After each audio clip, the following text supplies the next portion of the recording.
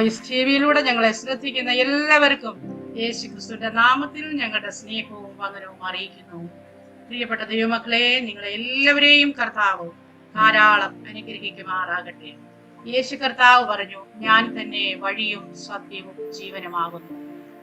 ആ വഴിയാകുന്ന കർത്താവിനെ, സത്യമാകുന്ന കർത്താവിനെ, ജീവനാകുന്ന കർത്താവിനെ തിരിച്ചറിയുവാനുള്ള ഒരു വലിയ ഭാഗ്യം ഇന്ന് നമ്മോടൊപ്പം ടെസ്റ്റുമണി പറയുന്നതിന് കടന്നു വന്നിരിക്കുന്ന കർത്താവിന്റെ ദാസന് ദൈവം ഒരുക്കി കൊടുത്തു. ആ ഒരു വലിയ ടെസ്റ്റുമണിയാണ് നാം ഇപ്പോൾ കേൾക്കാൻ പോകുന്നത്. അതിനുവേണ്ടി ആ കർത്താവിന്റെ ദാസനെ ജോയ്സ് ടിവിയിലേക്ക് ഞങ്ങൾ ഹാർദവമായി സ്വാഗതം ചെയ്യുന്നു. ആമേൻ. Praise the lord. കർത്താവിന്റെ ദാസനെ പ്രൈസ് ദി ലോർഡ്. സന്തോഷമായിട്ടിരിക്കുന്നോ? ദൈവകൃപയാൽ സന്തോഷമായിരിക്കുന്നു. ഓക്കെ. കുഞ്ഞുങ്ങളും കുടുംബവും ഒക്കെ? എനിക്ക് ഭാര്യയും 3 മക്കളും 3 മരുമക്കളും 6 പേരക്കുട്ടികളുണ്ട്. ഓക്കെ. കർത്താവിന്റെ ദാസനെ ദൈവം അനുഗ്രഹിക്കട്ടെ. കർത്താവിന്റെ ദാസന്റെ മിനിസ്ട്രി എങ്ങനെയാണ്? ഞാനിപ്പം സഭാ ശുശ്രൂഷയ്ക്ക് ഉണ്ടായിരുന്നു, അതെല്ലാം ഒഴിവാക്കി ഇപ്പം പൊതു ശുശ്രൂഷയായിട്ട് ഓടി നടക്കുകയാണ്. സുവിശേഷ വേല കാര്യമായിട്ട് സുവിശേഷ വേലയാണ്. ഓക്കെ. കർത്താവിനെയും ഉപയോഗിക്കട്ടെ. അനേക ഇടങ്ങളിൽ സുവിശേഷം അറിയിപ്പാൻ കർത്താവിന്റെ ദാസനെ ദൈവം ഉപയോഗിക്കുമാറാകട്ടെ എന്ന് ആദ്യമായി തന്നെ ആശംസിക്കുന്നു. ടെസ്റ്റ് മണിയിലേക്ക് കടക്കുന്നതിന് മുന്നമേ തന്നെ നമുക്ക് ദൈവസന്നിധിയിൽ പ്രാർത്ഥിക്കാം. ഹല്ലേലൂയ. സ്തോത്രം, സ്തോത്രം, സ്തോത്രം. പരിശുദ്ധ കർത്താവേ, നന്ദി നിറഞ്ഞ ഹൃദയത്തോടെ ഞങ്ങൾ അങ്ങയെ സ്തുതിക്കുന്നു. കർത്താവിന്റെ പാദപീഠത്തിലടിയങ്ങളായിരിക്കുന്ന ദൈവ സാന്നിധ്യം ഞങ്ങളോട് കൂടെ ഇരിക്കണമേ. ഈ കർത്താവിന്റെ ദാസനെ കർത്താവ് വിടുവിച്ച വിധങ്ങളും ഒക്കെയും പറയുവാനും അത് കേൾക്കുന്ന ജനത്തിന്റെ ജീവിതത്തില് വലിയൊരാശ്വാസം ജീവിക്കുന്ന കർത്താവിനെ കണ്ടുമുട്ടേണ്ടതിന് മുഖാന്തരമായി തീരുവാൻ കർത്താവ് സഹായിച്ചാട്ട് ഇവിടെ കരങ്ങളിൽ ഏൽപ്പിക്കുന്നു. യേശു ക്രിസ്തുവിന്റെ നാമത്തിൽ തന്നെ. ആമേൻ. ഹല്ലേലൂയ. സ്തോത്രം. Praise the lord. ദൈവദാസനെ, ദൈവദാസന്റെ ജീവിതത്തിന്റെ അനുഭവങ്ങളെ ദൈവദാസന് ഷെയർ ചെയ്യാവുന്നതാണ്. Okay, thank you aunty. ഈ ജോയ്സ് ടിവി പ്രേക്ഷകർക്ക് ആദ്യമേ എൻ്റെ നന്ദിയും സ്നേഹവും കടപ്പാട് അറിയിക്കുകയാണ്. ഈ ജോയ്സ് ടിവി ക്രമീകരിച്ച വാത്സല്യ റേച്ചൽ ആന്റിക്ക് വേണ്ടി ഞാൻ ദൈവത്തിന് സ്തോത്രം ചെയ്യുന്നു. ഒരു വാക്കിൽ പ്രാർത്ഥിക്കാം.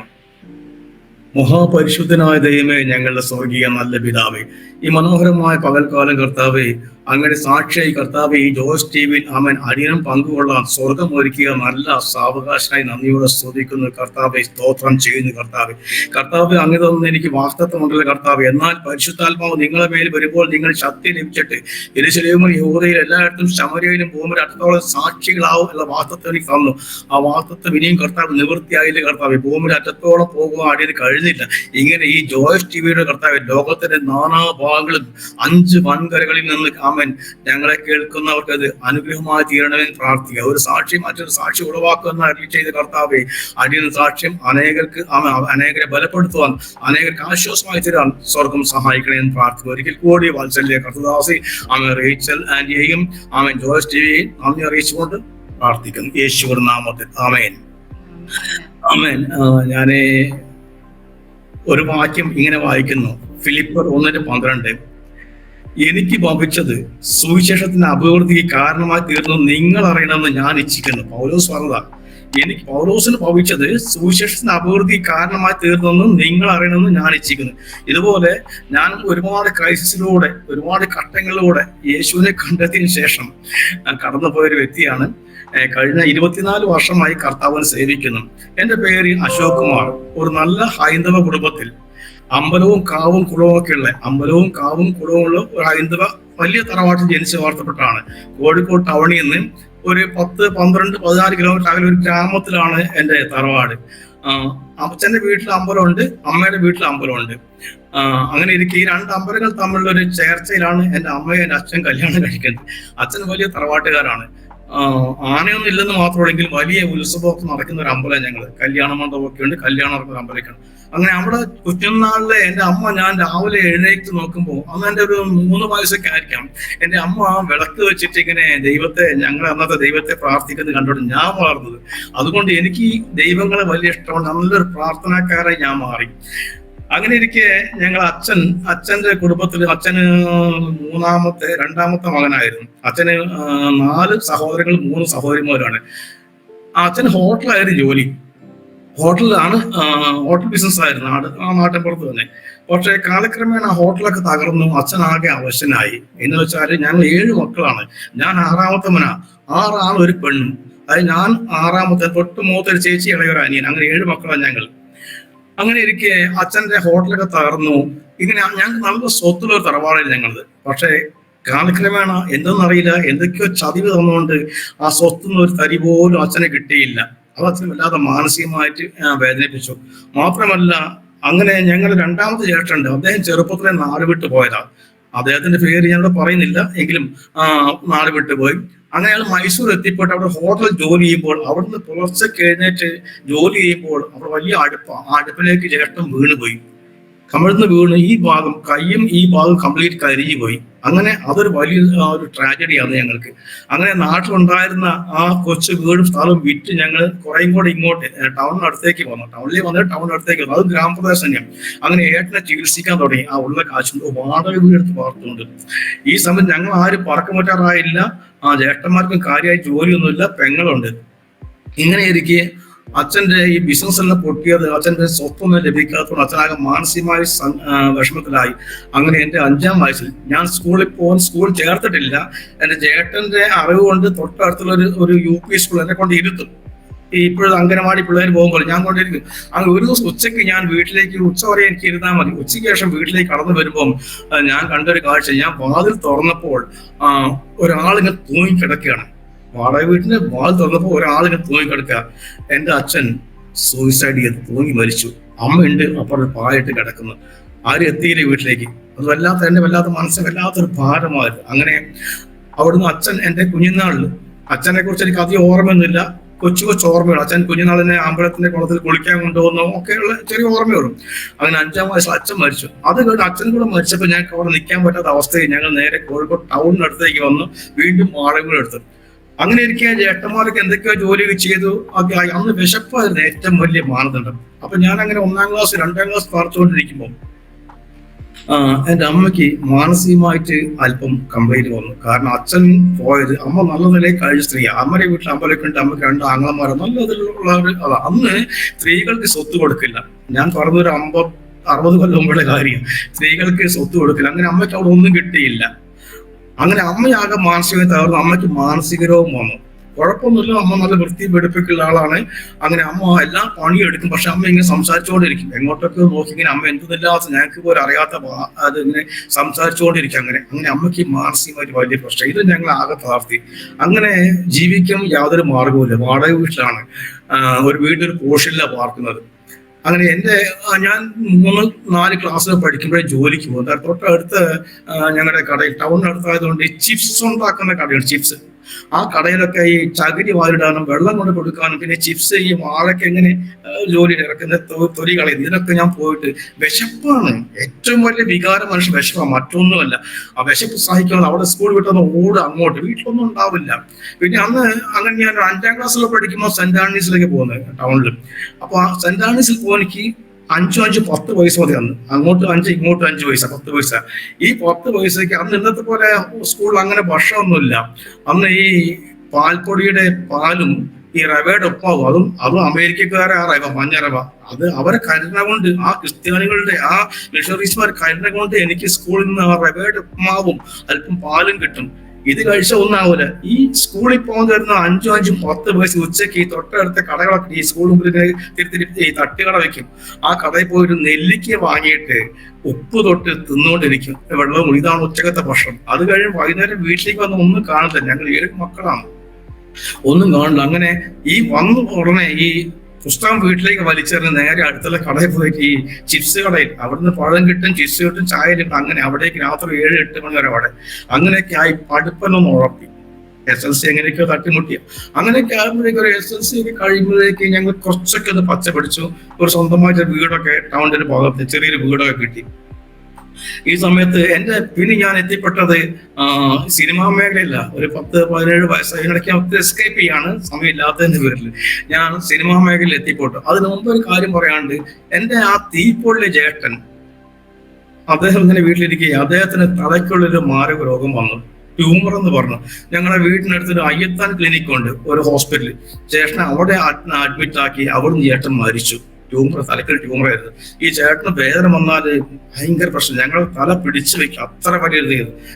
രണ്ടാമത്തെ ചേട്ടൻ നല്ല സുമുഖനായിരുന്നു, നല്ല കരുത്തുള്ള ഒരു മനുഷ്യനായിരുന്നു. അദ്ദേഹം ട്യൂമറായിട്ട് മരിച്ചു. അമ്മ ഇവിടെ മാനസികമായിട്ട് ഇങ്ങനെ, അമ്മയ്ക്ക് കുഴപ്പമൊന്നുമില്ല, പക്ഷെ ആരും ഉപദ്രവിക്കൊന്നുമില്ല. അമ്മ എല്ലാ പണിയെടുക്കും. അമ്മ ഇങ്ങനെ എന്തൊക്കെയോ എവിടേക്കോ പോയത് ഇങ്ങനെ പറഞ്ഞുകൊടുക്കും, റോഡ് സൈഡിൽ പോയി ഇങ്ങനെ പറഞ്ഞുകൊടുക്കും. അങ്ങനെ ഒരു ജീവിതമായിരുന്നു ഞങ്ങളുടെ. അങ്ങനെ ഞാൻ ഏകദേശമൊക്കെ മുതിർന്ന ചേട്ടന്മാരൊക്കെ ഒരു ലെവലൊക്കെ എന്തൊക്കെയോ പണിയെല്ലാം കിട്ടി. ഇപ്പൊ പെങ്ങളുണ്ട്, അനിയനുണ്ട് വീട്ടില്. അങ്ങനെ ഇരിക്കെ എനിക്ക് SLC തോറ്റു. പഠിപ്പിലൊക്കെ യാതൊരുമില്ല, കാരണം തോൽക്കാൻ കാരണം ക്ലാസ് ശ്രദ്ധിക്കാൻ കഴിയില്ല. കാരണം എന്താ പറയുക, ഞാൻ സ്കൂളിൽ പോകുമ്പോൾ ഈ യൂണിഫോം ട്രൗസർ നേരെയും മഞ്ഞായിരുന്നു. പക്ഷെ ഈ യൂണിഫോം ട്രൗസറിന്റെ ആകെ ഒന്നൊക്കെ ഉണ്ടാവുള്ളൂ, ഇതെന്നും കഴുകി കൊടുക്കുക ചെയ്യാം. ഈ മൂട്, അതായത് നമ്മളെ ഈ പൃഷ്ഠഭാഗത്ത് ദ്വാരം ഉണ്ടാവും. അപ്പൊ ഞാൻ ടീച്ചർ എന്തെങ്കിലും ചോദിച്ച് ഉത്തരം പുറകെ എഴുന്നേൽക്കുമ്പം ഈ പുറകെ പിള്ളേർ ആ ഓട്ടേക്കൂടെ ദ്വാരത്തിൽ കൈയിട്ട് എന്നെ തോന്നിക്കൊണ്ടിരിക്കും. അങ്ങനെയൊക്കെ ഒരു വല്ലാത്ത കുഞ്ഞുനാളായിരുന്നു. വളരെ ഒരു ചെറിയ പ്രായത്തിലെ വളരെയേറെ ജോലിക്കൊക്കെ ഞാൻ പോയി, എന്ത് ജോലിയിട്ടാലും പോവായിരുന്നു. എന്നാലാവുന്ന ജോലിയൊക്കെ ചെയ്യുന്നു, അങ്ങനെ വിശപ്പ് മാറ്റാൻ വേണ്ടി. അങ്ങനെ ഇരിക്കും ഞാനൊരു ഏകദേശം മുതിർന്ന് ഒരു 10-18 വയസ്സായി പല ജോലി ചെയ്തുകൊണ്ടിരുന്നു. ഈ പത്രം ഇടാൻ പോയി, പാല് കൊടുക്കാൻ പോകും എന്ന് വേണ്ട, ഒരു ലോഡിൽ കുറച്ച് റിസപ്ഷനിസ്റ്റായി നിന്നു. അങ്ങനെയൊക്കെ ഇരിക്കെ നാടൻ ചാരായം, ചാരായം വിൽക്കുന്ന കടയിൽ ഞാൻ ആ ജോലി വരെ എടുത്തിട്ടുണ്ട്. അങ്ങനെ ഒരു ദിവസം പോലീസ് പിടിച്ചു, പിന്നെ അതിൽ നിന്ന് വിട്ടു പോന്നു. അങ്ങനെ ഇരിക്കുകയാണ് കോഴിക്കോട് ഞങ്ങളെ ഒരു സിനിമാ കമ്പനി ഉണ്ട്, KTC എന്ന് പറയും, ഇന്ത്യയിലെ നമ്പർ 1 കമ്പനി. ഒരു കോഴിക്കോട്ടുകാരാ. അങ്ങനെ അവർ സിനിമ പ്രൊഡക്ഷൻ തുടങ്ങി. അങ്ങനെ അവരുടെ സിനിമാ കമ്പനിയിൽ എനിക്ക് ഒരു ജോലി കിട്ടി, റെപ്രസെന്റേറ്റീവ് ആയിട്ട്. എന്നെ കാണാനൊക്കെ യോഗ്യമുള്ള ഒരാളായതുകൊണ്ട് ഒരു ജോലി കിട്ടി. അങ്ങനെ സിനിമ റെപ്രസെന്റേറ്റീവ് എന്റെ ജീവൻ തുടർന്നു. ഈ സിനിമ റെപ്പ് എന്ന് പറഞ്ഞാൽ കേരളം ഒട്ടുക്കും ഈ സിനിമയായിട്ട് പോകണം. അതായത് ഒരു ആഴ്ച ട്രിവാൻഡ്രം ആണെങ്കിൽ അടുത്ത 2 ആഴ്ച കണ്ണൂർ, അല്ലെങ്കിൽ വയനാട്, ഇങ്ങനെ കേരളത്തിന് പുറത്ത്, അതായത് ഈ മദ്രാസ്, ബാംഗ്ലൂർ ഒക്കെ പോകേണ്ടി വരും. അങ്ങനെയൊക്കെ സിനിമയായിട്ട് വരുന്ന ഫ്രീ ലൈഫായി. ആരെയും പേടിക്കാനില്ല, ആരും ചോദിക്കാനില്ല. ഞാൻ എന്റെ തടി ഒന്നും ഒരു ഉത്തരവാദിത്വമില്ല. അന്ന് നല്ല മദ്യപാനം, നല്ല സിഗരറ്റ് വലി, അങ്ങനെ ലോകത്തിന്റെ ഏറ്റവും വലിയ അഴുക്കിച്ചാലും നടക്കാൻ സിനിമ എന്നെ സഹായിച്ചു. കാരണം ഇഷ്ടംപോലെ കാശ് കിട്ടും, അതിൽ പകുതിയിലേറെ അവിടെ ദൂരത്തടിക്കും. ഒരു സിനിമാ തിയേറ്റർ ഞാൻ ആദ്യം ചോദിക്കും. അപ്പൊ ഉദാഹരണം ട്രിവാൻഡ്രത്ത് ഈ ശ്രീപത്മനാഭ തിയേറ്ററിൽ പോകണം, ഞാൻ ആദ്യം ചോദിക്കുക എന്താ അറിയോ, മാനേജരോട്, ആദർശോട് ചോദിക്കുന്ന കാര്യം എന്താ അറിയോ, സാറേ ഇവിടെ അടുത്തവിടെ അമ്പലം എന്നാ ചോദിക്കാൻ. അങ്ങനെ ആദ്യം അമ്പലം ചോദിക്കും. അപ്പൊ അദ്ദേഹം ചോദിക്കാൻ നല്ല ഭക്തനാണ്, അതേ ഭക്തനാണ്. എന്റെ സൂട്ട് കേസിൽ എപ്പോഴും ഒരു ഗുരുവായൂരപ്പന്റെ ഫോട്ടോയും വിളക്കും എണ്ണയൊക്കെ ഉണ്ട്, തിരിയൊക്കെ ഉണ്ടാവും. രാവിലെ എഴുന്നേറ്റ് കുളിച്ച് വിളക്ക് വെച്ച് ഞാൻ ഭക്ഷണം കഴിക്കും. അത് വീട്ടിലാകുമ്പോൾ അങ്ങനെ തന്നെയാണ്. ഞാൻ രാവിലെ എഴുന്നേറ്റ് കുളിച്ച് അമ്പലത്തിൽ പോയിട്ട് ഞാൻ ഭക്ഷണം കഴിക്കും. അത്ര നല്ല ഭക്തനാണ്. വീട്ടിൽ ഇഷ്ടംപോലെ വലിയ ഫോട്ടോകളൊക്കെ ഉണ്ടായിരുന്നു. ഞാൻ കേരളത്തിൽ എവിടെ പോയാലും അവിടെയുള്ള അമ്പലങ്ങളിലൊക്കെ ഫോട്ടോ വാങ്ങി വീട്ടിൽ കൊണ്ട് സ്ഥാപിക്കും. അതിനെ തൊഴിൽ ഞാൻ. അങ്ങനെ രാത്രി ആകുമ്പോൾ ഇതേ തിയേറ്ററിൽ വാങ്ങാനായിട്ട് ചോദിക്കും, ഇവിടെ അടുത്ത് പട്ട് ഷാപ്പ് എവിടെയും ചോദിക്കും, ഡ്രീംസ്. അങ്ങനെ വല്ലാത്തൊരു അവസ്ഥയിൽ കടന്നു പോകുമ്പോൾ അങ്ങനെ അടിച്ചുപൊളി. എപ്പോഴെങ്കിലും വീട്ടിൽ വരും. അങ്ങനെ ഇങ്ങനെ കേരളം മുഴുവൻ ജോലിയാണ്, ഇങ്ങനെ ഓടി നടക്കുക. യാത്ര എനിക്ക് വലിയ ഇഷ്ടം. അങ്ങനെ യാത്ര ചെയ്തുകൊണ്ടേയിരിക്കും. ഇങ്ങനെ എനിക്ക് 1998 എന്റെ ഇപ്പോഴത്തെ ഭാര്യയെ പരിചയപ്പെടുന്നത്. വീട്ടിനടുത്താണ് അവളുടെ അച്ഛന്റെ വീട്. അങ്ങനെ അവളവിടെ വെക്കേഷൻ വന്നപ്പോ എന്റെ ഇപ്പോഴത്തെ ഭാര്യയെ കാണാൻ പരിചയപ്പെടാൻ വഴിയായി. 1979 ഞങ്ങൾ വിവാഹ നിശ്ചയം നടന്നു. അറേഞ്ചിൽ മാറി വിവാഹ നിശ്ചയം കഴിഞ്ഞു. 1980 ഞങ്ങൾ വിവാഹം കഴിഞ്ഞു. 80 ഏപ്രിൽ 6-ാം തീയതി വിവാഹം കഴിഞ്ഞു. ഇപ്പൊ 24 വർഷം കഴിഞ്ഞ് വിവാഹം കഴിഞ്ഞിട്ട്, അല്ല സോറി 44 വർഷം കഴിഞ്ഞ് വിവാഹം കഴിഞ്ഞു. 1980 44 വർഷം വിവാഹം കഴിഞ്ഞിട്ട്. അങ്ങനെ ഞങ്ങൾ വിവാഹ ജീവിതം കഴിഞ്ഞ് ഒരുവിധമൊക്കെ തട്ടിമുട്ടേക്ക് പോയി. അവിടുന്ന് വീട്ടിൽ നിന്ന് ഇറങ്ങേണ്ടി വന്നു. എന്റെ വീട്ടിൽ ഇറങ്ങേണ്ടി വന്നു. ഞങ്ങള് 3 ജ്യേഷ്ഠന്മാരും ചേച്ചിയും ഒക്കെ വീട്ടിലുണ്ട്. അങ്ങനെ ഒരു ജ്യേഷ്ഠന്റെ കല്യാണം എന്റെ കൂടെ കഴിഞ്ഞു. അപ്പൊ ചേച്ചി എപ്പോഴും പെൻഡിങ് ആണ്. അങ്ങനെ ഞാൻ ആ തൊട്ടടുത്തൊരു കൊച്ചു വാടക എടുത്ത് ഞാൻ എന്റെ ഭാര്യ അങ്ങോട്ട് താമസം മാറ്റി. അങ്ങനെ അവിടെ ഞങ്ങൾക്ക് ഒരു കുഞ്ഞുണ്ടായി. മൂത്ത മകൻ ആൺകുട്ടിയത്. അതിലൊക്കെ ഇങ്ങനെ പോയിക്കൊണ്ടിരിക്കുമ്പോൾ ഒരുവിധം തട്ടിമുട്ടേക്ക് ജീവിതം പോയിക്കൊണ്ടിരിക്കുമ്പോൾ എന്റെ ഭാര്യക്ക് അല്പം ആഭരണം ഉണ്ടായിരുന്നു. അതെല്ലാം വിറ്റിട്ട് ഞങ്ങൾ ഒരു കൊച്ചു സ്ഥലം, കോഴിക്കോട് സിവിൽ സ്റ്റേഷന് മുമ്പിൽ, അത് കോഴിക്കോട് 4.5 കിലോമീറ്റർ ഒരു കൊച്ചു സ്ഥലം വാങ്ങി. അതിലൊരു ചെറിയ വീട് വെച്ച്, വീടെന്ന് പറയാൻ പറ്റില്ലെങ്കിൽ ചെറിയ വീട് വെച്ച് അങ്ങനെ പാർത്ത് തുടങ്ങി. ഞാനാണെ വീട്ടിലുണ്ടാവില്ല, ഇങ്ങനെ ദൂരദേശത്ത്. അപ്പൊ ഇവളുടെ വീടിന്റെ കുറച്ച് അടുത്തായിട്ടാണ് എന്റെ ആ വാങ്ങിയ വീട്. അങ്ങനെ പോയിക്കൊണ്ടിരിക്കെ എന്റെ പ്രധാന തൊഴിൽ എന്ന് പറയാ ഈ കേരളത്തിലെ സകല അമ്പലങ്ങളിലും എവിടേക്ക് അമ്പലം ഉണ്ടോ കേരളത്തിൽ അവിടെയൊക്കെ ഞാൻ പോയിട്ടുണ്ട്.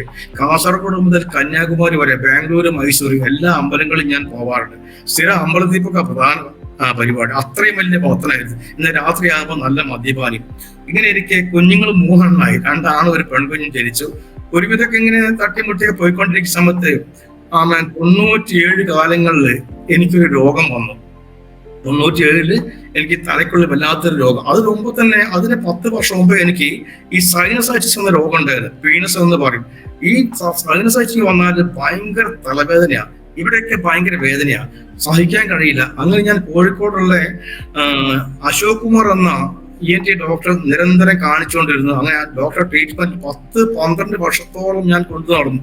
പക്ഷെ അപ്പോഴും ഈ വേദന മാറില്ല. അത് തുറന്നുകൊണ്ടിരിക്കുന്ന സമയത്താണ് 97 കാലമായപ്പം എനിക്ക് ജ്യേഷ്ഠനുണ്ടായതുപോലെ ഈ തലയ്ക്കുള്ളൊരു വേദന വന്നു.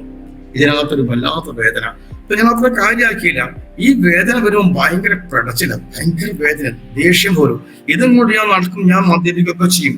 അങ്ങനെ ഇരിക്കെ ഈ വേദന സഹിക്കാൻ വയ്യാതെ കോഴിക്കോട് മെഡിക്കൽ കോളേജിൽ ഒരു ഡോക്ടർ, പേര് പറയുന്നില്ല, ഒരു ലേഡി ഡോക്ടർ, പ്രൊഫസറാ, അവരുടെ അടുത്ത് ഞാൻ പോയി കാര്യങ്ങൾ പറഞ്ഞു. അങ്ങനെ അവർ 3 വർഷം 98 വരെ ഞാൻ അവരുടെ ട്രീറ്റ്മെന്റ് കഴിഞ്ഞുകൊണ്ടിരുന്നു. എനിക്ക് യാതൊരു മാറ്റം. ഇടയ്ക്ക് ഈ ഗുളിക, ആന്റിബയോട്ടിക് എന്തൊക്കെയാണ്, ഇത് കഴിക്കുമ്പോൾ അല്പം സമാധാനമുണ്ട്, പിന്നെയും മദ്യപിക്കും. അങ്ങനെ വേദന കൂടുമ്പോൾ ഞാൻ നന്നായി മദ്യപിക്കും. സമയത്ത് ഈ വേദന വളരെ വർദ്ധിച്ചു വന്നു. ആ സമയത്ത് ഞാൻ സിനിമാ ഫീൽഡിൽ നിന്ന് വിട്ടിട്ട് പിന്നെ ഒരു സിനിമാ തിയേറ്റർ വാടകയ്ക്ക് എടുത്ത്, കോഴിക്കോട് അടുത്ത് മുക്കം എന്ന സ്ഥലമുണ്ട്, കോഴിക്കോട് 30 കിലോമീറ്റർ അകലെയാ, ഒരു സിനിമാ തിയേറ്റർ വാടകയ്ക്ക് എടുത്ത് നടത്താൻ തുടങ്ങി. 1 വർഷം 1-2 വർഷം നടത്തിയുള്ളൂ. അങ്ങനെ ആ സിനിമാ തിയേറ്റർ നടത്തുന്ന ഒത്തിരി കാശ് കയ്യിൽ വരാൻ തുടങ്ങി. ഈ സമയത്ത് രാത്രി സിനിമാ തിയേറ്റർ വിട്ട് വരുമ്പോൾ ഒരു അരക്കുപ്പി മദ്യം വാങ്ങിച്ച് കുറച്ച് അവിടുന്ന് കുടിക്കും, ബാക്കി അറയിൽ എളിയിൽ വെച്ചുകൊണ്ട് വീട്ടിൽ വന്നിട്ട് കുളിച്ച് പിന്നെയും കുളിച്ച് ഇതും വെച്ചോണ്ടാ കിടക്കുക. രാവിലെ എഴുന്നേറ്റ് കുടിയൊന്നുമില്ല, അമ്പലത്തിൽ പോകും. അങ്ങനെയൊക്കെ നല്ല മദ്യപാനിയായിരുന്നു. അങ്ങനെ നോക്കി 2000 ആകുമ്പോഴേക്ക് എന്റെ വേദന കൂടി വന്നു. സിനിമാ തിയേറ്റർ കളക്ഷൻ കുറഞ്ഞു, ജീവിക്കുക യാതൊരു മാർഗമില്ല, വാടക കൊടുക്കാൻ പോലും കാശില്ലാതെ ഒത്തിരി ഭാരപ്പെട്ട ഒരു കാലം. ഈ സമയത്താണ് എന്റെ ജീവിതത്തെ മാറ്റിമറിച്ചൊരു സംഭവം ഉണ്ടാവുന്നത്. ആ സിനിമാ തിയേറ്ററിന്റെ ഓണറുടെ ഭാര്യ, പേര് പറയുന്നില്ല, എനിക്ക് എന്റെ മദ്യപാനം കണ്ടിട്ട് അവര് എനിക്ക് ഒരു ബൈബിൾ വന്നു, വലിയൊരു ബൈബിള്. ഇത് പട്ടിക്ക് പൊളിക്കാത്തതേ കിട്ടിയ പോലെ, അതായത് നായ്ക്ക് പൊളിക്കാത്ത തേങ്ങ കിട്ടിയ പോലെ ഇത് കിട്ടി. ഞാൻ എവിടെയൊക്കെ നോക്കി എനിക്കൊന്നും മനസ്സിലാവുന്നില്ല. ഈ കുറെ വർഷം വായിച്ചു ഒന്നും മനസ്സിലാവില്ല. അവര് കത്തോലിക്കരായിരുന്നു, പക്ഷെ എനിക്കൊന്നും മനസ്സിലായില്ല. ഞാനതവിടെ വെച്ചു. പക്ഷെ ഒരു ബൈബിൾ, അങ്ങനെ ആദ്യമായിട്ട് ഒരു ബൈബിൾ കൈകൊണ്ട് തൊടുന്നത് അവിടെയാ. പക്ഷെ എനിക്ക് യേശുവിന് ഇഷ്ടമാണ്. ഞാൻ പള്ളി സ്കൂളിലാണ് പഠിച്ചത്, സെന്റ് ജോസഫ്സിലൊക്കെയാണ് പഠിച്ചത്. അപ്പൊ യേശുവിന് ഇഷ്ടമാണ്. യേശുവിന്റെ ചിത്രമൊക്കെ ഞാൻ ബോർഡിൽ വരയ്ക്കാറുണ്ട് 8ാം ക്ലാസ് പഠിക്കുമ്പോൾ. പക്ഷെ ഇതെനിക്കൊന്നും മനസ്സിലായില്ല. ഞാനത് അവരുടെ ഭാഗത്തിട്ടു. പിന്നെ ഈ കുടി തുറന്നുകൊണ്ടിരുന്നു, ഈ വേദന കൂടിക്കൊണ്ടിരുന്നു. അങ്ങനെ ഇരിക്കെ ഒരു ദിവസം രാത്രി തിയേറ്ററിൽ വീട്ടിൽ വരുമ്പം നല്ല മദ്യപാനത്തിൽ വരുന്നത്, കുഴപ്പമൊന്നുമില്ല, അലമ്പൊന്നുമില്ല, മദ്യപിക്കും. അങ്ങനെ വീട്ടിലെ സിറ്റൗട്ടില് ഡീപ്പോയുടെ മുകളില് ഒരു പുസ്തകം കണ്ടു. എന്റെ ജീവിതത്തിൽ മാറ്റിമറിച്ച പുസ്തകം അതായിരുന്നു PG വർഗീസ് അങ്കിളിന്റെ അത്ഭുതങ്ങൾ താക്കോൽ എന്നൊരു പുസ്തകം. ഒരു പ്രാവൽ ചിത്രം, ഒരു വെളിച്ചം, ഒരു താക്കോല്, അതാണ് അത്. അപ്പൊ ഞാനത് രാത്രി വന്ന് കുളി കഴിഞ്ഞു ഭക്ഷണം കഴിച്ച് സിറ്റ് ഔട്ട് ചെയ്ത് സിഗരറ്റും വലിച്ചുകൊണ്ട് ഈ പുസ്തകം എടുത്ത് നോക്കി, ചുമ്മാ വായിച്ചു. രസമല്ലേ, എന്താണെന്നറിയാൻ ആകാംക്ഷയോടെ വായിച്ചപ്പോൾ അതിനകത്ത് ഇങ്ങനെ അത്ഭുതങ്ങൾ, ഒരുപാട് അത്ഭുതങ്ങൾ. എന്ത് അത്ഭുതം! ഈ രോഗം മാറുന്നു, കല്യാണം നടക്കുന്നു, കടഭാരം മാറും. ഞാൻ മൊത്തം കടഭാരത്തിലാണ്. എനിക്കാണ് രോഗം. വൈഫൊക്കെ എന്തേ പറയാം, ഭയങ്കര ദേഷ്യം. അപ്പം 3 മക്കളായി. അന്ന് മൂത്ത മകന് ഏകദേശം ഒരു 19 വയസ്സുണ്ടോ, ഇളയ മോന് 17, മോൻ SLC പഠിക്കുന്ന കാലമാണ്. അങ്ങനെ ഈ പുസ്തകം വായിച്ചു. എനിക്കൊന്ന് തോന്നി ഇദ്ദേഹത്തെ ഒന്ന് എഴുതാം. അന്ന് ഫോണൊന്നും എനിക്കില്ല, മൊബൈൽ ഫോണൊന്നും ഇല്ല. 99-ലാണാ തോന്നുന്നത്. ഞാൻ അദ്ദേഹത്തിന് ഒരു ലില്ലന്റെ എടുത്തിട്ട് എഴുതി, സാർ ഞാൻ ഇങ്ങനെ അശോക് കുമാർ എന്നെ രോഗത്താൽ ഭാരപ്പെടുന്നു. 3 വർഷമായി യാതൊരു നിവൃത്തിയുമില്ല. ഞാൻ അമ്പലത്തിൽ പോകുന്ന വ്യക്തിയാണ്. ഞങ്ങളുടെ ദൈവങ്ങൾക്ക് ഇങ്ങനെയൊക്കെയാണ്. അപ്പോൾ സാറിന്റെ ദൈവം എന്റെ രോഗം മാറ്റുമോ, എന്നാൽ എനിക്ക് വേണ്ടി പ്രാർത്ഥിക്കുന്നത്. അന്തേരി മോദിലേക്ക് ഒരു കത്ത് എഴുതി, PG വർഗീസ് അങ്കിള്. കത്തെഴുതി ഞാനത് മറന്നു. ഒരൊറ്റ ആഴ്ച ആയില്ല, മറുപടി വന്നു എന്റെ വീട്ടിലേക്ക്. സ്തോത്രം. അദ്ദേഹം എഴുതി, പ്രിയ സഹോദര, നിങ്ങളുടെ വിഷമങ്ങളൊക്കെ അറിഞ്ഞ്, രോഗങ്ങൾ അറിഞ്ഞ്, ഞങ്ങൾ 1 മാസം നിങ്ങൾക്ക് വേണ്ടി ഉപവസിച്ച് പ്രാർത്ഥിക്കുകയാണ്. എനിക്ക് അത്ഭുതം തോന്നി. ഒരു മാസം ഉപവസിച്ച് പ്രാർത്ഥിക്കാൻ, അത് ഡൽഹിയിൽ അറിയാത്ത ഒരാള്.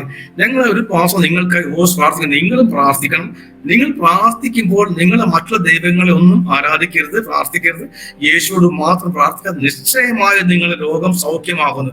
അതിനടിയിൽ അദ്ദേഹം ഒരു വചനമിട്ട്, അത് 128 സങ്കീർത്തനത്തിൽ എങ്ങനെയാണ്, യഹോവയെ ഭയപ്പെട്ട് അവന്റെ വഴിയിൽ നടക്കുന്ന ഏവനും ഭാഗ്യവാൻ, അവന്റെ മക്കൾ മേശയ്ക്ക് ചുറ്റും ഒരു വൃക്ഷം പോലെയും അവന്റെ ഭാര്യ വീട്ടിൽ. അങ്ങനെ ഒരു വാക്യം ഇപ്പൊ മറന്നുപോയി. അങ്ങനെ ഒരു വാക്യം എനിക്ക് കിട്ടുന്നത് ഞാൻ വായിച്ചുകൊണ്ടേയിരുന്നു. അങ്ങനെ ഞാൻ ഇത് വായിച്ചത് വൈഫിന് കാണിച്ചു. ഇങ്ങനെ കത്ത് വന്നു. അപ്പൊ അവള് പറയാ, നിങ്ങൾ പ്രാർത്ഥിക്കുന്നു. അന്ന് രാത്രി ഞാൻ മദ്യപിച്ച കിടന്നു. ഞാൻ ഷോർട്ടായിട്ട് ഒരുപാട് എസ്കേപ്പ് ചെയ്യാനുള്ളൊന്ന്. ഞാൻ സമയത്തിന് പരിമിതി ഏറ്റവും വേഗം നിർത്താൻ ആഗ്രഹിക്കുന്നു. എന്താ അറിയോ, സമയത്തിന് പരിമിതി ഉണ്ടല്ലോ. അങ്ങനെ ഞാൻ ഈ പുസ്തകം വായിച്ചു. എനിക്കൊന്നും തോന്നിയില്ല. പക്ഷെ അദ്ദേഹത്തെ മറുപടി വന്നപ്പം എനിക്ക് വല്ലാത്തൊരു ഒരു സന്തോഷം തോന്നി. ഒരാളെന്നെ മാനിച്ചു, എനിക്ക് വേണ്ടി പ്രാർത്ഥിക്കാന്ന്. അതും ആരാ, ഈ PG വർഗീസ് ആരാന്ന് എനിക്കറിയില്ല. ഇയാൾ പാസ്റ്ററാണോ, ഇയാൾ പള്ളിയിലച്ചനാണെന്ന് എനിക്കറിയില്ല. എനിക്ക് പാസ്റ്റർമാരെ അറിയില്ല, പള്ളിയിലച്ചന്മാരെ കന്യാസ്ത്രീകളെ അറിയാം, കാരണം ഞാൻ കത്തോലിക്കനാണ്. ഈ പെന്തക്കോസ്ത് വർഗം എന്താന്ന് എനിക്കറിയില്ല. അങ്ങനെ ഇരിക്കെ ഇദ്ദേഹം ഞാൻ എഴുതി അങ്ങനെ അങ്ങ് പറഞ്ഞ പോലെ ഞാൻ ചെയ്തോളാന്ന് പറഞ്ഞു എഴുതി. വൈഫ് പറയാണ്, നിങ്ങൾ പ്രാർത്ഥിക്കുന്നു. അങ്ങനെ ഞാൻ അത്ര കാര്യമാക്കിയില്ല. അന്ന് രാത്രി മദ്യപിച്ചാ കിടന്നത്. എന്നാൽ അന്ന് രാത്രി ഞാനും വൈഫും ഒരു മുറിയിൽ കട്ടിലെടുക്കാൻ, മക്കൾ ആത്ര റൂമിലുണ്ട്. പുലർച്ചയ്ക്ക് 3 മണിക്ക് എന്നെ ആരോ തട്ടി വിളിച്ചു. ഈ കത്ത് വന്നതിന്റെ പുലർച്ചയ്ക്ക് 3 മണിക്ക്, അടുത്ത ദിവസം 3 മണിക്ക് രാത്രി എന്നെ ആരോ തട്ടി വിളിച്ചു. പ്രാർത്ഥിക്കുന്നു. ഞാൻ ചാടി എഴുന്നേറ്റ്. ഇവള് നല്ല ഉറക്കമാണ്. ഞാൻ ചാടി എഴുന്നേറ്റ്. ഞങ്ങളവിടെ ഈ നേർച്ചക്ക് കൊടുക്കാൻ വേണ്ടി പുല്ലുവായ ഉണ്ടാവും, അമ്പലത്തിലെ പരിപാടികൾക്ക് പുല്ലുവായ ഉണ്ടാവും. അപ്പൊ ഞാൻ നേരെ ബാത്റൂമിൽ പോയിട്ട് മുഖം കഴുകി യൂറിൻ പാസ് ചെയ്ത് വന്നിട്ട് ഒരു പുല്ലുവായി വെച്ച് എന്തോ ഒരു ആന്തരിക ശക്തി പോലെ ഞാൻ ഇരുന്ന് മുട്ടുമുരുന്ന് പ്രാർത്ഥിക്കുന്നത്. എന്താ പ്രാർത്ഥിക്കുന്നത്? എന്താ ക്രിസ്ത്യാനി പ്രാർത്ഥന? ഞങ്ങൾക്കാണെങ്കിൽ 33 ദൈവങ്ങളുണ്ട്. എത്ര പ്രാർത്ഥന മതിയാവാത്ത ദൈവങ്ങളാണ്. അതിന് മാത്രം ദൈവമുണ്ട്. എന്റെ അമ്പലത്തിൽ എന്റെ അമ്മയ്ക്ക് അമ്പലം, അച്ഛൻ്റെ അമ്പലം. പിന്നെ കേരളത്തിൽ ഞാൻ ഒരുവിധ അമ്പലങ്ങൾ പോയ വ്യക്തിയാണ്. ഒത്തിരി അമ്പലങ്ങളും ദൈവങ്ങളും എനിക്കറിയാം. പക്ഷെ ഇതെങ്ങനെയാ പ്രാർത്ഥിക്കുക? യേശു പ്രാർത്ഥന എനിക്ക് മനസ്സിലായില്ല. അദ്ദേഹം പ്രാർത്ഥിക്കുന്നതൊന്നും എഴുതി അയച്ചിട്ടുമില്ല. ഞാൻ മുട്ടം വീഴുന്നു. ഞാൻ പറഞ്ഞു, യേശുവെ സൂക്കേട് മാറണം. എന്റെ കോഴിക്കോട് ഭാഷ, യേശുവെ എന്റെ സൂക്കേട് മാറണം. എങ്ങനെ പറഞ്ഞു? മനസ്സ് പറയാം. അപ്പൊ മക്കളുണ്ടല്ലോ. അങ്ങനെ ലൈറ്റ് ഓഫ് ആയി ഇങ്ങനെ പ്രാർത്ഥിച്ചു. അങ്ങനെ ഞാനൊരു 3 മണി മുതൽ 6 മണി വരെ ഞാൻ ആ ഇരിപ്പായിരുന്നു. ഞാൻ മയങ്ങിപ്പോയി. അങ്ങനെ ഇരിക്കെ എന്റെ ഭാര്യ എന്നെ തട്ടി വിളിച്ചു. പുള്ളിക്കാരത്തി തട്ടി വിളിച്ചു. എന്താന്ന് ചോദിച്ചു. അവരൊന്നുമില്ല എന്ന് പറഞ്ഞു. അപ്പോഴേ സ്ഥലകാലം എന്റെ കണ്ണ് നിറഞ്ഞ് ഒഴുകിക്കൊണ്ടിരിക്കുകയാണ്. ഞാനിങ്ങനെ മുട്ടുമ്പിലിങ്ങനെ ബാക്കോട്ട് ചാഞ്ഞിരിക്കുകയാണ്. അത് എനിക്ക് അറിയുള്ളൂ. പക്ഷെ അന്ന് രാത്രി യേശു എന്നെ തൊട്ടു. എന്റെ കണ്ണ് നിറഞ്ഞ് ഒഴുകാൻ കാരണം അതായിരുന്നു. അന്ന് രാത്രി 3-4 വർഷം അല്ലെങ്കിൽ 12 വർഷം ഞാൻ കൊണ്ടുവന്ന സൈനസൈറ്റിസ് എന്ന രോഗം, എന്റെ തലയ്ക്കുള്ള ട്യൂമർ എന്ന് വേണേൽ പറയാം, ആ രോഗം അന്ന് സൗഖ്യമായി. പിന്നെ എനിക്ക് ആ വേദന ഇന്ന് 24 വർഷം ഇന്ന് വരെ വേദന ഉണ്ടായിട്ടില്ല. എന്റെ കർത്താവ് അന്ന് ഡോക്ടർ പറഞ്ഞു സർജറി വേണ്ടി. 3 വർഷമായപ്പോ ആ ഡോക്ടർ പറഞ്ഞു, ആ ലേഡി ഡോക്ടർ പറഞ്ഞു സർജറി വേണ്ടി വരും, പ്രശ്നം ഗുരുതരമാണെന്ന് പറയും. അപ്പൊ അന്ന് സർജറി യാതൊരു മാർഗവുമില്ല, വരുമാനമില്ല, സാമ്പത്തികമില്ല, ആകെ വിഷമാണ്. അങ്ങനെ എനിക്ക് എങ്ങോട്ട് പോകും സർജറിക്ക്? ഞാൻ ഈ കാര്യം വീട്ടിൽ പറഞ്ഞു, വീടാകെ വിഷമിക്കും. അങ്ങനെ ഒരു 5 സെന്റ് സ്ഥലം, ഒരു കൊച്ചു വീട് ഞങ്ങൾക്കുള്ളത്. അതിൽ 3 മക്കൾ ഞാൻ മാത്രമേ പ്രാപ്തനായിട്ടുള്ളൂ. ജോലിക്ക് പോകുന്നു, വേറെ ഒരു വരുമാനവും ഇല്ല. വൈഫൊന്നും ജോലിക്ക് പോയി ശീലമില്ല. അങ്ങനെ ഇരിക്കെ ഇതൊന്നും ഞാൻ വീട്ടിൽ പറഞ്ഞു, ഞാൻ സഹിക്കും, വേദനയെ സഹിക്കും. അന്ന് രാത്രി എനിക്ക് വേണ്ടി ഡൽഹിയിൽ PG വർഗീസാങ്കളും ടീമും ഉപവസിച്ച് പ്രാർത്ഥിക്കുന്നുണ്ടായിരിക്കാം എന്ന് ഞാൻ ഇന്ന് അനുമാനിക്കുന്നു. അങ്ങനെ അത് കഴിഞ്ഞിട്ട് പിറ്റേ ദിവസം എനിക്ക് ഈ സംഭവം ഒന്നുമില്ല. ഞാൻ ആകെ ബ്രൈറ്റ്നസ്, ഞാൻ നോക്കുമ്പോൾ എൻ്റെ മുഖത്ത് നല്ല ബ്രൈറ്റ്നസ് തോന്നി. രാവിലെ ഒരു കണ്ണാടി നോക്കുമ്പോൾ എൻ്റെ മുഖത്ത് നല്ലൊരു ബ്രൈറ്റ്നസ് തോന്നി. ആ രാത്രി നല്ല മദ്യപിച്ചു വന്ന് കിടന്ന ആളാണല്ലോ. പക്ഷെ അന്ന് കർത്താവ് എന്റെ രോഗം നുള്ളിക്കളഞ്ഞു. ഞാൻ വിശ്വസിച്ച പ്രാർത്ഥിക്കാൻ അറിയില്ലെങ്കിലും ഞാൻ വിശ്വസിച്ച പ്രാർത്ഥിക്കുന്നത്. മാർക്കോസ് 16:19 വാക്യപ്രകാരം പറഞ്ഞു, വിശ്വസിക്കുന്നവരാൽ ഈ അടയാളങ്ങൾ നടക്കും. എന്റെ നാമത്തിൽ അവർ ഭൂതങ്ങളെ പുറത്താക്കും, പുതു ഭാഷകളിൽ സംസാരിക്കും, സർപ്പങ്ങളെ പിടിച്ചെടുക്കും, മരണകരമായി യാതൊന്നും കുറിച്ചാൽ ഹാനി വരികയില്ല, രോഗികളുടെ മേൽ കൈവച്ചാൽ സൗഖ്യം വരും. അന്ന് രാത്രി എനിക്ക് സൗഖ്യം ലഭിച്ചു. അന്ന് വെളുപ്പിന് സൗഖ്യം ലഭിച്ചു. എനിക്ക് ഭയങ്കര അത്ഭുതമായി. പിറ്റേ ദിവസം എനിക്ക് വേദനയില്ല, മരുന്നൊക്കെ ഒഴിവാക്കി, ഒരുപാട് മരുന്ന് കഴിക്കണം, മരുന്നൊക്കെ ഒഴിവാക്കി. അങ്ങനെ ഞാൻ വീണ്ടും ഒരു ലെറ്റർ എടുക്കാൻ ഒരു കടലാസ് എടുത്ത് PG വർഗീസ് അങ്കിളിനെ എഴുതി. ഇനി ഞാൻ അദ്ദേഹത്തെ അങ്കിൾ എന്ന് വിളിക്കും. അദ്ദേഹം കോഴിക്കോട് 10 തവണകൾക്ക് പരിചയപ്പെടാൻ സംസാരിക്കാൻ ഇട വന്ന്, ലില്ലിയന്റെ നല്ല ബന്ധമായിരുന്നു. അങ്ങനെ അദ്ദേഹത്തെ എഴുതി. അദ്ദേഹം പറഞ്ഞ, സഹോദരൻ, നിങ്ങൾ യേശു തൊട്ടു, നിങ്ങൾ രോഗം സൗഖ്യമായി, സന്തോഷം, ഞങ്ങളും ഇനിയും തുറന്ന് പ്രാർത്ഥിക്കും. പക്ഷെ നിങ്ങൾ കാര്യം ചെയ്യണം, നിങ്ങൾ യേശുവാണ് സൗഖ്യമാക്കിയത്. നിങ്ങൾ ഒരു കൂട്ടായ്മ പോകണം, അവിടെ അടുത്തവിടെ കൂട്ടായ്മ അവിടെ പോകണം. അപ്പൊ ഈ കൂട്ടായ്മ എന്താണ്? ഒരു കത്തോലിക്ക പള്ളി പോകുമ്പോൾ എനിക്ക് മനസ്സിലാവും, പള്ളി പോകും, ഒരു വ്യക്തികൾ മറിയെ കാണും, മാതാവിനെ കാണും ഒക്കെ. ഇതെന്താ ഇത് കൂട്ടായ്മ? ഈ കൂട്ടായ്മ ഇത്തിരി മനസ്സിലാവില്ല, അത്രേ എന്റെ ബുദ്ധിയുള്ളൂ. അങ്ങനെ ഞാൻ അടുത്ത ഒരു CSIക്കാരുണ്ട്, ആ വീട്ടിൽ ഞാൻ ചോദിച്ചു, അങ്ങനെ ചേട്ടാ, അങ്ങനെ എന്നെ ഒരു കത്ത് വന്ന് കാണിച്ചു. അദ്ദേഹം PG വർഗീസ് അല്ലേ, ഞങ്ങൾക്കറിയാം, അവരാണ് വീട്ടിൽ ഈ അത്ഭുതാക്കൾ കൊണ്ടിട്ട്. അവർ പറഞ്ഞു, ഞങ്ങളാ വീട്ടിലെ അത്ഭുതാക്കൾ കിട്ടും. ഞാൻ ആ വീട്ടിൽ ചെടി നോക്കി വന്നപ്പോൾ അവിടെ ഞങ്ങളാന്ന് പറഞ്ഞു. ഞാൻ പറയും, ഇങ്ങനെ സംഭവം സന്തോഷമായി. ഞാൻ പറഞ്ഞു, എവിടെ ഈ കൂട്ടായ്മ ഉള്ളതെന്ന് ചോദിച്ചു. അപ്പൊ അവര് ഒത്തിരി കൂട്ടായ്മ. ഞാൻ എന്താ കൂട്ടായ്മ? അപ്പൊ അവര് പറഞ്ഞു, പെന്തക്കോസ്തുകാരുടെ, PG വർഗീസ് പെന്തക്കോസ്തുകാരുടെ പ്രാർത്ഥനാ ഗ്രൂപ്പാണ്. അത് എവിടെ ഉള്ളത്? അപ്പൊ എനിക്ക് ഭയങ്കര ആവേശം. അങ്ങനെ അവര് പറഞ്ഞു, ഇന്നടത്തിലുണ്ട്. വീട് 2 കിലോമീറ്റർ അകലെ ഒരു AGയുടെ കൂട്ടായ്മ ഉണ്ട്. പാസ്റ്റർ ഫിലിപ്പ് പാസ്റ്ററാണ് അവിടെ പാലൂർ പാസ്റ്റർ. അപ്പൊ അങ്ങനെ അവിടെ പോയാൽ മതി എന്ന് പറഞ്ഞു. അപ്പൊ ഞാൻ എങ്ങനെയാ പോവാ? നിങ്ങൾ പോയാൽ മതി എന്ന് പറഞ്ഞു. എനിക്ക് എന്തേ അറിയോ? അങ്ങനെ ഒരു വെള്ളിയാഴ്ച 13 അമ്പലത്തിൽ പോയിക്കൊണ്ടിരിക്കും. വെള്ളിയാഴ്ച രാവിലെ 7 മണിക്ക് അമ്പലത്തിൽ പോയിട്ട് ഇവിടെ പൂവും നെറ്റി ചന്ദ്രവും ഇലച്ചീന്തിൽ പ്രസാദമായിട്ട് ഞാൻ അമ്പലത്തിൽ കമന്ന് കിടന്ന് പ്രാർത്ഥിക്കുമ്പോൾ 2 തുള്ളി കണ്ണീര ഫ്ലോറിൽ ഉണ്ടാവും. അങ്ങനെ കരഞ്ഞ് പ്രാർത്ഥിക്കാറെന്നറിയോ? തിയേറ്റർ നഷ്ടത്തിൽ പോകുന്നു, കടത്തിന് മുകൾ കടം, രോഗം ഒരു പാത. ഇങ്ങനെ അന്ന് ഞാൻ പ്രാർത്ഥിച്ചു പോകുന്നു. കർത്താവായ യേശു വിടുതൽ തന്നിട്ടും എനിക്കത് യേശു തന്നതെന്ന് വിശ്വസിക്കാൻ കഴിഞ്ഞില്ല. ഞാൻ അന്ന് അമ്പലത്തിൽ പോയി. ആ വെള്ളിയാഴ്ച അമ്പലത്തിൽ പോയിട്ട് വരുന്ന വഴിക്ക് ഞാൻ ഈ ഫിലിപ്പ് പാസ്റ്ററുടെ വീട്ടിൽ കയറി. വീട്ടിലാണ്, മുകളിലാണ് കൂട്ടായ്മ, താഴെ വീട്. പാസേജ് മുകളിലാണ് ഹാള്, താഴെ കൂട്ടായ്മ, വീട്. അങ്ങനെ കയറി വന്നു. ഞാൻ അയാളെ കഥകിന് മുട്ടി. രാവിലെ ഒരു 7:30 മണിയായി കാണും. അപ്പൊ അദ്ദേഹം കഥ പറഞ്ഞു, എന്റെ ഈ ഇലച്ചീന്തും ഇതും എല്ലാം കണ്ട് മുണ്ടൊക്കെ കൊടുത്ത് കണ്ടപ്പോ അദ്ദേഹം ആരാ എന്ന് അദ്ദേഹം പേടിച്ചു. അല്ലെ BJPക്കാരോ മറ്റാന്ന് കരുതിയിട്ട് അദ്ദേഹം പേടിച്ചു. എന്ന് ഞാൻ പറഞ്ഞു, അശോക് പറഞ്ഞു. ഏത് അശോക്? ഇവിടെ എന്താ കാര്യമെന്ന് ഞാൻ പറഞ്ഞു, PG വർഗീസ്. ഏതാ PG വർഗീസ്? ഞാൻ ഒരിക്കലും പറഞ്ഞ സാറേനെ വിളിച്ചാതെ, സാറേ, ഞാനിങ്ങനെ അടുത്ത് താമസിച്ച ഒരാളാണ്, എനിക്ക് രോഗം മാറി. ഈ ഡൽഹിയിൽ ഒരു സാറ് എനിക്ക് വേണ്ടി പ്രാർത്ഥിച്ച് PG വർഗീസ്. അപ്പൊ ആന്റി വൈഫ് അമ്മ PG വർഗീസ് അങ്കിൾ എന്ന് പറഞ്ഞപ്പോ ഇദ്ദേഹത്തിന് മനസ്സിലായി. അപ്പൊ എന്താ ഉണ്ടായത്? കടന്നിരിക്കാൻ പറഞ്ഞു. അങ്ങനെ കടന്നിരുന്നു. ഞാൻ എന്റെ കാര്യങ്ങളെ പറഞ്ഞു. അങ്ങനെ തങ്കന്മാരി ചായ കൊണ്ട് തന്നു. അങ്ങനെ ആദ്യമായി ഒരു പെന്തക്കോസ്ത് സഭയിൽ ഞാൻ അങ്ങോട്ട് ചെന്നു. ഒരു ദൈവദാസന്മാർക്കും ഒരു പാസ്റ്റർമാർക്ക് എന്നെ അവകാശം പറയാൻ പറ്റില്ല. കർത്താവായ യേശുവാണ് എന്നെ രക്ഷ നടത്തിയത്. ദൈവം ഒരാളുടെ മേൽ ദൃഷ്ടി വെച്ചാൽ അവൻ ഏത് ഗുഹയിലാണ് ദൈവം പിടിച്ചു കൊണ്ടുവരുന്ന ഒരു കാര്യം എനിക്ക് അന്ന് മനസ്സിലായി. ഈ പാസ്റ്റർ എന്താണോ, സഭ എന്താണോ, കൂട്ടായ്മ എനിക്കറിയില്ല. പക്ഷെ ദൈവം എന്നെ പിടിച്ചു, അവിടേക്ക് നടത്തി. അങ്ങനെ ഇരുന്ന് ചായനെ കുറിച്ച് അദ്ദേഹം പറഞ്ഞു, ഇന്ന് വെള്ളിയാഴ്ചയാണ്, ഉപവാസ പ്രാർത്ഥന ഉണ്ടെന്ന് പറഞ്ഞു. ഞാൻ പറഞ്ഞു, ഡൽഹിയിൽ ഉപവാസ പ്രാർത്ഥന കേട്ടിട്ടുണ്ടെന്ന് പറഞ്ഞു. എന്നാ ഇവിടെ 10 മണി 10-10:30 വന്നാൽ മതി. ഞാൻ പറഞ്ഞു, എനിക്ക് സിനിമാ തിയേറ്ററിൽ പോകണ്ടായോ? എത്ര മണിക്ക്? ഞാൻ പറഞ്ഞു, 1 മണി ആകുമ്പോഴേക്ക് ഇവിടുന്ന് പോകണം. അതിനു മുമ്പ് പൊക്കോന്ന് പറഞ്ഞു. അങ്ങനെ ഞാൻ അന്ന് രാവിലെ വൈഫ് നിങ്ങൾ പൊക്കോന്ന് പറഞ്ഞു. എന്റെ പൊന്നാൻറ്റി, അന്ന് 10 മണിക്ക് വളരെ ഉത്സാഹത്തോടു കൂടി ഞാൻ ഈ സഭയിലേക്ക് കടന്നു ചെന്നു. അപ്പൊ കുറെ പഠിച്ച ആന്റിമാരൊക്കെ കടന്നിരിക്കുന്നുണ്ട്, കുറെ പുരുഷന്മാരുണ്ട്, കുറച്ച് കുഞ്ഞുങ്ങളൊക്കെ ഉണ്ട്. വെള്ളിയാഴ്ചയാണ്. അപ്പൊ ഇദ്ദേഹം നിന്നിട്ട് പാൻറ്റൊക്കെ ഇട്ട് നിന്നിട്ട് എന്തൊക്കെയോ പറയുന്നുണ്ട്. അപ്പൊ ഞാൻ ഒരു ഭാഗത്ത് താഴെ പുല്ലുവാരി നിർത്തി, ആദ്യമായിട്ട് നിലത്തിരിക്കുന്നു. പുല്ലുവാരി നിർത്തി ഇത്തിരി വിമേഷം തോന്നി ഇരുന്നു. എന്റെ അടുത്തേക്ക് ആൾക്കാർ എന്നെ നോക്കും. എല്ലാവരും എന്നെ ഒരു അത്ഭുത ശിശുവെ പോലെ നോക്കുന്നുണ്ട്. എനിക്കതൊക്കെ ഭയങ്കര ചമ്മലായി. എല്ലാവരും എന്നെ നോക്കുക, പുതിയൊരു ആത്മാവ് വന്നാണല്ലോ. അങ്ങനെ ഇദ്ദേഹം എനിക്ക് വേണ്ടി പ്രാർത്ഥിച്ചു. അങ്ങനെ തലയിൽ കൈവച്ചു, എന്നെ പരിചയപ്പെടുത്തി. അങ്ങനെ അദ്ദേഹം പറഞ്ഞു, പ്രസംഗിച്ചുകൊണ്ടിരിക്കുമ്പോൾ അദ്ദേഹം പറഞ്ഞു, അതല്ല വിഷമം, അതിന് ഇവരെല്ലാം കൂടി ഇങ്ങനെ കൈയടിച്ച് ഭയങ്കര പാട്ടാണ്. എന്റെ ഒരു പാട്ടാണ് അറിയാം, പാട്ടിന് കൈയടി, എന്തൊക്കെയോ അന്യഭാഷ എന്തൊക്കെയാണെന്ന് അങ്ങനെ സംസാരിക്കും. എനിക്കാകെ വിഷമം. കർത്താവേ, ഇവിടെയാണ് ഞാൻ ദൈവമേ, ഇവിടെയാണ് കൊണ്ട് ഇതാണോ പ്രാർത്ഥന? ഇങ്ങനെയാണ് പ്രാർത്ഥന? എന്തൊരു ബഹളാപരി, ശല്യം. ഞങ്ങളാണെ അമ്പലത്തിൽ പോയി ഞങ്ങളെ ദൈവം ഒന്നും മിണ്ടില്ല, ഞങ്ങളും ഒന്നും മിണ്ടില്ല, മൗനമായി പ്രാർത്ഥിച്ചു പോരും. പക്ഷെ ഇതെന്താതെ ഈ കാക്കോട്ടെ കല്ലെടുത്ത് ഇത്രയും തന്നില്ല. അങ്ങനെ വല്ലാത്തൊരു, എനിക്ക് ഭയങ്കര ഇറിറ്റേഷൻ. എങ്ങനെയെങ്കിലും ചാടി പുറത്തു വന്നു. ഞാൻ എങ്ങനെയോ ഒരു 2 മണിക്കൂർ അവിടെ ഇരുന്നു. അപ്പൊ അദ്ദേഹം എന്നോട് ചൂണ്ടി പറയാം, ബ്രദറെ, നിങ്ങള് ഈ ദേശത്ത് ഓടി നടക്കും കേട്ടോ. എന്നെ ഓടി നടക്കാം? നിങ്ങൾ യേശുവിന് സാക്ഷി ഓടി നടക്കുക. അദ്ദേഹം ആദ്യം തന്നൊരു വാക്കാണ്. ആ പ്രായം അദ്ദേഹം മരിച്ചു, ട്രിച്ചൂർ ആയിരുന്നു അദ്ദേഹം മരിച്ചുപോയി. ഫിലിപ്പോസ് പ്രായമുള്ള മനുഷ്യൻ, നല്ലൊരു കൃപയുടെ പ്രാവശ്യം. അന്ന് ഞാനിതൊന്നും എനിക്ക് മനസ്സിലായില്ല.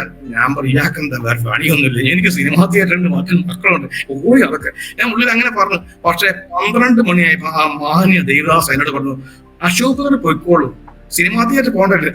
ആവോ ഒരു വീടിന്റെ രക്ഷപ്പെട്ട് പുറത്ത് ചാടി ഞാൻ ഇങ്ങോട്ടില്ല, ഞാൻ ഇങ്ങോട്ടില്ല. ഇതെന്ത് പാർക്ക, ഇവരെന്ത് ഭ്രാന്ത അവർക്ക്. അപ്പൊ വീട്ടിൽ നിന്ന് വൈഫ് കാത്തിരിക്കുക, എന്തേ പോയ കാര്യം. ഞാൻ പറഞ്ഞു, എന്റെ പൊന്നു മോളെ ഒന്നും പറയണ്ട. അവിടെ ഭയങ്കര ബഹളവും കയ്യടി അതൊക്കെയാണ്, വല്ലാത്തൊരവസ്ഥ. ഇനി അങ്ങോട്ടില്ല, ഭ്രാന്തന്മാരവിടെ. കുതിരവട്ടത്ത് മെൻഡോസിന് ഇത്രയും ബുദ്ധിമുട്ടുണ്ടാവില്ല ഞാൻ പോണ്ടെന്ന് പറഞ്ഞു. അങ്ങനെ ഇരിക്കേ ഞാനത് അന്ന് അവോയ്ഡ് ചെയ്ത് അന്ന് ഉച്ചയ്ക്ക് സിനിമാ തിയേറ്ററിൽ അന്നും രാത്രി മദ്യപിച്ച വന്നത് സ്വതന്ത്രം വന്നു. അങ്ങനെ ശനിയാഴ്ചയായി, ഞായറാഴ്ചയായി. ഞായറാഴ്ച എനിക്ക് ഭയങ്കര വിഷമം. രാവിലെ എഴുന്നേറ്റ് അമ്പലത്തിൽ പോകാൻ തോന്നുന്നില്ല. അപ്പൊ എന്നോട് ഇങ്ങനെ ആരോ പറയാണ്, നീ അവിടെ പോ, നീ പള്ളിയിൽ പോ, നീ പള്ളിയിൽ പോ. അപ്പൊ എനിക്ക് വല്ലാത്തത്. ഞാൻ വൈഫിനോട് പറഞ്ഞു, എടോ എന്നെ ഇങ്ങനെ ഇവിടെ പള്ളിയിൽ പോകാൻ പറഞ്ഞു. അപ്പൊ അവള് പൊക്കും, അതാണ് നല്ലത്, എനിക്കൊരു ഓക്ക് മാറിയില്ല. അവൾക്ക് ഏകദേശം രൂപ മനസ്സിലായി. അങ്ങനെ അന്ന് മനമില്ല മനസ്സോടെ ഞാൻ 10 മണിക്ക് ഏറ്റവും ആദ്യം ഞാൻ എത്തിയത് അവിടെ എല്ലാവരും വരുമ്പോ ഏറ്റവും ആദ്യം ഞാൻ അവിടെ എത്തി. അങ്ങനെ എല്ലാവരും മുമ്പിൽ എനിക്ക് പാടാൻ അതൊരു പാട്ട് പോകാത്ത ഞാൻ പാടി. 2ാം തവണ ഞായറാഴ്ച ഞാൻ കൈയടിക്കാനൊക്കെ തുടങ്ങി. എനിക്ക് ഉന്മേഷം തോന്നി. അങ്ങനെ എനിക്ക് എന്തെങ്കിലും ഒരു ശക്തിയുള്ള പോലെ തോന്നി. അങ്ങനെ ആ പോക്ക് ഇന്ന് വരെ പോയിക്കൊണ്ടിരിക്കുകയാണ്. അങ്ങനെ എനിക്ക് എന്റെ അടുത്ത വീട്ടിലെ ആ ഒരു CSI എനിക്കൊരു പുതിയ നിയമം തന്നു. പുതിയ നിയമം തന്നിട്ട് വീട്ടിൽ കൊണ്ടിട്ട് അപ്പൊ ഞാൻ ഇതെന്നും രാത്രി ഇങ്ങനെ വായിച്ചുകൊണ്ടിരിക്കും. ഇത് അങ്ങനെ മാർക്ക് ചെയ്യും. മത്തായി മുതൽ ഇങ്ങനെ വായിക്കാൻ തുടങ്ങി. 244 പേജുള്ള ആ പുതിയ നിയമം ഞാൻ ചുരുങ്ങിയ സമയം കൊണ്ട് വായിച്ചു തീർത്തു. പക്ഷെ അവിടെ സംഭവിച്ചത് എന്താ അറിയോ, ഞാൻ രാത്രി വന്നിട്ടാണ് ഭക്ഷണം കഴിച്ചത് വായിക്കാം. ഇത് വായിച്ചിട്ട് ഒരു 10 പേജ് വായിച്ചാൽ ഞാൻ നേരെ ഡൈനിങ് ഹാളിൽ ഇങ്ങനെ എറിയും. അത് ക്രിസ്ത്യാനികളുടെ പുസ്തകമല്ലേ, അങ്ങനെ എറിയും. അങ്ങനെ അതിനത്ര മഹത്വം വിലയൊന്നും കൊടുത്തു, എനിക്ക് അത്രേ അറിയുള്ളൂ. പക്ഷെ ഇത് വായിച്ച് തീരുമ്പോഴേക്ക് എന്റെ കണ്ണ് നിറഞ്ഞൊഴുകാൻ തുടങ്ങി, എന്റെ നിറഞ്ഞൊഴുകാൻ തുടങ്ങി. അപ്പൊ എന്നോട് ആരോ പറയാൻ, സിനിമാ തിയേറ്ററിൽ നീ ടാക്സ് വെട്ടിക്കരുത്, കറണ്ട് മോട്ടിക്കരുത്, പഞ്ചായത്ത് ടാക്സ് വെട്ടിക്കരുത്, നീ മദ്യപിക്കുന്ന ആരും ഉള്ളിൽ ഇത് പറഞ്ഞ പോലെ. അപ്പൊ മദ്യക്കും പാടില്ലല്ലോ. അപ്പൊ ഞാൻ മുറുക്കാൻ തുടങ്ങി. ഇപ്പൊ സിഗരറ്റ് വലി ഒഴിവാക്കി. പിന്നെ അതും മാറി. അങ്ങനെ ഞാൻ പൂർണ്ണ വിശുദ്ധനായി ആ പുസ്തകം എന്നെ മാറ്റി. എനിക്ക് ആരോടെങ്കിലും കളപ്പമുണ്ടെങ്കിൽ അത് പുതിയ നിയമത്തോട് മാത്രമാണ്. ആ പുതിയ നിയമമാണ് എന്നെ ഇവിടെ എത്തിച്ചത് എന്ന് വെച്ചാൽ ആ 244 പേജുള്ള ആ പുതിയ നിയമം വായിച്ചു. അതിന്റെ 27 അധ്യായം വായിച്ചപ്പോൾ ഞാനായി തീർന്നു. ഞാൻ ഒരു സുവിശേഷകനായി തീർന്നെന്നൊക്കെ പറയാം. ഇങ്ങനെ ഇരിക്കെ ഞാൻ അവിടുന്ന് മുൻപോട്ട് പോയി. അങ്ങനെ വീട്ടിൽ തട്ടിമുട്ടി പോകുന്നു എന്നുള്ള എല്ലാ ആഴ്ചയും പള്ളിയിൽ പോകും. വെള്ളിയാഴ്ച വെള്ളിയാഴ്ച അങ്ങനെ നല്ലൊരു കൂട്ടായ്മ ആയിട്ട് ഞാൻ വളരെ വേഗം ഞാൻ പള്ളിയിൽ അംഗമായി തീർന്നു. വളരെ വേഗം 3 മാസം ആകുമ്പോഴേ ഞാൻ നല്ലൊരു ആത്മീയനായി തീർന്നു. കാരണം അദ്ദേഹത്തിന്റെ പ്രാർത്ഥന അത്ര ശക്തിയുള്ളതായിരിക്കും. ഈ ഒരു പുതിയ ഹിന്ദു എന്നൊരാൾ വന്നതുകൊണ്ട് സഭയിൽ എല്ലാവരും 10-25 പേരുടെ സഭയാണ്, എല്ലാവരും എനിക്ക് വേണ്ടി പ്രാർത്ഥിച്ച് കാണും. അല്ലാതെ എന്റെ കഴിവുകൊണ്ടൊന്നുമല്ല. അങ്ങനെ ഇരിക്കെ ഞാൻ ഒരു ദിവസം, എനിക്കന്ന് മാറ്റിനില്ല, അന്ന് വൈകിട്ട് 6 മണിയാകുമ്പോൾ തിയേറ്ററിൽ എത്തിയാൽ മതി. ഞാനിങ്ങനെ പകല് വീട്ടിൽ മക്കൾ ആരുമില്ല, വൈഫും ഇല്ല, വൈഫ് ഇവിടെ പോയിരിക്കുക. ഒരു ദിവസം ഒരു 3-ാം മാസമാണെന്ന് തോന്നുന്നു, ഞാൻ 3 മാസം ആവുന്നുള്ളൂ. ഞാൻ ഈ ഉച്ചയ്ക്ക് ഊണ് കഴിച്ചൊരു ഉറക്കം ഇറങ്ങിക്കൊണ്ടിരിക്കുമ്പോൾ എനിക്ക് ഒരു ഇങ്ങനെ ആകാശത്തിന് എഴുതി കാണിക്കുക. എന്താണെന്ന് എനിക്കറിയില്ല. ഞാൻ ആകാശത്തിന് എഴുതി കാണിക്കുക ഉറക്കത്തിൽ അങ്ങനെ കാണുന്നുണ്ട്. അത് ഇപ്രകാരമായിരുന്നു: എന്നാൽ പരിശുദ്ധാത്മാവ് നിങ്ങളുടെ മേൽ വരുമ്പോൾ നിങ്ങൾ ശക്തി ലഭിച്ചിട്ട് യെരൂശലേമിലും യഹൂദയിലും എല്ലായിടത്തും ശമര്യയിലും ഭൂമിയുടെ അറ്റത്തുള്ള സാക്ഷികളാവുന്നു. ഞാൻ ചാടി എഴുന്നേറ്റ് കർത്താവേന്ന് വിളിച്ചു. അപ്പൊ എനിക്കൊന്നും മനസ്സിലാവും. അപ്പൊ കർത്താവ് ചെവിയിൽ പറഞ്ഞു, അപ്പോസ്തലർ 1:8 എടുത്ത് വായിക്കേ. കർത്താവ് മലയാളം സംസാരിക്കാമെന്ന് എനിക്ക് മനസ്സിലായി. യെസ്, ഞാൻ നോക്കി ആരും വീട്ടിലാരുമില്ല. പകൽ 2-3 മണി സമയമാണ്. അപ്പോസ്തലർ 1:8 എടുത്ത് വായിക്കാം. ഞാൻ എന്റെ താഴെ പുതിയ നിയമമുണ്ട്, അത് മാറ്റി അപ്പോസ്തലർ എവിടെയും കിട്ടണ്ടേ, കിട്ടി. 1:8 എടുത്ത് വായിച്ചു. അത് പ്രകാരമാണ്. എനിക്കൊന്നും മനസ്സിലായില്ല. ഞാൻ നേരെ ഈ പാസ്റ്റർ വീട്ടിലേക്ക് ഓടി. അവിടെ അദ്ദേഹമില്ല. എരഞ്ഞിപ്പാലത്ത് ഞങ്ങളുടെ ചർച്ചിലുള്ള വേറെ ചർച്ചിലുള്ളവർ എന്നെ അറിയുന്ന ഒരു സഹോദരനുണ്ട്, റെജി വർക്കി എന്ന് പറയും. അവിടെ എരഞ്ഞിപ്പാലം കോഴിക്കോട് എന്റെ വീട്ടിൽ 5 കിലോമീറ്റർ അകലെ. ഞാൻ അദ്ദേഹത്തിന്റെ അടുത്ത് വൈകുന്നേരത്ത് അദ്ദേഹത്തോട് ചോദിച്ചു, സഹോദരൻ ഇതെന്നാ? അദ്ദേഹം പറഞ്ഞു, അശോക് എങ്ങനെ? ഞാൻ ദൈവം അങ്ങനെ കാണിച്ചു, ആകാശം എഴുതിക്കാൻ. അയ്യോ പുള്ളി ചേർത്ത്, അശോക് സുവിശേഷ വേലയിലേക്ക് വെള്ളിയാണ്, നിങ്ങൾ സുവിശേഷ വേലയിൽ. ഞാൻ പോയി പണി നോക്കണോ, ഇവിടെ ഭാര്യമക്കൾ സുവിശേഷ വേലയിൽ എനിക്ക് പറ്റത്തുള്ളൂ. അതൊന്നും എനിക്കറിയില്ല. സുവിശേഷ വേലയ്ക്ക് വെളിയാണ്, കോളിംഗ് ആണ്, നിങ്ങൾക്ക് വേറെ ഉണ്ടെന്ന് പറയും. അത്ര കാര്യമാക്കിയില്ല. അത് കഴിഞ്ഞിട്ട് എനിക്ക് പിന്നെ ഒരു ദിവസം പ്രാർത്ഥിച്ചുകൊണ്ടിരിക്കുമ്പം ദൈവാത്മാവ് അത് ഒരു 3 മാസം കഴിഞ്ഞ് 4-ാം മാസം ദൈവാത്മാവ് ഞാൻ പുലർച്ചയ്ക്ക് അന്നൊരു കാര്യമുണ്ട് കേട്ടോ. അന്ന് മുതൽ എന്നും പുലർച്ചയ്ക്ക് 3 മണിക്ക് എഴുന്നേറ്റ് പ്രാർത്ഥിക്കാൻ തുടങ്ങി. ഒരു കൃപ എനിക്കറിയില്ല. പിന്നെ മദ്യപാനൊക്കെ വിട്ടുപോയി, സിനിമാ തിയേറ്ററൊക്കെ താഴ്ന്ന് അതൊക്കെ ഒഴിവാക്കേണ്ടി വന്നു. 3 മണിക്ക് എന്നും എഴുന്നേറ്റ് പ്രാർത്ഥിക്കും. അങ്ങനെ എനിക്ക് വലിയ പഴയ നിയമം കിട്ടി. അപ്പൊ ഒരു രാവിലെ എഴുന്നേറ്റ് മുഖം കഴി വന്ന് ലൈറ്റ് ഇട്ടാൽ ഓടിട്ട വീട് മക്കൾ കാണും. അന്ന് അപ്പുറം ലൈറ്റ് പോകുന്നതുകൊണ്ട് വിളക്ക് കത്തിച്ചിട്ട് ഒറ്റ ഇരിപ്പിൽ 15 അധ്യായമൊക്കെ വായിക്കും. ഉൽപ്പത്തി മുതൽ വായിക്കാൻ തുടങ്ങി കണ്ടിന്യൂസ് ആയിട്ട്. ഒരു ഇരിപ്പിൽ 15, 16, 20 അധ്യായം വായിക്കും ഒറ്റ ദിവസം. ഈ രാവിലെ 3 മണിക്ക് നന്നായിട്ട് വചനം വായിക്കും, നന്നായി ഗ്രഹിക്കുകയും ചെയ്തത്. അങ്ങനെ 3-4 മാസമായപ്പം രാവിലെ പുലർച്ചെ 4 മണിക്ക് പ്രാർത്ഥിച്ചുകൊണ്ടിരിക്കുമ്പം എന്റെ ചെവിയിൽ ശബ്ദം കേട്ടു. അത് മലാക്കി 3:1 മലാക്കി 3:1 ദൈവദൂതൻ മലാക്കി അതിപ്പോ വായിക്കുന്നു. എനിക്ക് മുമ്പായി വഴി നിരത്തേണ്ടതിന് ഞാൻ എന്റെ ദൂതനെ അയക്കുന്നു. നിങ്ങൾ അന്വേഷിക്കുന്ന കർത്താവും നിങ്ങൾ ഇഷ്ടപ്പെടുന്ന നിയമദൂതനുമായവൻ പെട്ടെന്ന് തന്റെ മന്ദിരത്തിലേക്ക് വരും. അപ്പം ദൈവാത്മാവ് ദൂതൻ, അതായത് പരിശുദ്ധാത്മാവൻ എന്നിലേക്ക് അയക്കാനുള്ള ഒരു വാഗ്ദത്തമാണ്. അത് പിന്നീടേക്ക് മനസ്സിലായി. ഞാൻ ഈ കാര്യം ഭാഷ പറഞ്ഞത് എങ്ങനെയാണ് നിങ്ങൾക്ക് അഭിഷേകം ലഭിക്കാൻ സാധ്യത. അപ്പൊ ഞാൻ സ്നാനപ്പെട്ടില്ല. അപ്പോ അദ്ദേഹം സ്നാനത്തെ കുറിച്ച് ഒന്നും എന്നോട് പറഞ്ഞില്ല. അദ്ദേഹം അതായത് പുതിയ വിശ്വാസിയല്ലേ, യഥാർത്ഥ മാനസാന്തരം വന്നില്ല. അദ്ദേഹം നല്ലൊരു ഒരു നിഷ്ഠയുള്ള ഒരു ദൈവദാസനായിരുന്നു, പ്രായമുള്ള മനുഷ്യനാണ്. അപ്പൊ അങ്ങനെ പിന്നെ ഞാൻ കിടന്നിറങ്ങും. പലപ്പോഴും രാത്രി ഇങ്ങനെ വലിയ കുളത്തിൽ നീന്തി കുളിക്കുക, വലിയ ജലാശയത്തിൽ മുങ്ങി താഴ്ന്ന് കുളിക്കുന്ന, എങ്ങനെ നീന്തി തുടിക്കുന്ന വല്ലാത്ത പലതവണ കാണിച്ചു. അങ്ങനെ ഇരിക്കെ ഞാൻ ഒരു ദിവസം അദ്ദേഹത്തോട് പാസ്റ്റർ ഇങ്ങനെയൊക്കെയാണ് സംഭവം, എനിക്ക് ഇങ്ങനെ സ്വപ്നത്തിൽ ഇങ്ങനെ കാണുന്നു പറഞ്ഞു. അപ്പൊ അത് കറക്റ്റ് സ്നാനപ്പെടുന്നു. എന്താ സ്നാനം, ഇങ്ങനെ കാര്യങ്ങൾ ചെയ്യാൻ ആയിക്കോട്ടെ എന്ന് പറഞ്ഞു. അങ്ങനെ രക്ഷിക്കോട്ട് 6-ാം മാസം ഞാൻ സ്നാനപ്പെട്ടു. കോഴിക്കോട് ഞങ്ങൾ AG ചർച്ചിന്റെ senior pastor superintendent VT Abraham പാസ്റ്ററെ കൈക്കീഴിൽ 2000 മാർച്ച് 34 ഫാമിലി മീറ്റ് നടക്കട്ടെ ഞാൻ ചർച്ചിൽ. എന്നാൽ വലിയ ചർച്ച. ആ ചർച്ചിൽ അന്നൊരു 10-100ഓളം പേര് അല്ലെ 10-50ഓളം പേര് സ്നാനപ്പെടും. നാനാ ഭാഗത്ത് വന്നിരുന്നു. ഞങ്ങൾ ഹെഡ്ക്വാർട്ടേഴ്സ് AGയുടെ. അങ്ങനെ VT അബ്രഹാം പാസ്റ്ററെ കൈക്കീഴിൽ ഞാൻ സ്നാനപ്പെടാൻ വേണ്ടി എനിക്ക് ദൈവം പുതിയ ഡ്രസ്സ് തന്നു. സ്നാനപ്പെട്ട് കഴിഞ്ഞ് മാറാൻ ദൈവം പുതിയ ഡ്രസ്സ് തന്നു. സ്നാനപ്പെടുമ്പോഴും പുതിയ ഡ്രസ്സ് ഇട്ടിട്ട്, സ്നാനപ്പെട്ട് കഴിഞ്ഞ് പുതിയ ഡ്രസ്സ് ഇട്ടിട്ട്, അങ്ങനെ ഷർട്ടും തന്നു. അങ്ങനെ സ്നാനപ്പെട്ട് കഴിഞ്ഞാൽ പുറത്തേക്ക് അറിയുമ്പോൾ കാണുന്നത് എന്താ അറിയും, ഞങ്ങളുടെ മുറ്റത്ത് ഈ സ്ഥാനത്ത് വന്ന ജീപ്പ്, തിരൂരിൽ വന്ന ജീപ്പുണ്ട്. തിരൂർ സ്ഥലത്ത് ജീപ്പിൽ കുറെ ആൾ സ്നാനപ്പെടാൻ വന്നു. ഈ ജീപ്പിന്റെ ബാക്കിൽ കംപ്ലീറ്റ് ലഘുലേഖയും പുതിയ നിയമമാണ്. അപ്പൊ ഞാൻ നോക്കുമ്പോൾ ഇതിങ്ങനെ കുറെ ലഘുലേഖ പുതിയ നിയമം കാണുന്നു. അത് പറയാൻ സുവിശേഷം പറഞ്ഞില്ല കേട്ടോ, ലഘുലേഖം കൊടുത്തില്ല.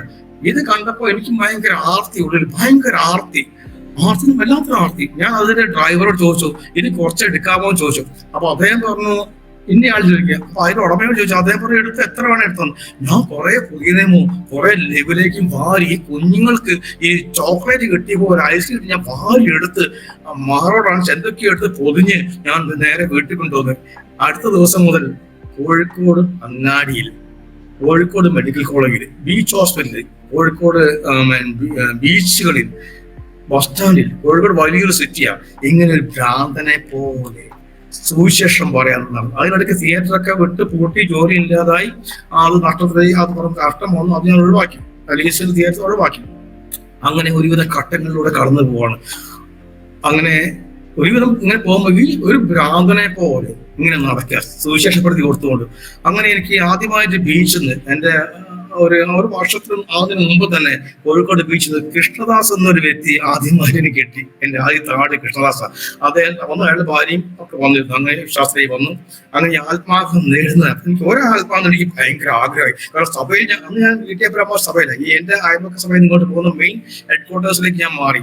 അങ്ങനെ ഈ ഒരു ആത്മാവിനെ കുടുംബത്തിൽ കിട്ടുമ്പോൾ എനിക്കൊരു സന്തോഷമായി. ഞാനൊന്ന് ഉയർത്തപ്പെട്ടു. കാരണം ആത്മാവ് നേടി ആള് സ്വയം ഞാൻ ഒത്തിരി നിഗളിച്ചു പോയി കാണാം. അന്നത്തെ അത്രേ അറിയുള്ളൂ.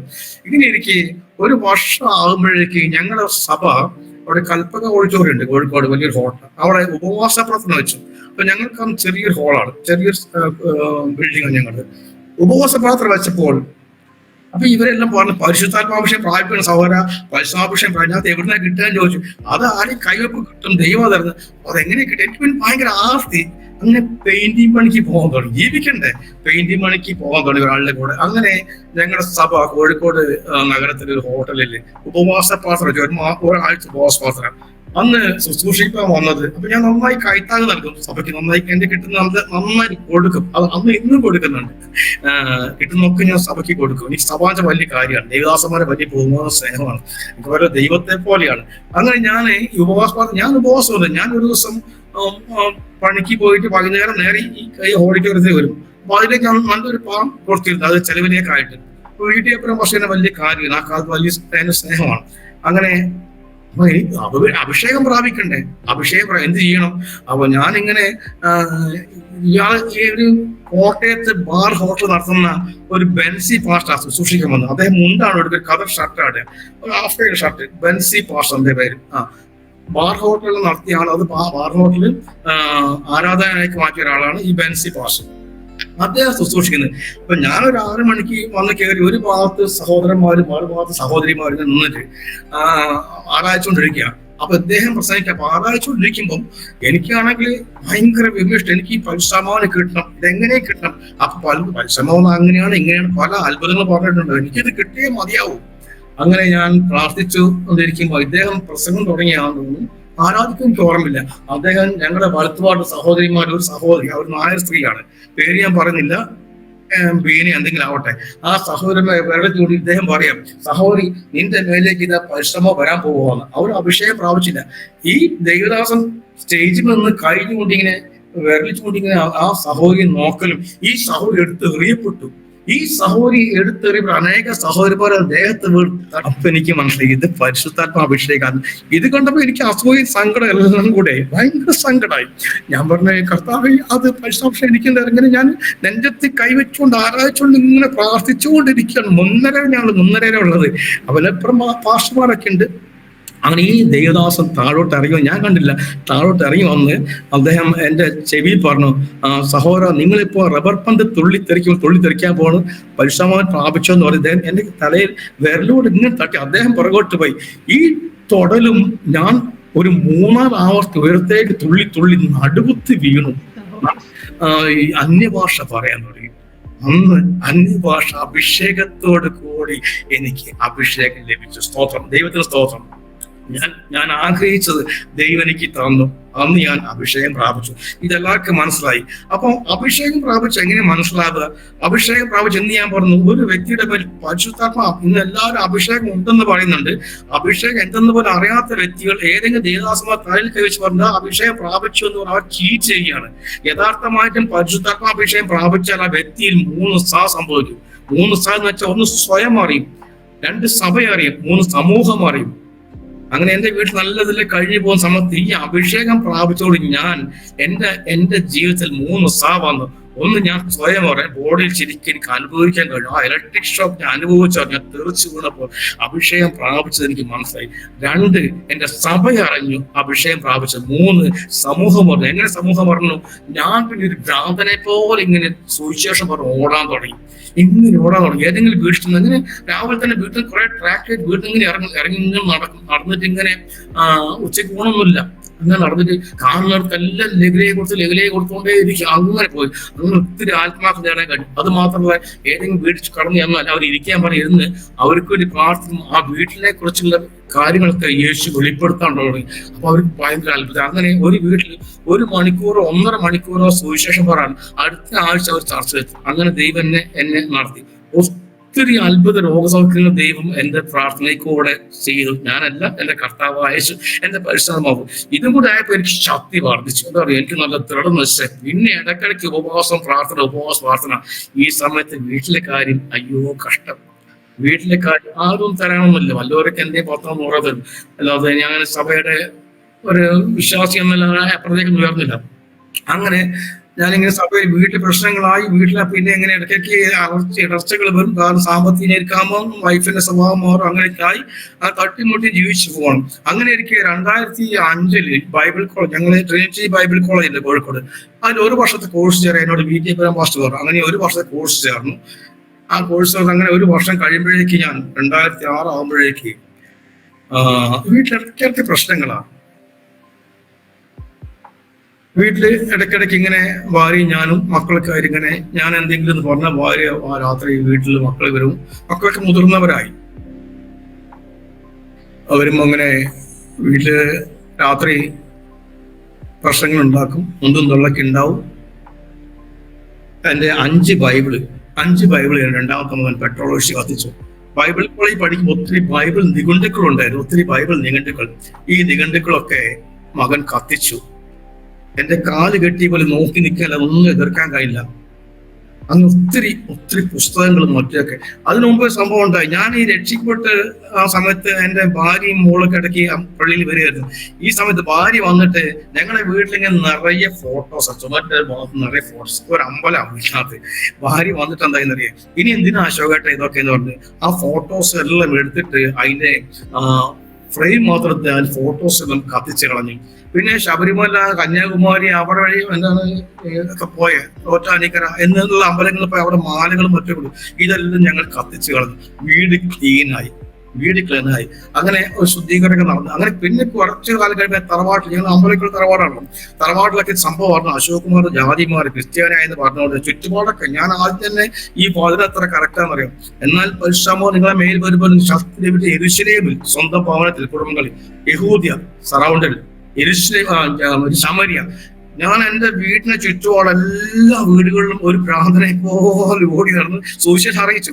എല്ലാം ഞങ്ങളുടെ ദേശത്ത് മൊത്തം അതിന് കറക്റ്റാ. എന്നാൽ പരിശോധന പേര് വരുമ്പോൾ യെരൂശലേമിൽ യഹൂദ്യ ജാതി ഇങ്ങനെ, ശമരിയ ജാതി ഇങ്ങനെ മൊത്തം. കോഴിക്കോട് അങ്ങാടി ഞാൻ കേറാത്ത വീടുകളും ഞാൻ പോകാത്ത ബസ് സ്റ്റാൻഡുകളും ഇല്ല. സുവിശേഷത്തിൽ ഇങ്ങനെ കൊടുത്തുകൊണ്ടിരിക്കും. അങ്ങനെ ആയിരിക്കെ ഈ തറവാട്ടിലറിഞ്ഞു. കാരണം തറവാട് വലിയ തറവാട്. ഞങ്ങൾ എൻ്റെ അച്ഛനും 6-7 ഏട്ടാഞ്ചന്മാരും വലിയ തറവാട്, കേൾവികൾ തറവാട്, അമ്പലക്കൽ തറവാടാണ്. അവിടെയുള്ള ഒരാൾ ക്രിസ്ത്യാനി എന്ന് പറഞ്ഞാൽ അന്നത്തെ കാലം വളരെ അവർക്ക് ഓർക്കാൻ പോലും കഴിയും. അങ്ങനെ അവര് എന്നെ ഒറ്റപ്പെടുത്തി. അപ്പൊ അവര് അന്ന് എന്റെ മകൾ ഞാൻ പറഞ്ഞില്ലേ 16-17 വയസ്സുണ്ടാവും തോന്നുന്നു. കോളേജിൽ പഠിക്കുന്ന സമയമാണ്. അവൾ ഡിഗ്രിക്ക് പഠിക്കുകയാണ്. ഈ സമയത്ത് മക്കൾക്ക് എന്നെ ഭയങ്കര വെറുപ്പാണ്. വീട്ടിലെന്നും പ്രശ്നങ്ങൾ, എന്നും പ്രശ്നമാണ്. നമുക്കെന്താ ചെയ്യാൻ പറ്റും? ഞാൻ അന്ന് പോലെ എന്നെ അനുസരിച്ച് എന്റെ ഭാര്യ, എന്റെ മക്കൾ, ഞാൻ എന്ത് പറയാൻ നെഗറ്റീവ്, എന്തിനെതിർക്കും അവർ. അങ്ങനെ എനിക്ക് ഒത്തിരി പേടി അനുഭവിക്കേണ്ടി വന്നു. ഞാൻ അതൊന്നും ഇവിടെ പറയുന്നില്ല. ഇങ്ങനെയായി 2005 ഞാൻ ബൈബിൾ കോളേജ് ചേർന്ന് പഠിച്ചുകൊണ്ടിരിക്കുമ്പോൾ വീട്ടില് പ്രശ്നങ്ങളായി. 2006 ജൂലൈ 5 എന്റെ ബൈബിൾ കോളേജ് എക്സാം കഴിഞ്ഞ സമയം തോന്നുന്നു. ആ വീട്ടിൽ പ്രശ്നമായി. അന്നൊരു വലിയ വഴക്കുണ്ടായി വീട്ടിൽ. അങ്ങനെ അന്ന് 2006 ജൂലൈ 5 എന്നെ വീട്ടിൽ നിന്ന് ഇറക്കപ്പെട്ടു. ഭാര്യയും മക്കളും കൂടെ എന്നെ വീട്ടിൽ നിന്ന് ഇറങ്ങിയിട്ട് വന്നു. ഞാൻ എൻ്റെ ഒരു പഴയ ബൈക്കും പിന്നെ കുറച്ച് പുസ്തകങ്ങളും കുറച്ച് ഡ്രസ്സൊക്കെ ആയിട്ട് ഞാൻ വീട്ടിൽ നിന്ന് ഇറങ്ങി. 2006 ജൂലൈ 5 രാവിലെ ഒരു 10-10:30 മണിയായി കാണും. ഇറങ്ങുമ്പോൾ എൻ്റെ ഈ ഇടത് കണ്ണിന്റെ ഇവിടെ മുതൽ ഇവിടെ വരെ 10-12 മുറിവുണ്ടായിരുന്നു. എന്താന്ന് ചോദിക്കരുത്. അങ്ങനെ വലിയൊരു ആൾക്കൂട്ടം വീട്ടിലുണ്ടായി. വലിയൊരു ആൾക്കൂട്ടം. ഞാൻ അവിടുന്ന് എൻ്റെ വണ്ടി എടുത്ത് ഇറങ്ങി നേരെ ടൗണിന്റെ അടുത്ത് എരഞ്ഞിപ്പാൽ എന്ന് പറഞ്ഞ സ്ഥലത്ത് ഒരു സഹകരണ ഹോസ്പിറ്റലുണ്ട്. ഞാൻ ആ ഹോസ്പിറ്റലിൽ പോയിട്ട് അവിടെ കാഷ്വാലിറ്റി ചെന്നു. അപ്പൊ ആ ഡോക്ടറിൽ എന്ത് പറ്റി? ഞാൻ ഒരു ബൈക്ക് സ്കിഡ് ആയിട്ട് ഈ മെറ്റലിന്റെ മുകളിലേക്ക്, റോഡ് സൈഡിൽ മെറ്റൽ ഉണ്ട്, ആ മെറ്റലിലേക്ക് വീണതാന്ന് പറഞ്ഞു. അന്ന് എനിക്ക് കണ്ണട ഉപയോഗിക്കേണ്ട കാര്യമില്ല, വീണതാന്ന് പറഞ്ഞു. ഇവിടേക്ക് പറയും ഡോക്ടർ 12ഓളം സ്റ്റിച്ച് വേണം. ആയിക്കോട്ടെ എന്ന് പറഞ്ഞു. 12 സ്റ്റിച്ച്. അപ്പൊ ആ നേഴ്സ് ഇത് ക്ലീൻ ചെയ്യുമ്പോൾ എന്നോട് ചോദിച്ചു, സാറേ ആരുമില്ലേ? ഞാൻ പറഞ്ഞു എനിക്ക് ആരുമില്ലെന്ന്. എന്റെ കണ്ണ് നിറഞ്ഞിങ്ങനെ ഒഴുകിക്കൊണ്ടിരിക്കുകയാണ്. നേഴ്സൊക്കെ എന്തിനൊക്കെ അറിയുന്നത്? ഞാൻ പറഞ്ഞു ഒന്നുമില്ല സിസ്റ്റർ. എന്താ വിഷമം? ഞാൻ പറഞ്ഞു ഒന്നുമില്ല. എന്തുകൊണ്ട്? ഞാൻ പറഞ്ഞു ഒന്നുമില്ല എന്ന് പറഞ്ഞു. അവര് ഡ്രസ് സ്റ്റിച്ച് ചെയ്ത് ഞാനൊരു തോർത്ത് കൊണ്ട് മുഖം ഈ ഭാഗം മൂടി കെട്ടിക്കൊണ്ട് ഞാൻ അന്ന് രാത്രി ഒരു സൂട്ട് കേസും ഒരു പഴയ ബൈക്കായിട്ട് അന്ന് രാത്രി എവിടെ റൂം കിട്ടണ്ടേ? എവിടെ പോകും? കുടുംബങ്ങളൊന്നും അഡ്മിറ്റ് ചെയ്യില്ല. ആരും എന്നെ കഴിച്ചില്ല. ഞാൻ ക്രിസ്ത്യാനി ആയതാണല്ലോ. കുടുംബത്തിൽ ആദ്യമായിട്ട് സഹോദരൻ ഒരാൾ ക്രിസ്ത്യാനി ആയതാണ്. അവർ അപമാനിക്കാൻ, കുടുംബത്തിന് ചീത്തപ്പേരുണ്ടാക്കാൻ, തറവാട്ട് ചീത്തപ്പേരുണ്ടാക്കാൻ, അങ്ങനെ എവിടെയും പോകാൻ പറ്റില്ല. അന്ന് രാത്രി KSRTC ഇരുന്നു നേരം വെളുപ്പിച്ചു. ബൈക്ക് ഒരു ഭാഗത്ത് കൊണ്ട് പൂട്ടിയിട്ട് ഈ സൂട്ട് കേസും ഒരു പ്ലാസ്റ്റിക് കവറിൽ കൂടുതൽ കുറെ സാധനമൊക്കെ KSR ഇരുന്ന് നേരം വെളുപ്പിച്ചു. അടുത്ത ദിവസം റെയിൽവേ സ്റ്റേഷനിൽ പോയി. 2 ദിവസം റെയിൽവേ സ്റ്റേഷനിൽ കിടന്നു ഞാൻ. അത് കഴിഞ്ഞ് 3-ാം ദിവസം ഇങ്ങനെ റൂമൊന്നും കിട്ടിയില്ല. ഇവിടെ ഈ ബാൻഡേജ് ഇവിടെ മുറിവെല്ലാം കണ്ടിട്ട് ആൾക്കാർക്ക് എനിക്ക് എന്റെ സൂട്ട് കേസും കോലം കണ്ടു ആൾക്കാർക്ക് ആരും ലോഡ്ജ് റൂം തരും. ഞാൻ ക്രിമിനലോ മറ്റോ ആണ്, വല്ല അടിപിടി കേസിൽ നിന്ന് വന്ന ആളാന്ന് വിചാരിച്ചാൽ ആരും എനിക്ക് റൂം തന്നില്ല. എല്ലാവർക്കും അറിയായിരുന്നു. ഒരു ദിവസം ഞാൻ ബൈബിൾ കോളേജിൽ കിടന്നു, ഒരു ദിവസം മാത്രം. പക്ഷെ ആരും എനിക്കൊരു ഇടം തന്നില്ല. ഞാൻ മുമ്പ് ഒരു ഇതുപോലെ മീറ്റിംഗ് ഞാൻ പറഞ്ഞിട്ടുണ്ട്. ഒരു സംഘടനയും എന്റെ ദൈവദാസന്മാർ ആരെങ്കിലുമോ എന്നെ ഒന്ന് ചേർക്കാനോ എവിടെയെങ്കിലും പാർപ്പിടം തരാനോ അവര് ആരും ഇല്ലായിരുന്നു. ആരെയും കുറ്റം പറയില്ല, ദൈവഹിതമായിരിക്കത്. അപ്പൊ എന്റെ സഭയിൽ 4 പാസ്റ്റർമാരുണ്ട്, 4 പാസ്റ്റർമാരുണ്ട്, ഡീക്കന്മാരുണ്ട്, സെക്രട്ടറി ഉണ്ട്. ഞാൻ നല്ല സഭയിൽ നല്ല ആളെ ഒത്തിരി ആത്മാക്കളെ സഭയിലേക്കും കൂടെ ചേർത്തിട്ടുണ്ട് ഞാൻ ആ സഭയിലേക്ക്. പക്ഷെ അവരാരും എനിക്കൊരു അത്താണി തന്നില്ല, ഒരു പാർപ്പിടം തലയാക്കിയിടം തന്നില്ല. എന്നെ വളരെ വേദനയോടെ ഇന്ന് പറയാണ്, സത്യം പറയാണ്. ഞാൻ ദൈവത്തിന്റെ നാമത്തിൽ അവിടെ ഇരിക്കുന്നത്, യേശു നാമത്തിൽ ഇരിക്കുന്നത്, തന്നില്ല. അങ്ങനെ ഞാൻ 4-ാം ദിവസം ഞാനൊരു കടത്തിനയുടെ ഓർത്ത് കിടക്കുക, ടൗണിനടുത്ത് ഒരു കടത്തിനയുടെ സൈഡിൽ കിടക്കുക. ഞാൻ എന്റെ സൂട്ട് കേസ് കെട്ടിപ്പിടിച്ചുകൊണ്ട് കിടക്കുന്നത്, ബൈക്കപ്പുറമുണ്ട്. രാവിലെ ഞാൻ 6 മണി എഴുന്നേറ്റിൽ ഒരു പോലീസുകാർ തട്ടി വിളിച്ച് എന്നെ വന്നു, എന്താണ് അവിടെ കിടക്കുന്നത്? ഞാൻ പറഞ്ഞു ഇങ്ങനെ ബസ്സിന് വന്നതാണ്, ഉറങ്ങിപ്പോയെന്ന് പറയും. അങ്ങനെ അവിടെ നിന്ന് എഴുന്നേറ്റ്. അപ്പൊ എനിക്ക് തോന്നുന്നു ഇനി ഇങ്ങനെ പോയ ശരിയല്ല. അങ്ങനെ ഞാൻ അന്ന് രാവിലെ ആ ടൗണിൽ കൂടെ അലയുമ്പോൾ എൻ്റെ ഒരു സ്നേഹിതൻ എന്ന് പറയാൻ പറ്റില്ല, എന്നെ അറിയുന്ന ഒരാൾ, നന്നായി അറിയുന്ന ഒരാൾ, അവർ എന്റെ രക്ഷയിൽ വന്ന ആള്, ബാബു എന്ന സഹോദരൻ, അവരെ കുടുംബം, ബാബു, ശോഭ, ഷീബ, ഷബിലി, 5 പേരെ ഒരു കുഴപ്പമൊന്നും നേടി. ഇവരൊക്കെ ചർച്ചയിൽ വരുന്ന ആൾക്കാർ. അപ്പൊ എന്നോട് അശോകേട്ട അവർക്ക് ആ പാസ്റ്റാണോ സുവിശേഷം ഒന്നും അറിയില്ല, അവരങ്ങനെ വിളിക്കും, ഹിന്ദുക്കളാണ്. അതിനിടയ്ക്ക് ഒത്തിരി ആൾക്കാരെ രക്ഷയിൽ നടത്തി കഴിഞ്ഞു കേട്ടോ. ഒത്തിരി ആത്മാക്കൾ നേടാൻ എന്റെ ഭാഗ്യമുണ്ടായി. അങ്ങനെ ഇങ്ങനെ ഒത്തിരി ആത്മാക്കൾ ആ ചർച്ച കൊണ്ട് കൊടുത്തിട്ടും എനിക്ക് അവിടെ വേണ്ട ഒരു ഇത് തന്നില്ല. പിന്നെ അവരൊന്നും ചെയ്തു, എന്നെ അവർ സുവിശേഷ വേലക്കാരനായിട്ട് എന്നെ അവർ പോസ്റ്റ് ചെയ്തു. മാസം അന്ന് എനിക്ക് എന്തൊരു 1000 രൂപ സപ്പോർട്ട് തരുന്നു. 1000 രൂപ ആ ഒരു സപ്പോർട്ട് അവിടെ കിട്ടും. പിന്നെ ആരെങ്കിലുമൊക്കെ സഹോദരന്മാരൊക്കെ എന്റെ അറിവ് അറിഞ്ഞിട്ട് എനിക്ക് എന്തെങ്കിലും ചെയ്യാൻ സഹായിക്കും. അങ്ങനെ ജീവിച്ചു. അപ്പൊ 7 മണിക്ക് പോവുകയും ചെയ്യും. അങ്ങനെ ഇരിക്കെ ഈ സഹോദരൻ ഞാൻ പറഞ്ഞു എനിക്ക് റൂം എന്ത് പറ്റി, ഞാൻ കാര്യങ്ങളൊക്കെ കുറച്ച് ആക്കി പറഞ്ഞു. അപ്പൊ വാന്ന് പറഞ്ഞു അദ്ദേഹം നടക്കാവുന്ന സ്ഥലമാണ്, നടക്കാവ്, കോഴിക്കോട് അടുത്ത് 4 കിലോമീറ്റർ. അവിടേക്ക് എന്നെ കൂട്ടിക്കൊണ്ടുപോയിട്ട് അദ്ദേഹത്തിന്റെ വണ്ടി, ഞാൻ എന്റെ വണ്ടി വന്ന് അവിടെ പോയിട്ട് ഒരു അല്ലമീൻ ലോഡ്ജ്, മുസ്ലിംസ് ലോഡ്ജാണ്. അപ്പൊ അദ്ദേഹം കണ്ടപ്പോൾ ഇത് എന്താ പറ്റിയതെന്ന് ചോദിച്ചു എന്നോട്. ഞാൻ പറഞ്ഞ വീണവാന്ന് പറഞ്ഞു. ഇദ്ദേഹം അദ്ദേഹത്തിന് പരിചയക്കാരോട് മാനേജർ, ഈ കൂടെ വന്ന ബാബു, അദ്ദേഹം ഒരു ഡ്രൈവറാണ്. അദ്ദേഹം പറഞ്ഞു ഇയാൾക്ക് അഡ്രസ് കൊടുത്ത് ഇയാൾ ഇവിടെ അടുത്തുള്ള ആളാണ്, ഇയാൾക്ക് റൂമിന്റെ ആവശ്യം ചോദിച്ചു. അപ്പൊ അദ്ദേഹം പറഞ്ഞു കാര്യമൊക്കെ ശരിയാണ്, റൂം കൊടുക്കും, ഞാൻ ജാമ്യം. അങ്ങനെ അവിടെ ആ ലോഡ്ജിൽ എനിക്ക് റൂം അന്ന് കിട്ടി. അന്ന് ശരിക്കൊന്ന് കിടന്നുറങ്ങി. പക്ഷെ അതിനു മുമ്പും ഈ ബസ് സ്റ്റാൻഡിൽ കിടന്നപ്പോഴും കടത്തൽ ഞാൻ സുഖമായിട്ട് ഉറങ്ങുമായിരുന്നു, നന്നായിട്ട് ഉറങ്ങുമായിരുന്നു. അതിന് ഉറക്കം തന്നിട്ടുണ്ട്. അങ്ങനെ ആ ഒരു ലോഡ്ജ് റൂം കിട്ടി. അങ്ങനെ പല ലോഡ്ജ് മാറി മാറി താമസിച്ചു. അതിനിടയ്ക്ക് എന്റെ 2006 ജൂലൈ 6-ാം തീയതി വീട്ടിൽ നിന്ന് ഇറങ്ങിപ്പോയിരുന്നെങ്കിലും 2006 ജൂലൈ 9-ാം തീയതി എന്റെ പോലീസ് സ്റ്റേഷനിൽ ഞങ്ങൾ ചേവായൂർ പോലീസ് സ്റ്റേഷൻ, വീട്ടിനടുത്തുള്ള പോലീസ് സ്റ്റേഷൻ, ആ പോലീസ് സ്റ്റേഷൻ എനിക്കൊരു ഫോൺ വന്നു. ഈ പോലീസ് സ്റ്റേഷനാണ്, നിങ്ങൾ സ്റ്റേഷൻ വരെ വരണം എന്ന് പറഞ്ഞു. സെന്തോസർ കാര്യം ഇവിടെ വന്നിട്ട് പറയാൻ ഞാൻ ആകെ പറിച്ചു. അപ്പോഴും എന്റെ കെട്ടുണ്ട്. അത് 3 ദിവസം വീട്ടിൽ 2006 ജൂലൈ 5-ാം തീയതി ഇറങ്ങി. 2007 ജൂലൈ 6, 7, 8, 9-ാം തീയതിയാണ് എനിക്ക് കോൾ വരും. അപ്പൊ ഞാൻ നേരെ ബൈക്ക് എടുത്ത് ചേവായൂർ സ്റ്റേഷൻ അറ്റൻഡ് ചെയ്ത് ഞാൻ വിറച്ചുകൊണ്ട് നിൽക്കുന്നത്. അപ്പൊ അവിടെ എന്റെ ഭാര്യയും മൂത്ത 2 ആൺമക്കളും ഉണ്ട്. അപ്പൊ അവർ എനിക്കെതിരെ പെറ്റീഷൻ കൊടുത്തിരിക്കുകയാണ്. അവർക്ക് തോന്നി ഞാൻ എന്നെ ഇങ്ങനെയൊക്കെ ആക്കി വീട്ടിൽ നിന്ന് പുറത്തിറക്കി, അവർക്ക് വല്ല പ്രശ്നം പോലും അതിൽ അവർ മുൻകൂർ ജാമ്യം എടുക്കാൻ വേണ്ടി ചെയ്ത എന്താ കൊടുത്തതെന്നറിയോ? ഇയാൾ ഞങ്ങളെ ഞങ്ങളെ അച്ഛൻ ഇവളെ എഴുതി കൊടുത്തത്, എന്റെ ഭർത്താവ് എന്നെ മതം മാറ്റാൻ ശ്രമിക്കുന്നു, അതുകൊണ്ട് ഇയാളെ വീട്ടിൽ നിന്ന് ഒഴിവാക്കി തരണം കൊടുത്തത് എന്റെ ഭാര്യ. ആ പെറ്റീഷൻ SI പ്രദീപ് കുമാർ അല്ല പ്രകാശേട്ടൻ എനിക്കെടുത്ത്, എന്നെ അറിയുന്ന ആളാ SI, എനിക്കെടുക്കാൻ ഞാൻ വായിച്ചു. എന്റെ കണ്ണ് നിറഞ്ഞുപോയി. ഒരു ഭാഗത്ത് അതായത് എന്തായി മൂടിക്കെട്ടി, മുഖം മൂടിക്കെട്ടിയും ചോദിച്ചു. ഞാൻ ഒന്നുമില്ലെന്ന് പറഞ്ഞു. ഇതൊക്കെ ഇവർ കണ്ടുകൊണ്ടിരിക്കുക, 2 ആൺമക്കൾ. അങ്ങനെ അവിടുന്ന് ഈ SI പ്രകാശ് എന്നോട് പറഞ്ഞു, അശോക് കുമാറെ നീ വീട്ടിൽ നിന്ന് ഇറങ്ങിക്കൊടുക്കുക, നീ വീട്ടിൽ നിന്ന പ്രശ്നം ഇനിയും ഉണ്ടാവും. അവരിത് മതമാറ്റ കുറ്റമാകുന്നത്, നീ ജയിലിൽ പുറത്തിറക്കില്ല, മതമാറ്റ കുറ്റം ഭയങ്കര, മതം മാറുന്ന കുഴപ്പമില്ല, മറ്റൊരു പ്രേരിപ്പിക്കുന്നത് ഭയങ്കര കുറ്റമാണ് പറഞ്ഞു. ഞാൻ എന്നെ ഇറങ്ങിയെന്ന് പറഞ്ഞു. അങ്ങനെ അവിടുന്ന് ഇനി അങ്ങോട്ട് പോലെ എഴുതി ഒപ്പിട്ട് കൊടുത്തു. മോൻ പറയാ SIയോട്, ഇതിന്റെ ചെല്ലാൻ തരില്ല, റസീത് തരില്ലേ, അതായത് കേസ് അവർ രജിസ്റ്റർ ചെയ്തില്ലേ, റസീത് എന്റെ മൂത്ത റസീത് ചോദിച്ചു SIയോട്.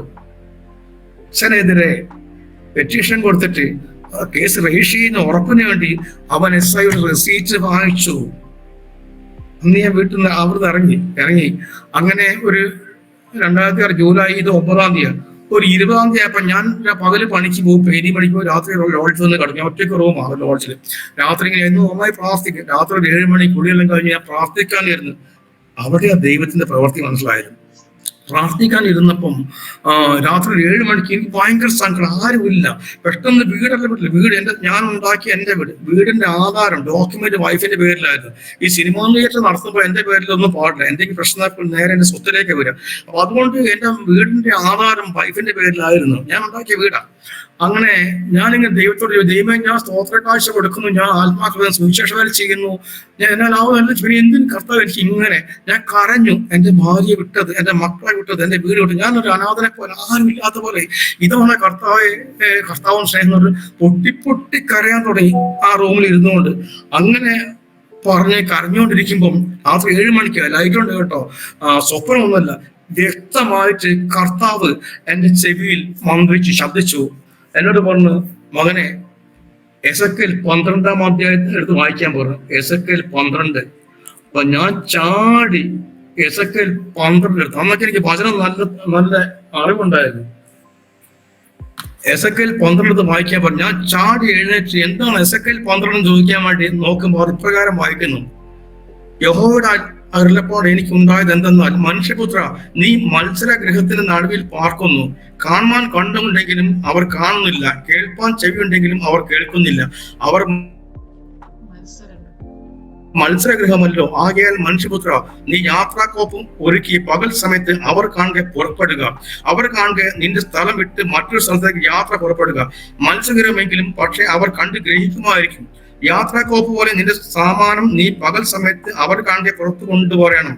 വൈകുന്നേരം അവർ കാണുക പ്രവാസത്തിന് പോകുന്നവനെ പോലെ നീ പുറപ്പെടണം. അവർ കാണുക നീ മതിൽ കുത്തിത്തുറന്ന് അതിൽ കൂടി അത് പുറത്തു കൊണ്ടുപോകണം. അവർ കാണുക നീ അത് തോളിൽ തുറന്നുകൊണ്ട് ഇരുട്ടത്ത് യാത്ര പുറപ്പെടണം. നിലം കാണാതെ നിന്റെ മുഖം മൂടിക്കൊള്ളണം. ഞാൻ നിന്നെ ഇസ്രായേൽ ഗൃഹത്തിന് ഒരു അടയാളമാക്കിയിരിക്കുന്നു. എന്റെ പൊന്ന് ആന്റി, എന്നെ കേൾക്കുന്ന ആമേൻ ദൈവജനമേ, എന്റെ സഹോദരങ്ങളെ, ഈ വാക്യം വായിച്ചപ്പോൾ ഞാൻ നിന്ന് തുള്ളിച്ചാടി. ആ ലോട്ട് എന്താ അറിയോ, ഇത് എന്റെ ഭാര്യയുടെ കുഴപ്പമല്ല, എന്റെ മക്കളുടെ കുഴപ്പമല്ല, ദൈവത്താൽ. ഇവിടെ നിന്നാൽ ഞാൻ രക്ഷപ്പെടിക്കില്ല, കാരണം അവിടെ ഇപ്പോൾ പ്രശ്നങ്ങളാണ്. അതുമല്ല, തറവാട്ടിലെല്ലാം കൂടെ കൂടിയിട്ട് ഇവരെ പിടിച്ച് ആമേൻ ഞെരുക്കി. എന്താ അറിയോ, നിനക്കൊരു പെൺകുട്ടി ഉള്ളതാണ്, നിനക്കൊരു പെങ്ങളുള്ളതാണ്. ഇയാൾ ഇങ്ങനെ ക്രിസ്ത്യനായപ്പോ ആ പെൺകുട്ടിയുടെ കാര്യം ആരും നോക്കും? ഇയാൾ ഇവിടുന്ന് ഒന്നുകിൽ ഇറക്കി വിടും, അല്ലെങ്കിൽ തിരിച്ചു വരണം, അല്ലെങ്കിൽ നിങ്ങൾ ഒരു കാര്യത്തിനും സംബന്ധിക്കില്ല. കാരണം തറവാട്ടിലൊരു പൈപ്പിന് ആരാ ഉള്ളത്? ഒരു മോള് വളർന്നവര്, മോള് ഡിഗ്രിക്കാണെന്ന്. അപ്പൊ അങ്ങനെ ഇരിക്കുക, അവരെല്ലാം കൂടെ അവരെ കെട്ടി അങ്ങനെ എന്നെ അവിടെ പുറത്താക്കി. അങ്ങനെ അവർ ചെയ്തത്. കാരണം പിന്നിൽ നിന്ന് അമ്മയുടെ വീട്ടിൽ നിന്നും അച്ഛൻ്റെ വീട്ടിൽ നല്ല ഫോഴ്സ്, 2 അമ്പലുള്ള വീടുകളാണ്, തറവാടാണ്. അങ്ങനെയാണ് അവർ ചെയ്യാൻ കാരണം. അപ്പൊ ദൈവം ഇതെല്ലാം കണ്ടുകൊണ്ടിരിക്കുക. എന്റെ അവസ്ഥ, ഞാൻ ദൈവത്തോട് ആർഗ്യുമെന്റ്സ് നടത്തുക. എന്തിനെങ്കിലും ഞാൻ ദശാംശം കൊടുക്കുന്നു, സ്തോത്ര കാഴ്ച കൊടുക്കുന്നു, സുവിശേഷം പറഞ്ഞു, ആത്മാക്കൾ നേടുന്നു, അമ്മ നന്നായി സുവിശേഷം ചെയ്യുന്നു, എന്നിട്ട് നന്നായി ആരാധിക്കുന്നു, നന്നായി പ്രാർത്ഥന. അന്നും 3 മണിക്ക് പ്രാർത്ഥിക്കും കേട്ടോ. ആ പ്രാർത്ഥന ഈ അടുത്ത കാലത്ത് നിന്ന് പോയത്. ഇന്ന് രാവിലെ 3:30 ദൈവം എന്നെ വിളിച്ചു കേട്ടോ, സ്തോത്രം. അപ്പൊ അങ്ങനെ ഇന്ന് ദൈവം എന്നോട് വ്യക്തമായി സംസാരിച്ച്. അന്ന് എസക്കേലൊന്നും അത്ര പരിചയമില്ല. നമ്മൾ എപ്പോഴും മറ്റേ ദാവീദും പിന്നെ ഈ പുതിയ നിയമമൊക്കെ കളിക്കുന്ന കാര്യമാണ്. പിന്നെ ജോസഫിന്റെ കഥ, ദാനിയേലിന്റെ കഥയൊക്കെയാണ്. എസക്കേലിന്റെ അത്ര ടഫാണ്, അത്ര ബൈഹാർട്ടായില്ല. പക്ഷെ ഈ വചനം ദൈവം തന്ന് വായിച്ചപ്പോൾ ഞാൻ സന്തോഷിച്ചു. എന്താ പറയുക, ദൈവം എന്റെ ഉള്ളം കണ്ട്. ദൈവം പറയാം, ഞാനാ നിന്നെ അവിടെ പുറത്തിറക്കിയത്. അവർ മത്സരമാണ്, നീ അവിടുന്ന് ഇറങ്ങിപ്പോരണം. അവർ കാണുക സാമാനം പകൽ നേരത്തെ കെട്ടി, ശരിയാണ്, എന്റെ ബാഗിനെ കെട്ടി ആക്കിയിട്ട് എന്റെ ബൈക്കിലെടുത്ത് വെച്ചാൽ അവർ കാണുക പകൽ നേരത്തെ പുറത്തിറങ്ങണം. അവർ മത്സരഗ്രഹം അവിടെ അവർ അടയാളമാക്കുന്നു. അങ്ങനെ അതല്ല, പകൽ നേരത്ത് മുഖം മൂടിക്കെട്ടിക്കൊണ്ട് ഞാൻ തോർത്തുകൊണ്ട് എന്റെ മുഖം മൂടിക്കെട്ടി വീട്ടിറങ്ങിപ്പോ. എത്ര കൃത്യമാണ് ഇത്. 2006 ജൂലൈ 5-ാം തീയതി നടന്നത്. ഈ ദൈവം പ്രസംഗിക്കുന്ന പറയുന്ന പറയാം 2006 ജൂലൈ 20-ാം തീയതി. ആ ഗ്യാപ്പ് ഇട്ടിട്ട് ദൈവം എന്നോട് പറയാം, നീ പകൽ അവർ കാണുക മുഖം മൂടിക്കെട്ടിക്കൊണ്ട് ഒരു തോർത്തുകൊണ്ട്, ഈ നല്ല മുറിവായിരുന്നു, ഈ മുഖം മൂടിക്കെട്ടിക്കൊണ്ട് ഞാൻ വീട്ടിൽ ഇറങ്ങി പോകുന്നത്. ഇത്ര കൃത്യമാണ് ദൈവത്തിന്റെ ഓരോ പദ്ധതി. പോലീസ് സ്റ്റേഷൻ SI ചോദിച്ചു, എന്താണോ തലയിലൊരു കെട്ടൊക്കെ തല കെട്ടിക്കാരാൻ ചോദിച്ചു. അപ്പൊ ഞാൻ ഒന്നും വേണ്ടി ഈ ഭാഗത്ത് മൂടിക്കെട്ടിക്കൊണ്ട് തല കെട്ടിക്കൊണ്ട് ഞാൻ ചെന്ന് തോർത്തുകൊണ്ട്. ഇവിടെ പറയാ, നീ പകൽ നേരം അവർ കാണുക മുഖം മൂടിക്കെട്ടിക്കൊണ്ട് പറഞ്ഞു. അങ്ങനെ ആ വചനം എനിക്ക് ദൈവം തന്ന വളരെ സന്തോഷമാണ്. വളരെ ഞാൻ തുള്ളിച്ചാടി. അന്ന് എന്റെ എല്ലാ വിഷമവും മാറി. എന്റെ ഭാര്യയെ കുറിച്ചും മക്കളെ കുറിച്ചും ഒന്നും എനിക്ക് ഒരു യാതൊരില്ല. പിന്നീട് അങ്ങോട്ടൊരു യാത്ര ചെയ്ത്, പിന്നീട് ദൈവാത്മാവ് എന്നെ ഒത്തിരി ഇടങ്ങളിലേക്ക് ദൈവന് സാക്ഷ്യം പറയാനായിട്ട് എന്നെ അയച്ചു. ദൈവം സാക്ഷ്യമായിട്ട് പലയിടത്തും അങ്ങനെ ശുശ്രൂഷകനായി തീർന്നു. രക്ഷിക്കപ്പെട്ട് സ്നാനപ്പെട്ടപ്പോൾ തന്നെ സുവിശേഷകൾ തുടങ്ങി. അതായത് 24 വർഷം കഴിഞ്ഞു ഇറങ്ങി. പക്ഷേ ഒരു ശുശ്രൂഷകൻ നല്ല അങ്ങനെ ഞങ്ങളുടെ ചർച്ചിലും ഒരു വെള്ളിയാഴ്ച ഉപവാസ പ്രാർത്ഥനയ്ക്ക് എനിക്കൊരു വചനം പ്രസംഗിക്കാൻ ഒരു 1.5 മണിക്കൂർ സമയം കിട്ടി. ഒരു വചനം പ്രസംഗിച്ചു. അത് വളരെ അനുഗ്രഹമായിരുന്നു. എല്ലാവരും പറയും, എല്ലാവരും അപ്രീഷിയേറ്റ് ചെയ്തു. അത് ഇത്രയും പ്രതീക്ഷിച്ചില്ല. കാരണം എൻ്റെ അകത്തേക്ക് ആത്മാവ് ശക്തിയ. ഇതിനിടയ്ക്ക് പലരും പ്രാർത്ഥിക്കാൻ വിളിക്കാൻ തുടങ്ങിയില്ലേ, ഒരേ കൊടുക്കാൻ ഞാൻ അപ്പൊ എനിക്ക് മൊബൈൽ ഫോണൊക്കെ എന്നെ വിളിക്കും. അങ്ങനെ പലർക്കും പ്രാർത്ഥിക്കാൻ, പലരും വെളിപ്പെടുത്താൻ, കല്യാണത്തിന് ചെറുക്കം വന്ന് ആ ചെറുക്കനെ കല്യാണം കഴിക്കാൻ യോഗ്യമാണെന്ന് അറിയാനൊക്കെ എന്നോട് പ്രാർത്ഥിക്കാൻ വിളിക്കും. ഞാൻ പ്രാർത്ഥിച്ച് വ്യക്തമായിട്ട് അവർക്ക് മറുപടി കൊടുക്കും. അങ്ങനെ ദൈവത്തിന്റെ നല്ലൊരു പ്രവചനാത്മാവ് എന്നിലുണ്ടെന്ന് എനിക്ക് തോന്നി. പിന്നെ രോഗികളെ കൈവച്ചാൽ അന്ന് സൗഖ്യമാണ്. ദൈവം എന്നെ ഒത്തിരി അനുഗ്രഹിച്ചു. അങ്ങനെ ഇരിക്കെ ഞാനെങ്ങനെ ഒരു വീട്ടിൽ പോയിട്ട് പ്രാർത്ഥിക്കുമ്പം അവരുടെ കാര്യങ്ങൾക്ക് വെളിപ്പെടുത്തുമ്പം അവരുടെ ഉദരത്തിലെ കാര്യം വരെ ദൈവം എന്നോട് അറിയിക്കും. ഒരിക്കൽ ഞാൻ അങ്ങനെ ഞാൻ ലോഡ്ജിൽ മാറി ലോഡ്ജിൽ പാർക്കാൻ തുടങ്ങി. വീടിന് യാതൊരു ബന്ധവുമില്ല, വീട് ഒരു കണക്ഷനും ഇല്ല.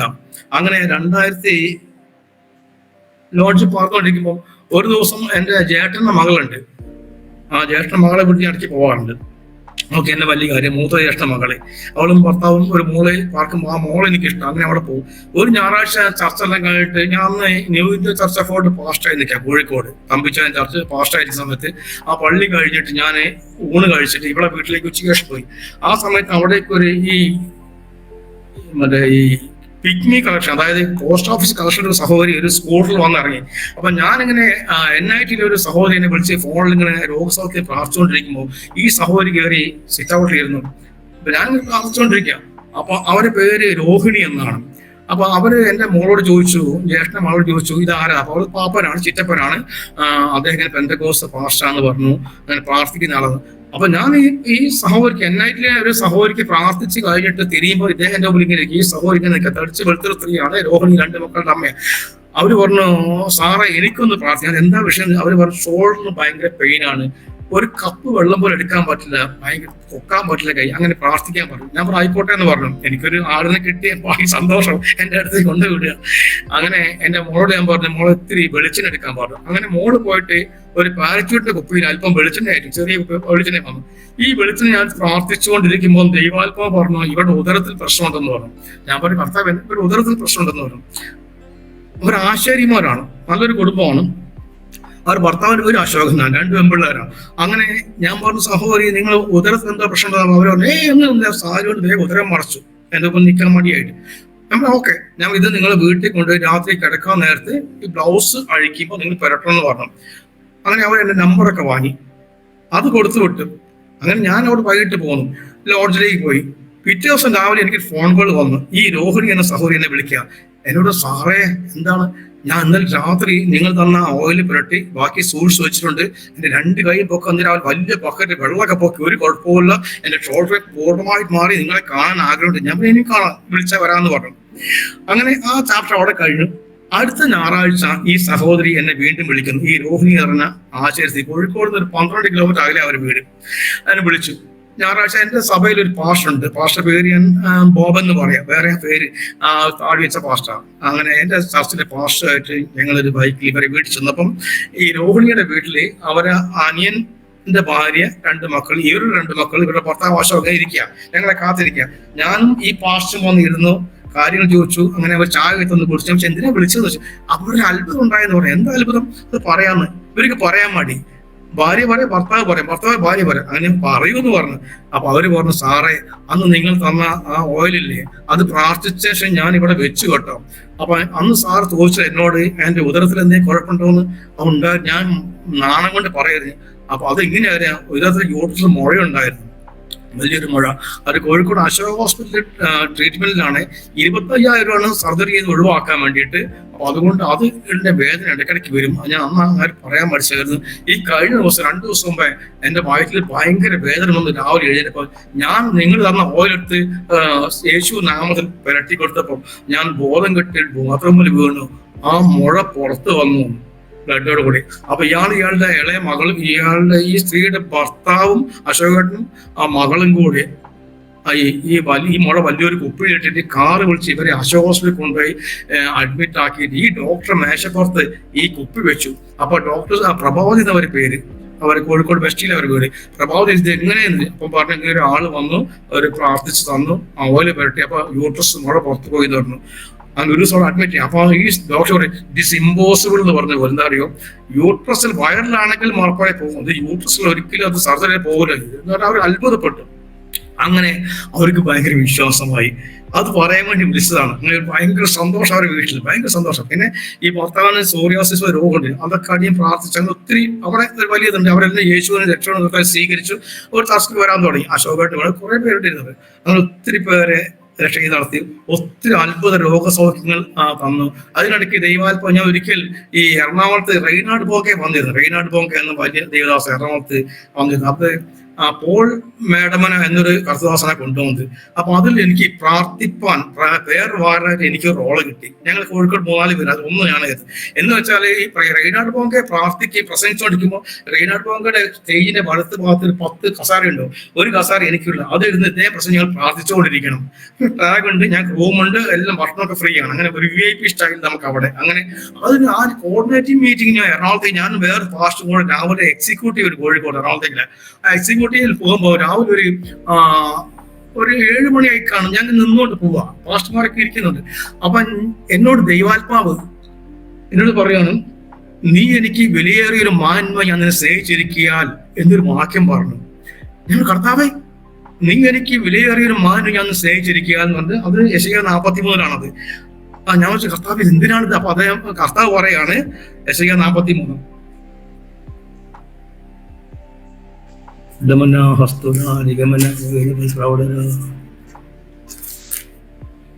എടുത്ത് വെച്ചില്ല. 43 1 വാക്യം.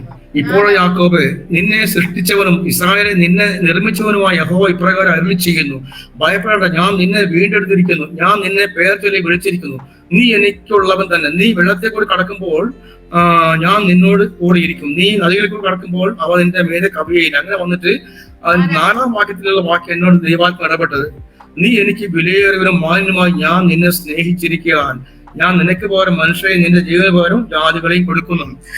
അപ്പൊ ഞാൻ ചോദിച്ചു, കർത്താവ് എന്തിനാണ് ഈ വചനം തന്നത്? ആ ട്രെയിനിൽ ചോദിച്ചു. അപ്പൊ ദൈവാത്മ പറയാ, ലഘുലേഖ എഴുതണമെന്ന്. 10ാം ക്ലാസ് 10 പ്രാവശ്യം തോട്ട എനിക്ക് എന്ത് ലഘുലേഖ എഴുതാനാ? ലഘുലേഖ സാധാരണ കഥ എഴുതുമ്പോഴല്ലോ, അനേക ലക്ഷങ്ങൾ മുമ്പിൽ പോകേണ്ട കാര്യമല്ലേ. അപ്പൊ ഞാൻ ശരി എന്ന് പറഞ്ഞു. ആ മനസ്സാതിട്ട് സംഗ്രഹിച്ചു. അത് കഴിഞ്ഞ് അവിടെ എറണാകുളം തിരിച്ചു വന്നു. അത് ഞാൻ നോട്ട് ചെയ്തിട്ടു, ഞാൻ ധ്യാനിക്കാൻ തുടങ്ങി. അങ്ങനെ റെയ്നാഡ് ബോങ്കയുടെ മീറ്റിംഗ് 4 ദിവസമാണ്. ഈ 3 ദിവസം അവിടെ എത്തി. ഞാൻ അതിൽ പങ്കെടുത്ത് പ്രയർവാരനായി അവിടുത്തെ ആൾക്കാർ സഹായിക്കാൻ എനിക്ക് കഴിഞ്ഞു. അങ്ങനെ നല്ലൊരു അനുഗ്രഹത്തോട് തിരിച്ചു വന്നു. ഞാൻ ഈ ലഘുലേഖ എഴുതാൻ ഇരുന്ന് ധ്യാനിച്ചു. നല്ലൊരു ലഘുലേഖ എഴുതാൻ ഈ പേര് വെച്ചോണ്ട്, നീ എനിക്ക് വിലയേറെ മാന്യം എന്നെ സ്നേഹിച്ചിരിക്കുന്ന ലഘുലേഖ ആദ്യം എഴുതി. അതിനുശേഷം പിന്നീട് കർത്താവ് ഒത്തിരി ലഘുലേഖ എഴുതാൻ എന്നെ ഉപയോഗിച്ചു. നിങ്ങളുടെ ദുഃഖം സന്തോഷമായി തീരും, നിങ്ങളുടെ ദുഃഖം സന്തോഷമായി തീരും, സമാധാനം നിങ്ങൾ തരുന്നു, ഹൃദയം നുറങ്ങുമ്പോൾ. ഇങ്ങനെ ഒത്തിരി ഇല്ലേ. അത് മൾട്ടി കളർ, നല്ല കോസ്റ്റ്ലിയാണ്, നല്ലതില്ല. ലക്ഷക്കണക്കിന് കോപ്പി ചെയ്ത് പ്രിന്റ് ചെയ്തു. കേരളത്തിലെ മിക്ക ജില്ലകളിലും ഈ ട്രാക്ട് ആൾക്കാർ വാങ്ങിച്ചു കൊണ്ടുപോകാൻ, പാസ്റ്റർമാർ വാങ്ങിച്ചു കൊണ്ടുപോകാറുണ്ട്. ഞാനും ലക്ഷക്കണക്കിന് ലഘുലേഖ വിതരണം ചെയ്ത് കഴിഞ്ഞു. ഈ ഒരു 10, 20, 18 വർഷം കൊണ്ട് അത് പ്രിന്റ് ചെയ്യാൻ ദൈവം സഹായിക്കും. 5000 കോപ്പി കൊണ്ട് 12,000 രൂപയാണ് അന്ന്. അത്രയും മൾട്ടി കളർ, അത്രയും കോസ്റ്റ്ലി സാധനം. അപ്പൊ അങ്ങനെ ഒത്തിരി ലഘുലേഖ കേരളത്തിലെ പല ജില്ലകളിൽ പല പാസ്റ്റർമാരും ഇത് വാങ്ങിക്കൊണ്ടും അയച്ചു കൊടുക്കാറുണ്ട്. അവർ ചിലപ്പോൾ കാശ് തരും. ബാംഗ്ലൂർ വരെ ലഘുലേഖ പോയിട്ട് ഞാൻ സന്തോഷിക്കുന്നു. അങ്ങനെ ലഘുലേഖകൾ എഴുതാൻ തുടങ്ങി. പിന്നെ പാട്ട് എഴുതാൻ തുടങ്ങി. പിന്നെ കോട്ടയത്ത് നിന്ന് ഇറങ്ങുന്ന ഒരു പത്രം ഉണ്ട്, എന്താ അതിന്റെ പേര്, കിങ്സ് വോയിസ്, സണ്ണിപ്പാസ് എന്ന് പറയും. അദ്ദേഹത്തിന്റെ ഒരു കാലില്ലാത്തതുകൊണ്ട് അദ്ദേഹത്തിന്റെ ഒരു പത്രം നടത്തിയിരുന്നു, ഒരു മന്ത്ലി. അതിൽ ഇനി കോളം ചെയ്യാറുണ്ട് ഞാൻ. എല്ലാ മാസം എനിക്കൊരു കോളുണ്ട്, ഒരു 1.5 പേജ് എനിക്കുണ്ടാവും. അതില് ലേഖനമൊക്കെ എഴുതാൻ ദൈവം അനുഭവിച്ചു. ഇതൊന്നും എന്റെ കഴിവല്ല. ദൈവം ഒരാളെ തെരഞ്ഞെടുത്താൽ അയാളെ നടത്തുന്ന വിധങ്ങൾ 2 അക്ഷരം കൂട്ടി വായിക്കാൻ അറിയാത്ത എന്നെ ദൈവം ഉയർത്തുകയായിരുന്നു. അങ്ങനെ പിന്നെ കേരളം കംപ്ലീറ്റ് പോയിട്ട് ദൈവത്തിന് സാക്ഷിയായി നിൽപ്പാൻ സ്വർഗ്ഗം എന്നെ സഹായിച്ചു. കേരളത്തിൽ മിക്ക ജില്ലകളിലും മദ്രാസും ബാംഗ്ലൂരൊക്കെ ദൈവവചനമായി പോകാൻ സ്വർഗ്ഗം ഉപയോഗിച്ചു. അങ്ങനെ ഇരിക്കാൻ ഞാൻ സഭാ ശുശ്രൂഷയ്ക്ക് ഒഴിവാക്കി. ഞാൻ ഇൻഡിപെൻഡന്റ് ആയി, സ്വതന്ത്രനായി. ഇങ്ങനെ ഇരിക്കുക വീട്ടില് 2009 ആയപ്പം എന്റെ അരുമ മോളുടെ കല്യാണം വന്നു. 2006 വീട്ടിൽ പുറന്തള്ളപ്പെട്ടു, യാതൊരു ബന്ധവുമില്ല. 2009 എന്റെ നെഞ്ചത്ത് കിടത്തി വളർത്തി എന്റെ ഇളയ മോൾ, സുന്ദരി മോളാ എന്റെ മോള്, പേരും പറയുന്നില്ല. എന്റെ മോളുടെ കല്യാണം വന്നു.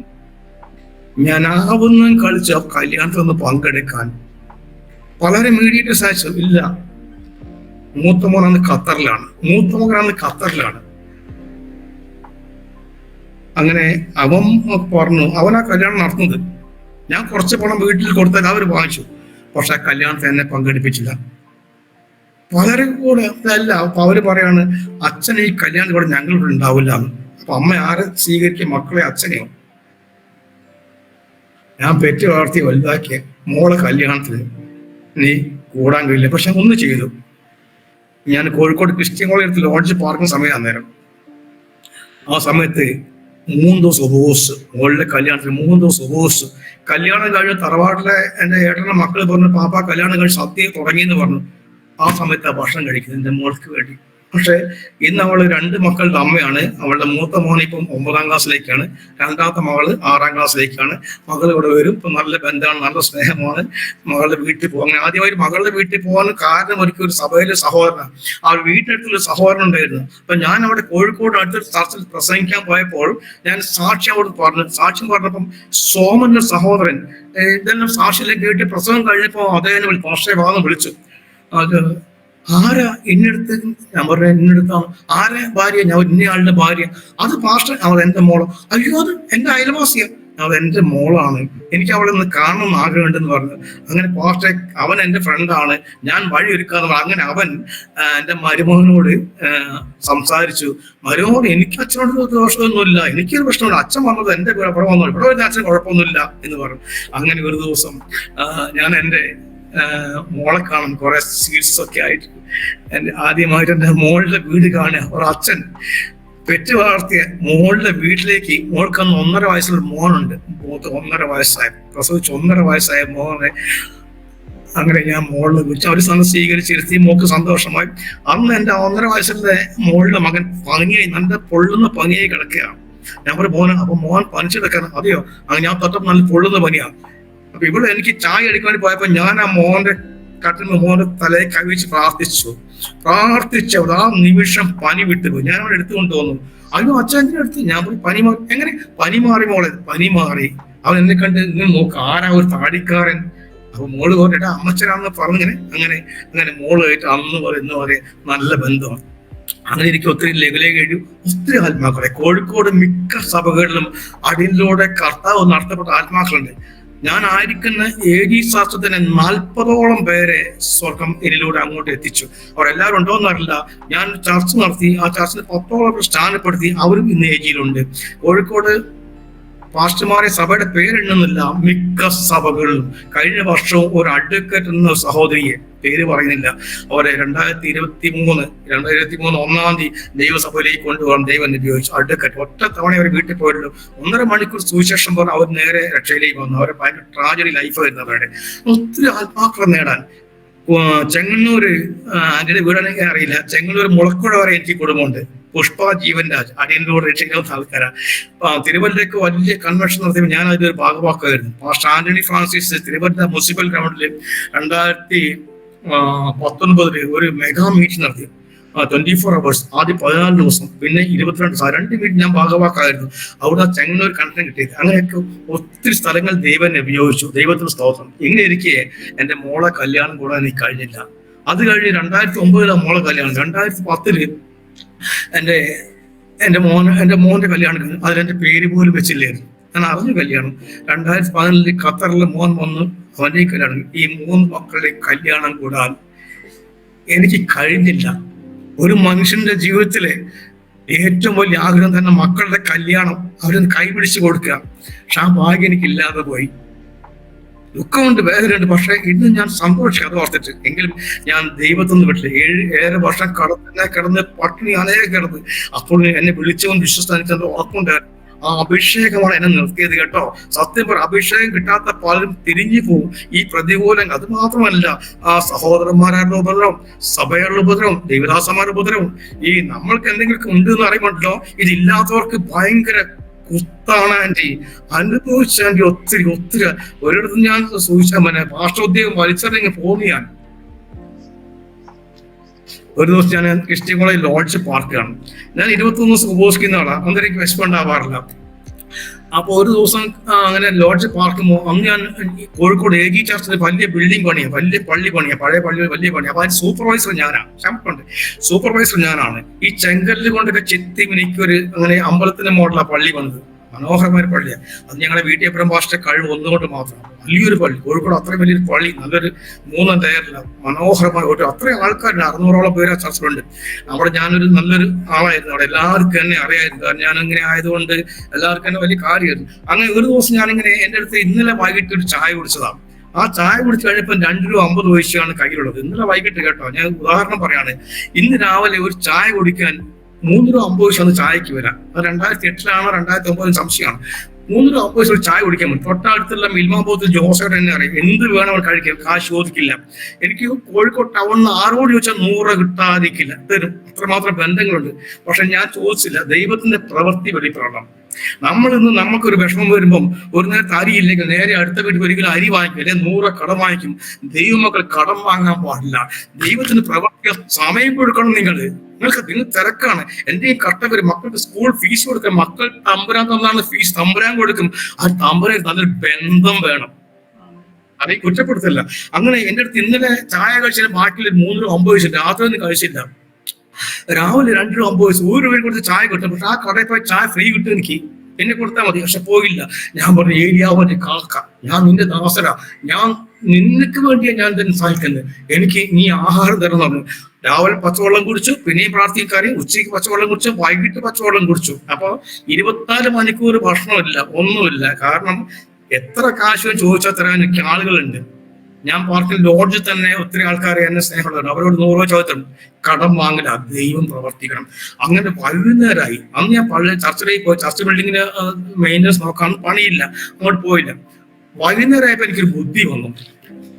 അതൊരു ഞങ്ങൾ അതിലൊരു കോൺട്രാക്ട് ഉണ്ട്, ചർച്ചിലെ ഒരു മെമ്പർ കോൺട്രാക്ട് ഉണ്ട്, അത് പേര് ഞാൻ പറയുന്നില്ല, ജോബ് എന്നായിക്കോട്ടെ. ആ ജോബേട്ടൻ വൈകുന്നേരം പള്ളിയിലേക്ക് 5:30 പുള്ളി വരും. പുള്ളി വന്ന പള്ളിയുടെ മുമ്പിൽ തൊട്ട് മുമ്പുള്ള തട്ടുകട എന്ന് ഒരു ചായ ഒരു കടിയുമായി കിട്ടും. അത് ചോദിക്കാതെ കിട്ടുന്നില്ല. അപ്പൊ അങ്ങനെ ഞാൻ നേരെ വൈകുന്നേരം ബൈക്ക് എടുത്ത് നേരെ ആ പള്ളിയുടെ മുമ്പ് പോയിട്ട് ബൈക്കോട്, ഞാൻ പള്ളിയുടെ ഹാളിൽ ഇങ്ങനെ താഴത്ത് ഒരു കസേര ഉണ്ട്, ആ കസേര ഇങ്ങനെ ഇരിക്കുക. ജോബായിട്ട് ഒരു കാത്തിരിക്കുക. തൊട്ട മുമ്പ് ഒരു ചായക്കടയിൽ പലരും ചായ തട്ടുകടയാ ചായ കുടിക്കുന്നുണ്ട്. അത് ഞാൻ കണ്ടുകൊണ്ടിരിക്കുകയാണ്. ചില്ലിപ്പൊട്ടി നല്ല പലഹാരങ്ങളൊക്കെ ഉണ്ട്, ഇത് ഞാൻ കണ്ടുകൊണ്ടിരിക്കുകയാണ്. പക്ഷെ എന്റെ വയറ് വിശന്ന് കത്തിച്ചേരിക.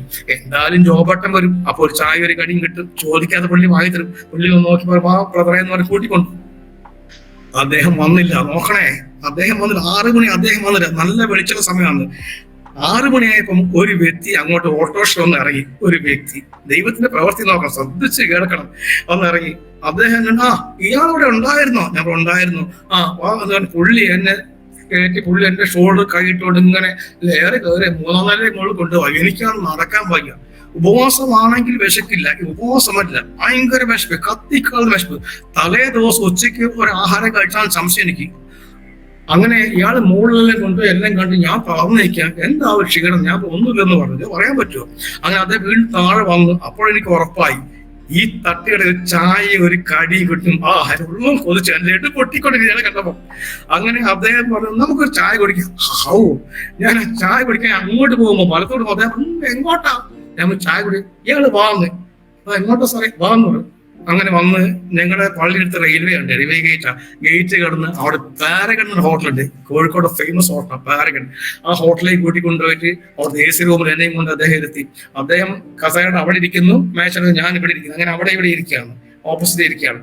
അപ്പൊ അദ്ദേഹം ചോദിച്ചു, പുള്ളി വളരെ ഹാപ്പി ആയിട്ടാണ്. പള്ളിയുടെ പണിയെ പറ്റി ഒരുപാട് കാര്യങ്ങൾ പറഞ്ഞു, അങ്ങനെ പല കാര്യം പറഞ്ഞു. എനിക്ക് ഒത്തിരി ഉത്തരവാദിത്തം ആയിരുന്നു അവിടെ.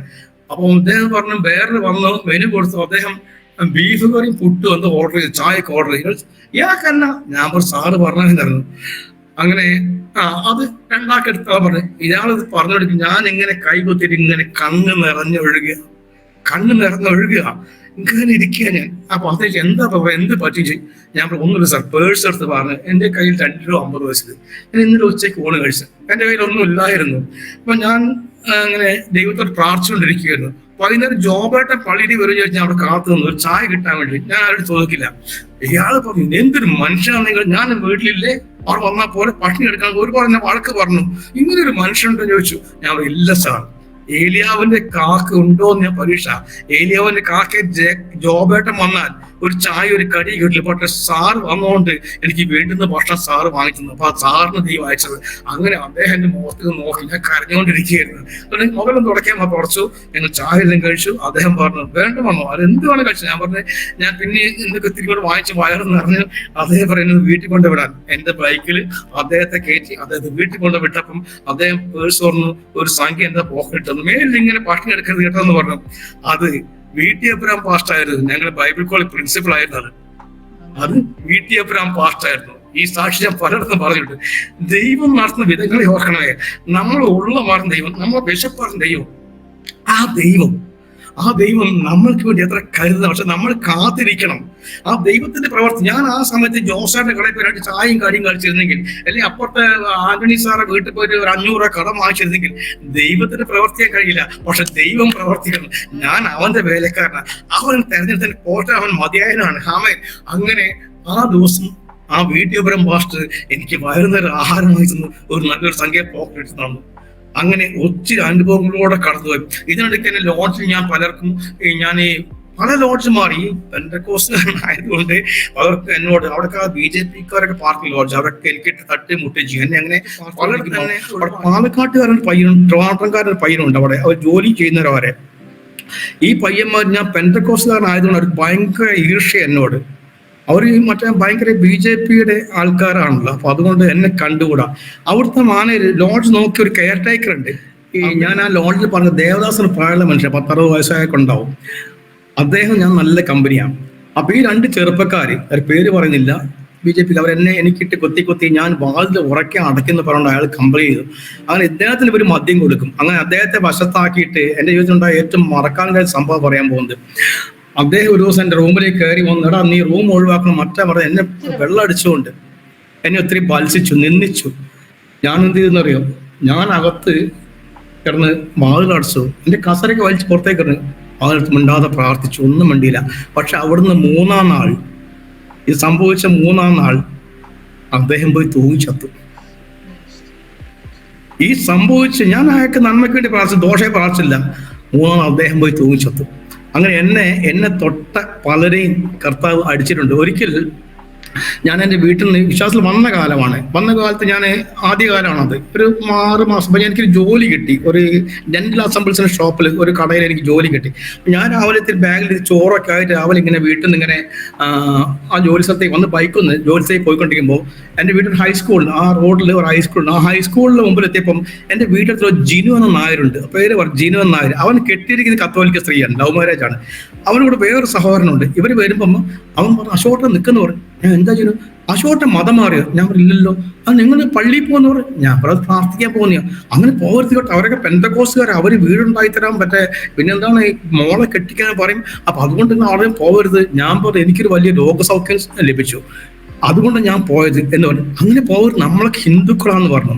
അപ്പൊ ഞാൻ ചോദിച്ചു, അപ്പൊ സഹോദര, അപ്പൊ നമ്മളെ ഈ കമല എന്ന ആ സഹോദരി മാധവിക്കുട്ടി, അവര് കമല സുരയ്യായല്ലോ, മാധവിക്കുട്ടി എന്ന എഴുത്തുകാരി, അവർ നായർ സ്ത്രീയാ, അവര് കമല സുരയ്യായാലും അതിന് കുഴപ്പമില്ല. അവരൊക്കെ വലിയ വലിയ ആൾക്കാരല്ലേ, ഇവര് പറയാ അവരൊക്കെ വലിയ വലിയ ആൾക്കാരല്ലേ. അപ്പൊ ഞാൻ ചോദിച്ചു എനിക്ക് ഞാൻ വലുതാണ് പറഞ്ഞാൽ അവൻ മുട്ടുമടക്കിന് ഇടിക്കാൻ വന്നു, എന്റെ നാഭിക്ക് ചവിട്ടാൻ വന്നു, റോട്ടും വന്നു. അപ്പൊ കൂടെയുള്ള പിടിച്ചു, മുട്ടുമടക്കി എന്നെ നാഭിക്ക് ചവിട്ടാൻ. അത്രയും ഹൈറ്റ് വേണ്ട ഒരാളാണ്, അയൽവാസിയാണ്. അതെനിക്ക് വല്ലാത്തതായി.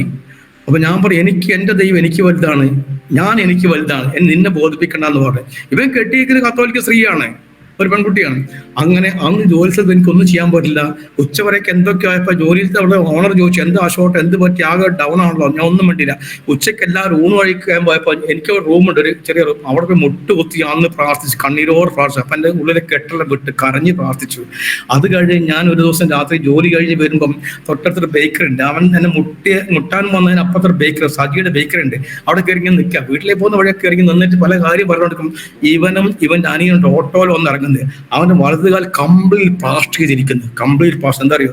അപ്പം ഈ സജി ചോദിച്ചു എന്താണ് ജിനുവേട്ട സംഭവിച്ചത്. അവൻ പറഞ്ഞു ബൈപ്പാസിലൂടെ പോകുമ്പോൾ ഒരു പ്രായമുള്ള മനുഷ്യൻ പെട്ടെന്ന് മട്ടൻ ചാടി, അവരെ ബുള്ളറ്റാ, ഞാൻ വണ്ടി വെട്ടിച്ചു, അയാൾ രക്ഷപ്പെട്ടു, ഞാൻ വീണ് കാലിൽ എല്ലാം ഒടിഞ്ഞു വന്നു. അശോക് കുമാറിന്റെ മേലേക്ക് ദൈവത്തിന്റെ മകന്റെ മേൽ മുട്ടുമടക്കി അവന്റെ മുട്ടുകാൽ ഒടിച്ച് എന്റെ മുമ്പിൽ കൊണ്ട് കാണിച്ചു തന്റെ ഭക്തന്മാരെ തൊടുന്നത് ദൈവത്തിന്റെ കണ്ണിലെ കൃഷ്ണമണി തൊടുമ്പോൾ വചനം ഉണ്ടോ? വചനമുണ്ട്, വചനം സത്യമാ, തമ്പുരാൻ കള്ളം പറയില്ല. ഇതുപോലെ ഒരുപാട് അനുഭവങ്ങൾ എനിക്കുണ്ടായിട്ടുണ്ട്. ഒരിക്കൽ ഇങ്ങനെ ഇതിനിടയ്ക്ക് ഇങ്ങനെ സുവിശേഷ വേല ചെയ്തുകൊണ്ടിരിക്കും. വളരെ നന്നായിട്ട് അത് വീട്ടിൽ നിന്ന് പോന്നു. വീട്ടിൽ നിന്ന് 2009 മക്കളുടെ കല്യാണം കഴിഞ്ഞ് 10-11 കല്യാണം കഴിഞ്ഞു. അങ്ങനെ ഇരിക്കും. ഇനി ഒരു വലിയ സംഭവം ഉണ്ടായത്, ഒത്തിരി ഞാൻ മുൻപോട്ട് പോവാണ്, കാര്യമായിട്ടുള്ള മാത്രമേ പറയുന്നു എൻ്റെ ദൈവം നടത്തിയ വഴികൾ. അങ്ങനെ ഞാൻ ലോഡ്ജ് പാർത്തുകൊണ്ടിരിക്കുമ്പോൾ ഞാൻ സ്വന്തമായി ചർച്ച ഇട്ടു, സിയോൺ ഫെലോഷിപ്പ്. അവിടെ കുറച്ച് ആൾക്കാരൊക്കെ ഉണ്ട്. അവിടെ 10 പേരെ സ്ഥാനപ്പെടുത്തിയത്. ആത്മാക്കളെ നടുവ് ഒരു പണിയും ഇല്ല, പെട്ടെന്ന് ആൾക്കാർ വരും, പെട്ടെന്ന് ആൾക്കാർ എൻ്റെ കൂടെ. എനിക്കറിയില്ല, ഇന്നും വരുന്നുണ്ട്. ഇന്ന് കുറച്ച് കുറവ്, ഇന്ന് പ്രാർത്ഥനയിലും കുറച്ച് കുറവ്. പഴയ ശക്തി ഒന്നും കാണുന്നില്ല, എന്താണെന്നറിയില്ല. പണ്ടൊക്കെ ഒരു വീട്ടില് ആൻറ്റി 1 മണിക്കൂർ ഇരുന്നാൽ അടുത്ത ദിവസം കുടുംബം പോലും. കോഴിക്കോട് ഒത്തിരി ആത്മാക്കളെ ദൈവം എനിക്ക് തന്നിട്ടുണ്ട്, ഒത്തിരി ആത്മാക്കളെ. എൻ്റെ കഴിവല്ല കേട്ടോ, തമ്പുരാന്റെ കൃപയാണ്. പക്ഷെ ഇപ്പൊ അങ്ങനെയില്ല. എങ്കിലും 2023 സ്റ്റാർട്ടിങ്ങിൽ ഒരു കുടുംബത്തെ ദൈവം തന്നു. കഴിഞ്ഞ ആഴ്ച ഒരു മുസ്ലിം സഹോദരൻ പള്ളി വരാമെന്ന് പറഞ്ഞു, വന്ന് രക്ഷിക്കപ്പെട്ടു, ഒരു ഫൈസൽ. അപ്പൊ ഞാൻ പറഞ്ഞു താല്പര്യം.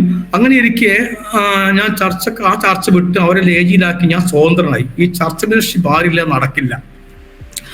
അങ്ങനെ എൻ്റെ മകൻ ഖത്തറിൽ പോയിട്ട് അപ്പോൾ എന്നോട് എൻ്റെ സഭയിൽ 1-2 സഹോദരിമാരും ചില അങ്കിൾമാരും പാസ്റ്റർ ഇങ്ങനെ നടക്കണ്ട, ചെറിയ പ്രായമല്ലേ, പാസ്റ്റർ തുണം വേണ്ട, ഒന്ന് പനിയാന്ന് ആരോ ഉണ്ടാവുക, ഞങ്ങൾ കൂടി എത്താൻ പറ്റുമോ, പാസ്റ്റർ ഇങ്ങനെ പറ്റില്ല. അങ്ങനെ എല്ലാവരും ബ്രൈമാഷ്. ഞാൻ കല്യാണത്തിന് മുതിരുക, വീണ്ടും ഒരു കല്യാണത്തിന്. വചനം പറയുന്നു തെറ്റാണ്, ഭാര്യ ജീവിച്ചിരിക്കെ കല്യാണം കഴിക്കാൻ പാടില്ല. പക്ഷെ അവർ പറഞ്ഞു, പാസ്റ്റർ നിങ്ങൾ പലതവണ വിളിച്ചില്ലേ, പലരെ കൊണ്ട് വിളിപ്പിച്ച് അവർ വരുന്നില്ല, അപ്പൊ നിങ്ങളുടെ കുറ്റമില്ല, നിങ്ങളതല്ലാത്ത കുറ്റം കൊണ്ട് അവർ മാറി നിൽക്കണം, അതിൽ നിങ്ങൾക്ക് പാപമില്ല, നിങ്ങൾ കല്യാണം കഴിക്കുക. അപ്പൊ പിന്നെ എനിക്കൊന്നും ഇഷ്ടം അന്ന് കല്യാണം കഴിക്കുക. അങ്ങനെ ഇരിക്കെ അപ്പോൾ വേറെ തടസ്സമുണ്ട്, ഡൈവോഴ്സ് കൊടുക്കണം. അപ്പൊ ഞാൻ എന്ത് ചെയ്യുന്നറിയാം, അപ്പം ഒരു വക്കീൽ മുഖാന്തരം എൻ്റെ ഭാര്യയ്ക്ക് ഞാൻ ഡൈവോഴ്സ് നോട്ടീസ് അയച്ചു. ഡൈവോഴ്സ് നോട്ടീസ് അയച്ചിട്ട് ഞാൻ കാത്തിരിക്കുക. അപ്പം ഉടനെ മറുപടി വന്നു, ഇന്ന ദിവസം കോർട്ടിൽ കുടുംബ കോടതിയിൽ ഹാജരാവണം, ചെറുവട്ടി റോഡിലാണ് കോഴിക്കോട്, ഹാജരാവണം. അപ്പൊ ഞാൻ അന്ന് പറഞ്ഞ സമയത്ത് ഞാൻ ആ ചെറുവട്ടി റോഡിലെ കുടുംബ കോടതിയിൽ കയറി അവിടെ നിന്ന്. അപ്പൊ എൻ്റെ ഭാര്യയും 2ാമത്തെ മോനോട് ബൈക്കിൽ ഇങ്ങനെ വന്നു. അവർ കണ്ടു, എന്നെ കാണാത്ത പോലെ ആ കോടതി റൂമിലേക്ക് കൗൺസിൽ ചെയ്യുന്നൊരു മാഡം ഉണ്ട്, അങ്ങോട്ട് കടന്നു ചെന്ന്. അപ്പൊ അവരിരുന്ന് മോൻ പുറത്തുനിന്ന്, എൻ്റെ ഭാര്യ ഇരുന്ന്, ഞാനിരുന്നു. അങ്ങനെ 7 വർഷങ്ങൾക്ക് ശേഷം എൻ്റെ ഭാര്യ എൻ്റെ അടുത്തൊന്നും ഇരുന്നു. എനിക്ക് നല്ലാത്തൊരു സന്തോഷമായിരുന്നു. എൻ്റെ ഭാര്യ കാണാൻ നല്ല ഭംഗിയുള്ള സ്ത്രീയാണ്, നല്ല തൻ്റെടി, നല്ല കൃപയും, നന്നായി കുടുംബത്തെ പരിപാലിക്കുന്ന നല്ലൊരു മാന്യ സ്ത്രീ എൻ്റെ ഭാര്യ. ഞങ്ങൾ കുടുംബത്തിൽ 5 പെൺകുട്ടികൾ വന്നിട്ടുണ്ട്. എൻ്റെ മൂത്ത ഏട്ടൻ, 2ാമത്തെ ഏട്ടൻ, 3ാമത്തെ ഏട്ടൻ, 4ാമത്തെ എൻ്റെ അനിയൻ, ഞാൻ. 5 സ്ത്രീകൾ വന്നിട്ടുണ്ട്. അതിൽ ഏറ്റവും കാണാൻ ഭംഗിയുള്ളതും ഏറ്റവും തൻ്റെയുള്ളതും കാര്യശേഷിയുള്ള എൻ്റെ ഭാര്യയാണ്. എൻ്റെ ഭാര്യ നല്ലൊരു കുടുംബിനിയാണ്, നല്ലൊരു അമ്മയാണ്, നല്ലൊരു ഭാര്യയാണ്. പക്ഷേ സാഹചര്യം ഇങ്ങനെയൊക്കെ ആക്കിയെങ്കിലും കൂടി അങ്ങനെ ഇവള് വന്നിരുന്നു. അപ്പം കൗൺസിൽ ചെയ്യുന്ന മാഡം, അവരുടെ പേര് സെറീന മാഡം ചോദിച്ചു, നിങ്ങൾക്ക് ഇയാളെ കൂടെ ജീവിക്കാൻ താല്പര്യമില്ല? അപ്പോൾ ഇല്ല, ഒരിക്കലും ഇല്ല, ഇയാളെ എന്നേ ഒഴിവാക്കിയതാണ്. അപ്പൊ എന്നോട് ചോദിച്ചു, സാർ എന്താ? ഞാൻ പറഞ്ഞു, എനിക്ക് ഇവരെ ഒഴിവാക്കാൻ താല്പര്യമില്ല, ഇവരെ കൂടെ ജീവിക്കാൻ ആഗ്രഹം. അപ്പൊ അവർ ചോദിച്ചു, എന്താ നിങ്ങൾ ഡിവോഴ്സ് കൊടുത്തു ചോദിച്ചു. ഞാൻ പറഞ്ഞു, ഇവരെ വിവരം ഒന്ന് അറിയാൻ വേണ്ടിയിട്ടാണ്, ഇവരെ കൂടെ നിൽക്കാൻ ഞാൻ വീണ്ടും അവരെ കൂടെ ജീവിക്കാൻ താല്പര്യപ്പെടുന്നു, എനിക്ക് ഇവരില്ല ജീവിക്കാൻ പറ്റില്ല. അപ്പൊ വൈഫ് പറയാം, ഇല്ല മാഡം, ഈ മനുഷ്യൻ എന്നും ഒഴിവാക്കി, ഇയാളെ എങ്ങനെയൊന്നും ഒഴിവാക്കി കിട്ടിയാൽ മതി, എൻ്റെ അടുത്തുനിന്ന് ഇവള് പറയാം.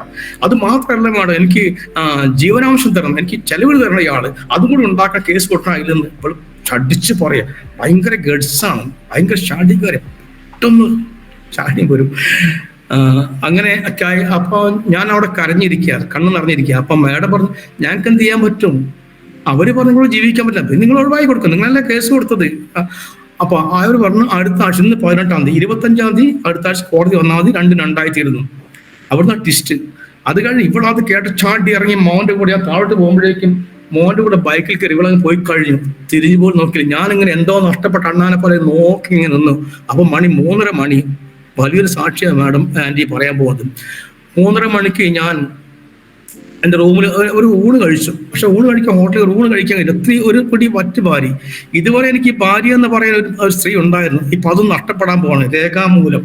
അങ്ങനെ ഞാൻ റൂമിൽ വന്നു, ഒരു പിടി തിന്നു എന്ന് പറയാൻ പറ്റില്ല. റൂമിൽ വന്നു, കിടന്നു, 3:30 മണിക്ക് കിടന്നു. ഉറങ്ങാൻ പറ്റുന്നില്ല, ക്ഷീണം, എന്തൊക്കെയോ വല്ലാത്തൊരവസ്ഥ. 4:30 വരെ ഈ ബെഡിൽ ഇങ്ങനെ. അപ്പൊ എന്റെ റൂമിൽ 2 പേര് പാർക്കുന്നു. പകല് മെഡിക്കൽ റെപ്രസെന്റേറ്റീവ് കൂടില്ല, ആൾ കൂടെ ഇല്ല. ഞാൻ കഥ കടച്ചു. 4:30 മണിക്കാണ് എഴുന്നേറ്റിരുന്നു. ഭയങ്കര സങ്കടം. ഞാൻ പ്രാർത്ഥിക്കാൻ തുടങ്ങി. 1 മണിക്കൂർ 4 മുതൽ 5:30 വരെ ശക്തമായി പറഞ്ഞു. ഞാൻ യേശുവിന് ഒരുപാട് ആർഗ്യുമെന്റ്സ് നടത്തി. എന്തുകൊണ്ട് ഇങ്ങനെ, എന്താ എന്റെ കുഴപ്പം, അങ്ങ് ഒത്തിരി യേശുവിനെ കുറ്റം പറഞ്ഞു. ശക്തമായിട്ട് ഞാൻ പ്രാർത്ഥിച്ചു, കരഞ്ഞ് പൊട്ടിക്കരഞ്ഞ് പ്രാർത്ഥിച്ചു. 4:30 മുതൽ 5:30 വരെ. ഈ സമയത്ത് അതിന് പിന്നാലെ വേറെ ഈ വൈഫ് ഇവിടുന്ന് പോയല്ലോ. വൈഫ് വീട്ടിൽ ചെന്ന് കയറുമ്പോൾ അവിടെ മകളുടെ ഭർത്താവ്, മൂത്ത മകന്റെ ഭാര്യ, ഇവരൊക്കെ അമ്മയും കാത്തിരിക്കുക.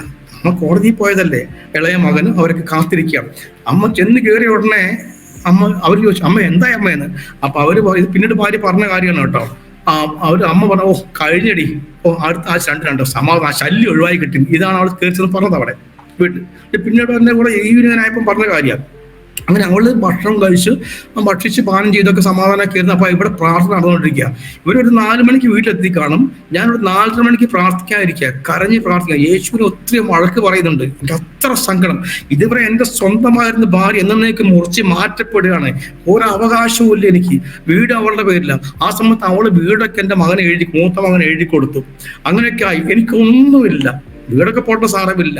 അങ്ങനെ ഇരിക്കെ 4:30 മണി കഴിഞ്ഞ് എനിക്ക് ഒരുപാട് കരഞ്ഞ് പ്രാർത്ഥന, ഒത്തിരി ആശ്വാസം തോന്നി. ഈ സമയത്ത് വീട്ടിൽ സംഭവം ഉണ്ടായി. അപ്പം ഇവര് വീട്ടിൽ ചെന്ന ഉടനെ തന്നെ രണ്ടാമത്തെ മകൻ ഖത്തറിലെ ഏട്ടനെ വിളിച്ച് പറഞ്ഞു, ഏട്ടൻ അങ്ങനെ അത് ഒക്കെ ശരിയായി, അമ്മ ഞാൻ പോയിട്ട് വന്നു, അങ്ങനെ അമ്മ അടുത്ത ആഴ്ചയാണ് ഡിവോഴ്സ് വെച്ചിരിക്കുന്നത്. അപ്പൊ അന്നത് വെച്ചാൽ ഫോൺ കട്ട് ചെയ്തു. 5:30 മണിയായപ്പം എന്റെ പ്രാർത്ഥന സ്വർഗത്തിൽ ചെന്നു. സ്വർഗം 1 മണിക്കൂർ കൊണ്ട് എന്റെ ഭാര്യ ഇടപെട്ട്. എങ്ങനെ ഇടപെട്ടെന്നറിയാമോ? ഇവള് ഭക്ഷിച്ച് പാൻ ചെയ്തെല്ലാം കഴിഞ്ഞ് ഇങ്ങനെ വിശ്രമിച്ചുകൊണ്ടിരിക്കുമ്പം പെട്ടെന്ന് ഇത് വന്നു, എന്തോ ശക്തി ഇവളെ മേൽ വന്നു. ഇവള് പെട്ടെന്ന് കരയാൻ തുടങ്ങി. എന്റെ ഭാര്യ പെട്ടെന്ന് കരഞ്ഞിട്ട് ഇവള് തലയൊക്കെ ഭിത്തിക്കിട്ട് അടിക്കാൻ തുടങ്ങി. അച്ഛനെ ഒഴിവാക്കാൻ പറ്റില്ല, അച്ഛനെ ഒഴിക്കാൻ എന്റെ അച്ഛനെ വേണം, എനിക്ക് അച്ഛനെ വേണം. എനിക്ക് എന്റെ ഭർത്താവ് വന്നത് ഭയങ്കര കരച്ചില്, ഭയങ്കര 1 മണിക്കൂറുണ്ടായ സംഭവമാണ്.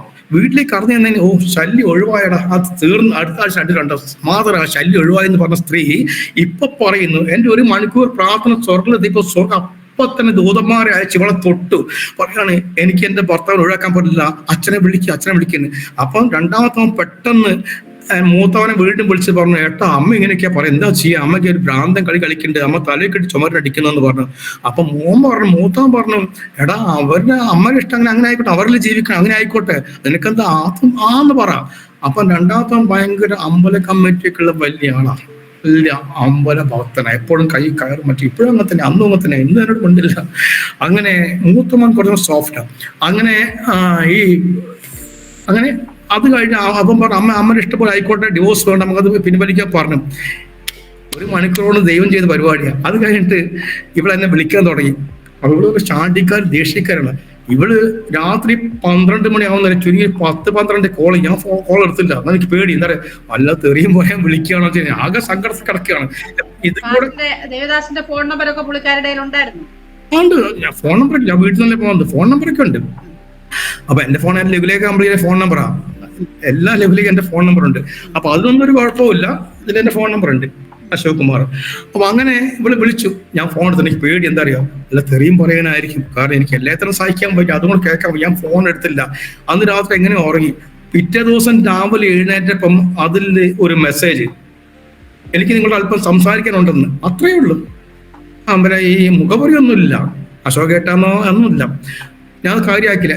രണ്ടാമത്തെ ഒരു മെസ്സേജ് പിന്നെയും വന്നു, എനിക്ക് നിങ്ങൾ അല്പനേരം സംസാരിക്കണമെന്ന് ആഗ്രഹമുണ്ട്. അത് ഞാൻ. മൂന്നാമത്തെ മെസ്സേജ് വന്നു, അശോകേട്ട എനിക്ക് നിങ്ങൾ അല്പം സംസാരിക്കാണ്ട്, നമുക്ക് ഒരുമിച്ച് ജീവിക്കുകയാണ്. അത് കേട്ടപ്പം എനിക്ക് സന്തോഷമായി. ഓ അതാണ്. ഞാൻ എൻ്റെ ഓക്കേന്ന് മാത്രം ഇട്ട്, എൻ്റെ ചർച്ചിലെ ഒരു സഹോദരി ഉണ്ട്, ഒരു ഉദ്യോഗസ്ഥ, സെൻട്രൽ ഗവൺമെന്റ് ഉദ്യോഗസ്ഥ, അവരൊക്കെ എന്നെ വലിയ കാര്യമാണ്, അവർ എറണാകുളംകാരിയാണ്. അദ്ദേഹത്തോട് ഞാൻ പറഞ്ഞു, സിസ്റ്റർ എങ്ങനെയൊക്കെ സംഭവം, അതെന്താ ഭാഷ നല്ല. അപ്പൊ അവരൊക്കെ എനിക്ക് പെണ്ണ് അന്വേഷിച്ചുകൊണ്ടിരിക്കുകയാണ്. ഇവരൊക്കെ എനിക്ക് വേണ്ടി എനിക്ക് ഒന്നുകൂടി പെണ്ണെ കാണുകയും ചെയ്ത് പെണ്ണ് കണ്ടുകൊണ്ടിരിക്കുകയാണ്. അപ്പോഴാണ് ഈ സംഭവം കേട്ടപ്പം അവരോട് ഞാൻ സംഗതിയെല്ലാം പറഞ്ഞിരുന്നു, ഇങ്ങനെ പോയിട്ട് കോടതി നമ്മളൊരു ഡിവോഴ്സ് വേണമെന്ന് പറഞ്ഞാണ് ഇറങ്ങിപ്പോയത്, ഇനി യാതൊരു രക്ഷയില്ല, അപ്പം പ്രൊസീഡ് ചെയ്ത് പെണ്ണെല്ലാം കണ്ടോ എന്ന് പറഞ്ഞ് നിൽക്കുകയാണ്. അപ്പൊ ഒത്തിരി പെണ്ണുങ്ങളൊക്കെ അവർ കണ്ടിട്ടുണ്ട്. അങ്ങനെ ഇദ്ദേഹത്തെ വിളിച്ച് ഞാൻ പറഞ്ഞു, ഇങ്ങനെയാണ് സഹോദരി, എന്താ ചെയ്യണം? അത് നല്ല കാര്യമില്ല പാസ്റ്റേ, അതാണ് ശരി, അതാണ് ദൈവഹിതം, അതാണ് അങ്ങനെ നടക്കട്ടെ എന്ന് പറഞ്ഞു. അങ്ങനെ എവിടെ വെച്ചാ കാണുക? അപ്പൊ ഇവള് വീണ്ടും മെസ്സേജ്, എനിക്ക് നിങ്ങൾ കുറെ സംസാരം, നിങ്ങൾ പറഞ്ഞത് ഞാൻ വരാമെന്ന്. അപ്പോൾ ഞാൻ അവൾക്ക് മെസ്സേജ്, അപ്പോൾ ഇവര് പറഞ്ഞു നമുക്കൊരു കാര്യം ചെയ്യാം, ഏതെങ്കിലും ഹോട്ടലിൽ പോയി സംസാരിക്കാൻ പറ്റില്ല. അപ്പൊ കോഴിക്കോട് ലയൺസ് പാർക്ക് ഉണ്ട്, ബീച്ചിൽ വലിയ പാർക്കാണ്, അവിടെ സ്വസ്ഥമായി സംസാരിക്കാം. അപ്പൊ ഞാൻ ഇവളിൽ പറഞ്ഞു ലയൺസ് പാർക്കിൽ വരാൻ പറഞ്ഞു വൈകുന്നേരം. ഞങ്ങൾ അവിടെ ആയിരിക്കും കുടുംബത്തിലാകുമ്പോൾ ഞാനും ഇവിടെ മക്കൾക്ക് എപ്പോഴും ഈ ലയൺസ് പാർക്ക് പോകുന്നതാണ്. അങ്ങനെ ഇവിടെ അവിടെ വന്നു വൈകുന്നേരം, അങ്ങനെ ഉയർത്തി കെട്ടിക്കൊട്ടിക്കാണ് വന്നത്. അപ്പൊ എൻ്റെ കൂടെ ഈ സഹോദരി ഉണ്ട്, ഈ ഉദ്യോഗസ്ഥയുണ്ട്, എൻ്റെ സഹോദരി വന്നു. ആദ്യം ഞങ്ങൾ തമ്മിൽ ഉടക്കി പിരിഞ്ഞു. അപ്പൊ ഇവര് കൂട്ടി വീണ്ടും പിടിച്ച് കെട്ടി എല്ലാം കൊണ്ട് രണ്ടും കൂടെ റീയൂണിയൻ ആക്കി, കൈ തന്ന് ഒരുമിച്ച് ആയാലും കുറച്ച് ഇവിടെ വിട്ടു. അപ്പം രണ്ടാമത്തെ മകൻ ഒരു ഡിമാൻഡ്, അമ്മ കാര്യമൊക്കെ ശരി, അത്രയും കൂട്ടി അമ്മ ഇങ്ങോട്ട് വരണ്ട, ഞാൻ 2 കൊല്ലം കൂടെ ഇവിടെ ഉണ്ടാവും, ഞാൻ ഒരു വീട് ഉണ്ടാക്കാൻ പോവാണ്. അത് കഴിഞ്ഞിട്ട് അമ്മയോട് പാർത്തല്ലേ അച്ഛൻ പുറത്ത് താമസിച്ചു. അങ്ങനെ ഈ ഡിമാൻഡ് ഇവിടെ ഇങ്ങോട്ട് വെച്ചു. അവൾക്ക് മക്കൾ തള്ളാൻ കഴിയില്ലല്ലോ. അവൻ 3 മക്കളെയും കല്യാണം കഴിഞ്ഞു. അങ്ങനെ ഞങ്ങൾ അത് കഴിഞ്ഞ് കുറച്ചു കാലത്ത് ഇങ്ങനെ ഞാൻ ലോഡ്ജ് പാർത്ത് അങ്ങനെ ഒരു റൂം തപ്പിക്കൊണ്ട് വന്ന് കോഴിക്കോട് ഇറങ്ങിപ്പാലത്ത് ഒരു കൊച്ചു റൂമും ഒരു ചെറിയൊരു അടുക്കളയും ഒരു ടോയ്ലറ്റും കിട്ടി. അങ്ങനെ ഞാനുള്ള അവിടെ പാർക്ക്, ഇവിടെ വരും, വീട്ടിൽ നിൽക്കും, വീട്ടിൽ നമുക്ക് പോരാൻ പറ്റില്ല. അങ്ങനെ ഇടയ്ക്ക് ഇവിടെ വന്ന് പാർക്ക്, അങ്ങനെയൊക്കെ ആയിട്ട് ഇവൾ ചോറ് കൊണ്ടുവരും. അങ്ങനെയൊക്കെ അങ്ങനെ വീണ്ടും കുടുംബജീവിതം. അതിനിടയ്ക്ക് എത്ര 1, 2, 3, 4, 5, ഇതിപ്പോ 6ാമത്തെ വീട്, 6ാമത്തെ വാടക വീട് ആയി മാറി താമസിക്കുന്നത്. ഇപ്പം എന്താ ഗുണം എന്ന് പറഞ്ഞാല് ഇങ്ങനെയൊക്കെ ആയ ശേഷം എന്നാലും ഇപ്പോഴും ഇത്തിരി ഇങ്ങനെ ഉറക്കം തന്നെയാണ്. അങ്ങനെ വന്ന് എനിക്ക് മൂത്ത മോന്റെ വീട്ടിൽ തറവാട്, അതായത് മൂത്ത മോൻ ആ വീട്ടിൽ അടിച്ചുപിടിച്ച് ഉക്കര് നല്ല വീടുണ്ടാക്കിയവൻ, അവന് കാർ എല്ലാ സൗകര്യം, 3 മക്കളെ ദൈവം അനുഗ്രഹിച്ചു. അടിയൻ കർത്താവിന് വേണ്ടി നിന്നപ്പോൾ, കർത്താവൻ വായിൽ ഓടിയപ്പോൾ എനിക്ക് ഒരു തരി ഭൂമിയോ ഒരു സ്വന്തമായ വീടോ ഒന്നും ദൈവം തന്നില്ലെങ്കിലും, ഒത്തിരി കൃപകൾ തന്നെങ്കിലും, അനേക ആത്മാക്കൾ നേടാൻ സ്വർഗം ഉപയോഗിച്ചെങ്കിലും എനിക്ക് ഭൗതികമായിട്ട് ഒന്നും തന്നില്ല. എന്നെ പോറ്റുന്നു ദൈവം, എന്റെ ഓരോ ആവശ്യവും ദൈവം നടത്തി തരുന്നു. അങ്ങനെ ഇരിക്കെ ഞങ്ങള് ഇങ്ങനെ ഒരു വാടക വീട്ടിൽ പാർത്തുകൊണ്ടിരിക്കുമ്പം ഇപ്പൊ 6ാമത്തെ വീട്ടിലാണ് പാർക്കുന്നത്. എൻ്റെ മൂത്ത മകന്റെ വീട്ടിൽ എനിക്ക് പോവാം. 2ാമത്തെ മോന്റെ വീട്ടിൽ പോകുന്ന ഒളിച്ചാൽ പോവാം. 2ാമത്തെ മോന്റെ വീട്ടിൽ വൈഫ്, മൂത്ത മോന് 2 കുട്ടികൾ, മൂത്തതാണും ഇളയത് പെണ്ണ്. 2ാമത്തെ മോന് 2 കുട്ടികൾ, മൂത്തതാണ് ഇളയ പെണ്ണ്. ഇളയ മോൾക്ക് 2 കുട്ടികൾ, മൂത്തതാണ് ഇളയ പെണ്ണ്. അങ്ങനെ 6 പേരക്കുട്ടികൾ, 3 പെണ്ണും 3 ആണും പേരക്കുട്ടികളുണ്ട് എനിക്ക്. ഇവരൊക്കെ എൻ്റെ ജീവന. അങ്ങനെ മൂത്ത മോന്റെ വീട്ടിൽ പോകാനും അവരോട് ഇടപഴകാനൊക്കെ മോന് വലിയ സന്തോഷമൊക്കെയാണ്. അങ്ങനെ അവിടെ പോകും, അങ്ങനെ ഇവിടെ ആഹാരമൊക്കെ കഴിക്കും. അങ്ങനെ അവിടെ നല്ല സൗകര്യം, നല്ല വീടൊക്കെയാണ് ഒക്കെ ആയി. അങ്ങനെ പേരക്കുട്ടിലേക്ക് നല്ലതായി, ഇടയ്ക്കിടയ്ക്ക് പോകും, കാണും. മരുമോൾക്ക് വലിയ 3 മരുകളും വലിയ സ്നേഹം എന്നോട്. മോളും മക്കളും വരും. 2ാമത്തെ മോനെ ഇതുവരെ പോകാൻ കഴിയില്ല, പോവും. മകൻ ഇല്ലാത്ത പകല് മരുമോളുടെ ഗർഭത്തിൽ പോയിട്ട് മക്കളെ കണ്ട് താലോലിച്ച് ഇങ്ങോട്ട് പോരും. 2ാമത്തെ മരുമോള് വിളിക്കുകയോ ചെയ്യും. അങ്ങനെ ആ 2ാമത്തെ മകൻ ഇപ്പോഴും ഭയങ്കരത. എന്നെ ഇത് 2000 ഞങ്ങൾ 13 റീയൂണിയൻ ആയിട്ടും ഈ 11 വർഷം 2ാമത്തെ മോന്റെ മുഖത്ത് നോക്കിയില്ല. ഞങ്ങൾ കുടുംബത്തെ പോലെ കല്യാണത്തിന് ഞങ്ങൾ ഒരുമിച്ച് വർഷം ഉണ്ടെങ്കിലും അവൻ മൈൻഡ് ആക്കാനെങ്കിൽ പോകും. മൂത്ത മോൻ സംസാരിക്കുക, അങ്ങനെയൊക്കെ വലിയതാണ്, അങ്ങനെ നല്ലതാ മൂത്ത മോന്. അങ്ങനെ ഞങ്ങൾ ഇങ്ങനെ മുമ്പോട്ട് പോയിക്കൊണ്ടിരിക്കുകയാണ്. ഈ സമയത്താണ് ഞാനിങ്ങനെ സൂമിലെല്ലാം പ്രസംഗിക്കാൻ തുടങ്ങി. ഇപ്പം വൈഫ് ഇവിടെ ഇല്ല, വൈഫ് വീട്ടിൽ പോയിരിക്കുകയാണ്. വൈഫിന്റെ ഇത്രയും സാക്ഷ്യം പറയാൻ പറ്റില്ല. സൂമിൽ ഇങ്ങനെ മെസ്സേജ് കൊടുക്കാനുള്ള ഭാഗ്യനൊക്കെ. അങ്ങനെ ഇരിക്കെ എന്നെ ദൈവം ഒരുപാട് അനുഗ്രഹിച്ചു. ഇപ്പോഴും വാടക വീട്ടിൽ എനിക്ക് വിഷമമില്ല. എന്താ അറിയോ, ഞാൻ പലപ്പോഴും ദൈവത്തോട് ചോദിച്ചു, കർത്താവേ, എൻ്റെ കുടുംബത്തിൽ അനേക ആൺപിള്ളേരുണ്ട്, എൻ്റെ മക്കളെ പ്രായമുള്ള ഒത്തിരി ആൺപിള്ളേർ, അവർക്ക് എല്ലാം സ്വന്തമായ വീടുണ്ട്. എൻ്റെ തറവാട്ട് എല്ലാവർക്കും സ്വന്തം വീടുണ്ട്. എൻ്റെ 3 മക്കൾക്ക്, മോൾക്ക് നല്ല വീടുണ്ട്, മൂത്ത മോൻ നല്ല വീടായി, 2ാമത്തെ മോൻ വീടായി, എല്ലാം സൗകര്യമുണ്ട്. പക്ഷെ എനിക്ക് ഇന്ന് വരെ ഒരു തരി ഭൂമിയോ വീടോ ഇല്ല. ഇന്ന് ഞാൻ അന്യന്റെ വാടക വീട്ടിൽ പാർക്കുക. എനിക്കൊരൊറ്റ പ്രാർത്ഥന ദൈവത്തോട്, ദൈവമേ, ഞാൻ ഈ ഭൂമിയിൽ നിന്ന് മാറ്റുന്നതിന് മുമ്പേ മക്കൾക്ക് ഇവിടെ ഒന്നും കരുതിയില്ല. പക്ഷെ കരുതിയില്ല എന്ന് പറയാൻ പറ്റില്ല. ഞാൻ യേശുവിന് വേണ്ടി നിന്നപ്പോൾ എൻ്റെ മക്കൾ പാഴായി പോയില്ല. ഞാൻ രക്ഷയിലേക്ക് വന്നപ്പോൾ, ഞാൻ സുവിശേഷമായി നടന്നപ്പോൾ, വീട്ടിൽ നിന്ന് പുറന്തള്ളിയപ്പോൾ അയൽവാസികളും കുടുംബക്കാരും ചാർച്ചക്കാരും ബന്ധുക്കാരൊക്കെ പറഞ്ഞു, അശോക് കുമാറിന്റെ കുടുംബം പോയി, 2 ചെക്കന്മാർ അവർ വഴിയാതെ ആ പെൺകുച്ചിന്റെ കാര്യം കഷ്ടം കേട്ടോ, അവൻ ക്രിസ്ത്യാനിയായി പോയി എന്ന് പറഞ്ഞിട്ട് എല്ലാവരും ഞങ്ങൾ കുടുംബത്തെ ചിഹ്നഭിന്നമായി കണ്ടതാ. പക്ഷെ എൻ്റെ കർത്താവ്, എൻ്റെ മൂത്ത മോൻ ഇവിടെ വന്ന് സ്വന്തമായിട്ട് ഓട്ടോയിലെ ഷോപ്പ് ഇട്ടു, സ്വന്തമായ ഷോപ്പ്. അവന് എല്ലാ സൗകര്യത്തോടും നല്ലൊരു വീട് അവൻ ഉണ്ടാക്കി. ദൈവം അവനെ മാനിച്ചു. അവൻ രക്ഷയിലേക്ക് വന്നില്ല, രക്ഷപ്പെട്ടു. പക്ഷെ എൻ്റെ തലമുറയെ ദൈവം മാനിച്ചു. 2ാമത്തെ മകനും നല്ല സ്ഥലവും വീടും ദൈവം കൊടുത്ത്, കാരം കൊടുത്തു.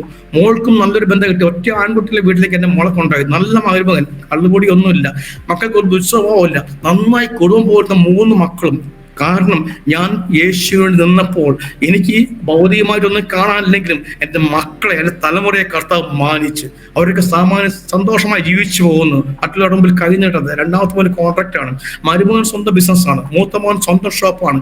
ആരുടെ മുമ്പിൽ കഴിഞ്ഞിട്ട് ശമ്പളത്തിന് കാത്തു നിൽക്കാതിരിക്കാൻ ദൈവം അവരെ നിന്നും മാനിച്ചു. നല്ലതിൽ കഴിഞ്ഞു പോകുന്നു. 6 പേരെക്കുട്ടിയെ ദൈവം തന്നു. ഇങ്ങനെയൊക്കെ മുൻപോട്ട് പോയിക്കൊണ്ടിരിക്കുമ്പോൾ ഞാനിങ്ങനെ സൂമിൽ ഇടയ്ക്കിടയ്ക്ക് പ്രസംഗിക്കാനുള്ള അവസരം കിട്ടാറുണ്ട്. അങ്ങനെ എൻ്റെ ആദ്യ ഒരു സാക്ഷി ഞാൻ മറ്റൊരു TV കൊടുത്തിരുന്നു. അത് 3.25 മണിക്കൂറുണ്ട്. അപ്പൊ അത് എനിക്കൊരു കൊച്ചു ഫോണാണ് എൻ്റെത്, ഒരു ചെറിയ ഫോൺ. ഞാൻ ഈ ഫോണിലാണ് ചെയ്തത്. എപ്പോഴും ഈ സാക്ഷ്യം പറയുന്നൊക്കെ നമുക്ക് ഈ വലിയ ലാപ്ടോപ്പിൽ വേണം അദ്ദേഹം. ഞാൻ പറഞ്ഞ ലാപ്ടോപ്പ് എനിക്കില്ല, അല്ല ടാബ് എനിക്കില്ല. അപ്പൊ അങ്ങനെ ഞാൻ പറഞ്ഞത് വാങ്ങാൻ കഴിവ് എനിക്ക്. ഞാൻ എങ്ങനെയോ ജീവിച്ചു പോകുന്ന വ്യക്തിയാണ്. വാടക തന്നെ കൊടുക്കുന്നത് വളരെ ദയനീയമായിട്ട്. മാസം കൂടുമ്പോൾ വാടക കൊടുക്കുക ഇവിടെ ഒരു ആന്തലാണ്. കർത്താവ് എനിക്കൊരു സഭയുടെ സപ്പോർട്ടില്ല, ഞാൻ ഒരു സഭയുടെ പാസ്റ്ററല്ല, ഞാൻ ഒരു കൂട്ടായ്മയിൽ പോകുന്നു, അവിടെ ഞാൻ ആരാധിച്ചു പോകുന്നു. അപ്പൊ ശുശ്രൂഷ ഇപ്പം വളരെ ഈ കോവിഡിന് ശേഷം ഈ ശുശ്രൂഷ വളരെ കുറവാണ്. ജീവിക്കണ്ടേ, അങ്ങനെ ഞാൻ ജീവിച്ചു പോകുന്നു. കർത്താവ് എന്നെ പോറ്റുന്നു. ഒന്നുമില്ല, ബാലൻസ് ഒന്നുമില്ല. ഇന്ന് വരെ കർത്താവ് പോറ്റി. അപ്പൊ ഞാൻ എന്നോടൊരാൾ വിളിച്ച് പറഞ്ഞു, നിങ്ങൾ അങ്ങനെ ഒരു ലാപ്ടോപ്പ് എന്നെ സംഘടിപ്പിക്കണം, അല്ലെ സ്റ്റുഡിയോ പോകണം. നമ്മൾ സ്റ്റുഡിയോ പോയാലും ഇതുപോലെ സാക്ഷ്യം പറയാൻ പറ്റില്ല, പ്രൈവസി ഉണ്ടാവില്ല.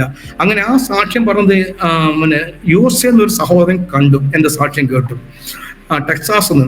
അദ്ദേഹം എൻ്റെ സാക്ഷ്യം കേട്ടു, അദ്ദേഹം കരഞ്ഞ് വിളിച്ചൊക്കെ പറഞ്ഞു. എന്നോട് ചോദിച്ചു, പാസ്റ്റർ എന്തിനാ ചെയ്ത്? ഞാൻ പറഞ്ഞെങ്കിൽ ചെറിയ ഫോണില്ല, പാസ്റ്റർ ഒരു ലാപ്ടോപ്പ് വാങ്ങിക്കൂടെ? ഞാൻ പറഞ്ഞു, ലാപ്ടോപ്പിന്റെ കവർ പോലും വാങ്ങാനുള്ള കഴിവ് എനിക്കില്ല, എന്നെ പറ്റി നിങ്ങൾക്ക് അറിയില്ല എന്ന് പറഞ്ഞു. അപ്പൊ അദ്ദേഹം പറയാ, നിങ്ങളൊരു ലാപ്ടോപ്പ് വാങ്ങും. ഞാൻ പറഞ്ഞു, നിങ്ങൾ എന്തേ പറയുന്നത്? അങ്ങനെ പറഞ്ഞു. അദ്ദേഹം പറഞ്ഞു, നിങ്ങൾ ലാപ്ടോപ്പിന്റെ ഷോറൂം പോയി നിങ്ങൾ ലാപ്ടോപ്പ് ബുക്ക് ചെയ്യും. ഞാൻ പറഞ്ഞു, പറ്റില്ല, കാരണം എൻ്റെ അടുത്ത് ഒന്നുമില്ല. അപ്പൊ അദ്ദേഹം പറഞ്ഞു, നിങ്ങൾ ആദ്യം വില ചോദിക്കുക. അങ്ങനെ ഞാൻ ഇവിടെ കോഴിക്കോട് നന്ദിലത്ത് ഉണ്ട്, അവിടെ പോയിട്ട് ഞാൻ ലാപ്ടോപ്പ് വില ചോദിച്ചപ്പോൾ 27,300. എൻ്റെ കണ്ണ് തള്ളിപ്പോയി. 27,300 സ്വപ്നം കാണാൻ പറ്റില്ല എനിക്ക്. ആമേൻ. മാസം വാടക കൊടുക്കുന്ന കാര്യം എങ്ങനെയൊക്കെയാണെന്ന് എനിക്ക് അറിയുള്ളൂ. ഞാനും വൈഫും അങ്ങനെ കഷ്ടപ്പെട്ട വാടക കൊടുക്കുന്നത്.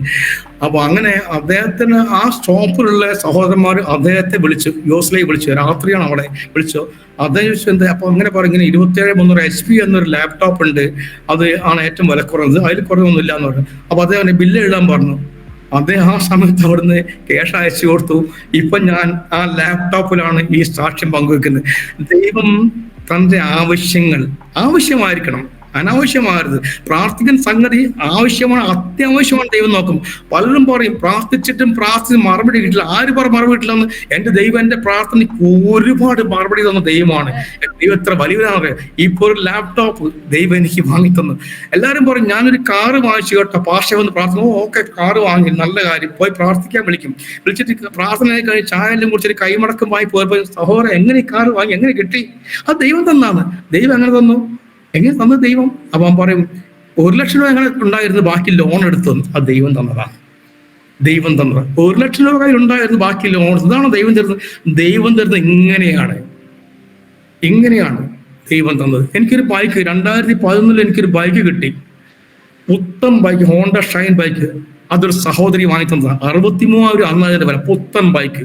ഒരു സഹോദരി, എൻ്റെ ബൈക്ക് പഴയ ബൈക്കായിരുന്നു. അതാണ് ദൈവം തന്നത്. നമുക്ക് വേണ്ടി ആരെങ്കിലും എഴുന്നേൽപ്പിക്കാം, അവരെ കൊണ്ട് പ്രവർത്തിപ്പിക്കാം. ഇതാണ് ദൈവം തരുന്നത്. അല്ലാതെ നമ്മൾ ഈ കടം വാങ്ങിച്ച് ലോൺ വാങ്ങിയിട്ടുണ്ടാക്കുന്നതും ദൈവം എന്ന് പറയരുത്. ദൈവത്തിന് പ്രവർത്തിക്കാൻ അവസരം കൊടുക്കണം. ഞാൻ പറഞ്ഞില്ലേ, വിശന്നിരുന്നപ്പം VTF പാസ്റ്ററെ കൊണ്ട് എനിക്ക് ആഹാരമായി ദൈവം. ആ ദൈവത്തിന്റെ പ്രവർത്തി വേണ്ടി കാത്തിരിക്കണം, എടുത്തു ചാടരുത്. അങ്ങനെ അനേക ലക്ഷങ്ങൾ ലെവലേഖ പ്രിന്റ് ചെയ്തു, അനേക ഇടങ്ങളിൽ കൊടുത്തു. ലക്ഷക്കണക്കിന് ആൾക്കാർ സുവിശേഷം അറിയിപ്പാൻ ദൈവം ഉപയോഗിച്ചു. കോഴിക്കോട് മിക്ക സഭകളിലും അടിയിലൂടെ നടത്തപ്പെട്ട ആത്മാക്കൾ. സന്തോഷം കൊണ്ട് എനിക്ക് അഭിമാനമുണ്ട്. എന്താ പറയുക, എന്നെ കർത്താവ് ഉപയോഗിച്ചു, എൻ്റെ നാവ് ഉപയോഗിച്ചു, എൻ്റെ കാല് ഉപയോഗിച്ചു, സുവിശേഷം അറിയിച്ചു കർത്താവ്. ആത്മാക്കൾ നേടിയ പരിശുദ്ധാത്മാവാണ്, പക്ഷെ എന്നെ ഉപയോഗിച്ചു, എന്നെ ആയുധമാക്കി. ഒത്തിരി പേർക്ക് രോഗസൗഖ്യം നൽകാൻ എനിക്ക് ദൈവം അനുഗ്രഹിച്ചു. ഒരു സാക്ഷ്യം മാത്രം ഞാൻ പറയാം കേട്ടോ, ഒത്തിരി സാക്ഷികൾ പറയാനുണ്ട്, പക്ഷെ ഒരു സാക്ഷി സമയം കഴിയാൻ പോകുന്നു. അപ്പോ എനിക്ക് വയനാട്ടിൽ ശുശ്രൂഷിക്കാൻ അവിടെ ഒരു ദേവദാസനുണ്ട്, അതായത് ഷാജി എന്ന അദ്ദേഹത്തിന്റെ പേര്, AG പാസ്റ്റർ. അവിടെ ശുശ്രൂഷ വന്ന് ഞാൻ വീട്ടിൽ വന്ന് കുറച്ച് ദിവസം കഴിയുമ്പോൾ അദ്ദേഹം എന്നെ വിളിച്ചു, പാസ്റ്റർ എന്താണ്, എൻ്റെ വൈഫിന്റെ ഒരു കസിൻ സിസ്റ്റർ ബിന്ദു എന്ന അവളുടെ പേര്, 32 വയസ്സ്. അവർ മെഡിക്കൽ കോളേജ് നെഫ്രോയിലുണ്ട്. മെഡിക്കൽ വലിയ ഹോസ്പിറ്റൽ, സൂപ്പർ സ്പെഷ്യാലിറ്റി ഹോസ്പിറ്റൽ ഉണ്ട്, നെഫ്രോയിലുണ്ട്. എന്താണ്, കിഡ്നി പോയിരിക്കുക എന്ന് പറഞ്ഞു. രണ്ട് മക്കളുടെ മൂത്ത കുട്ടിയുടെ പേര് ജിതിൻ, ഇളയ മോളുടെ പേര് സാന്ദ്ര. മൂത്ത മകന് 11 വയസ്സ്, ഇളയ മകൾക്ക് 5 വയസ്സ്. അവളുടെ ഭർത്താവിന്റെ പേര് വർഗീസ്. ഒരു പോഷണ കത്തോലിക്കന. ഞാൻ പറഞ്ഞു ആയിക്കോട്ടെ, ഇത് കേൾക്കേണ്ട താമസം, എനിക്ക് നിങ്ങൾ കേൾക്കാനുള്ള താമസം, ഞാൻ ഓടും.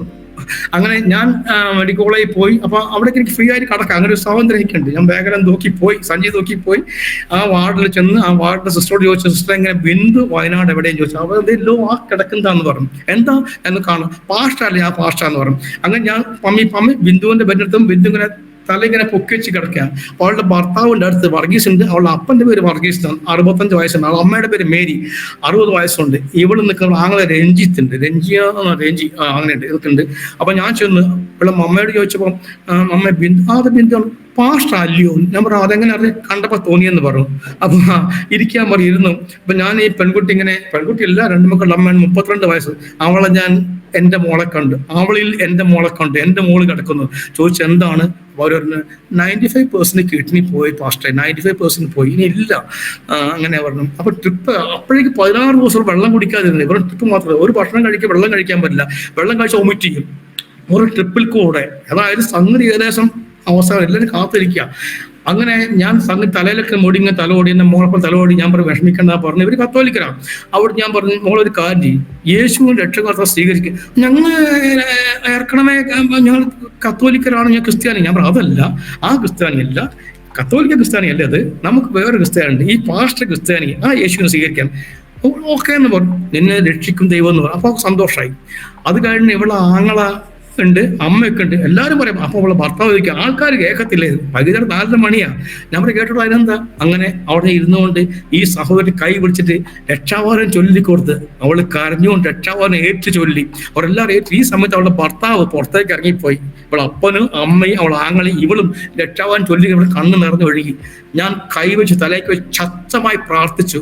അപ്പോൾ ട്രിപ്പ് കയറിക്കൊണ്ടിരിക്കുക. പ്രാർത്ഥന തിരിഞ്ഞാൽ പോരുമ്പം ദൈവാത്മാവ് പറഞ്ഞു, മോനെ അല്പം വെള്ളം പ്രാർത്ഥിച്ചു കൊടുക്കാൻ പറഞ്ഞു. ഞാൻ പറഞ്ഞു കർത്താവ്, പലർക്കും ഞാൻ കൊടുത്തിട്ടുണ്ട്, എണ്ണ പൂശി പ്രാർത്ഥിച്ചു കൊടുത്തിട്ടുണ്ട്. കർത്താവ്. അപ്പൊ ഞാൻ പറഞ്ഞു ആന്റി കുറച്ച് വെള്ളം ഉണ്ടോ ചോദിച്ചു.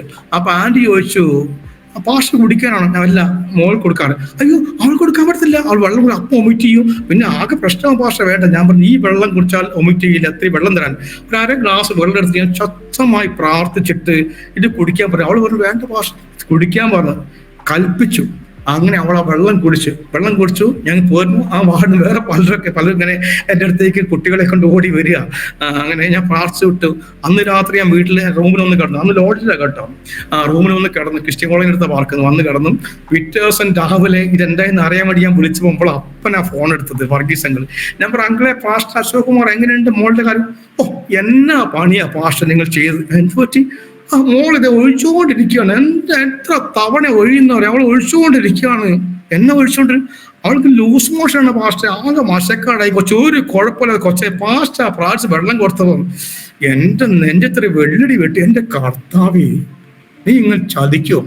അപ്പം ഉടനെ ദൈവാത്മാവ്, എടാ അത് അവളെ വയറ്റിലെ ഈ ക്ലോട്ടിൻ ചെയ്ത രക്തം അത് ഉരുകി പോവാ. ദൈവാത്മാവ് ഉടനെ അവർ അങ്കിളെ ആ സാറ് പിന്നെ ഫോൺ അവൾ കൊടുക്കാൻ പറഞ്ഞു. അവ കൊടുത്ത് അവൾ എന്താ അങ്കിളെ? ഞാൻ പറഞ്ഞു മോളെ എന്താ അങ്കിളെ എങ്ങനെ വയറ്റിൽ പൊക്കണം, എത്രയോ തവണ പോയിക്കൊണ്ടിരിക്കുകയാണ്, നമ്മൾക്ക് അത് തന്നെ നേരെ ഉള്ളൂ. മോളെ എങ്ങനെയാ പോകുന്നത്? കരിക്കട്ട കലക്കിയ പോലെയാ പോകുന്നത് അവള് പറയാ. രാവിലെ ഒരു 9 മണിക്കാ.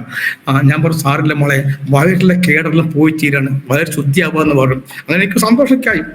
അവർ കത്തോലിക്കരാണല്ലോ. ഒരു പെന്തക്കോസ് പാസ്റ്റർ വന്ന് പ്രാർത്ഥന വെള്ളം കൊടുത്ത് ആ കുട്ടിക്ക് രോഗം അധികമായി. അത് കഴിഞ്ഞ് ഞാൻ അടുത്ത ദിവസം എൻ്റെ ചർച്ചിലൊരു പാസ്റ്റർ സാധനമുണ്ട്, അസിസ്റ്റന്റ് പാസ്റ്റർ.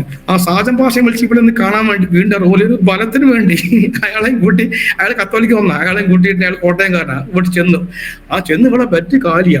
അപ്പൊ തൊട്ടടുത്തുള്ള ഒരു ഇത്താത്തന്നെ മുസ്ലിം സ്ത്രീ ഉണ്ട്, അവർ കുറ്റാടിക്കാരാ. ഞാൻ ഇത്താത്ത എന്തുമോൾ അവിടെ അറിഞ്ഞില്ലേ, ഓരോ ഐശ്വര്യ കൊണ്ട് ഒക്കെ അധികമാക്കിന്ന്. എന്റെ കർത്താവേ.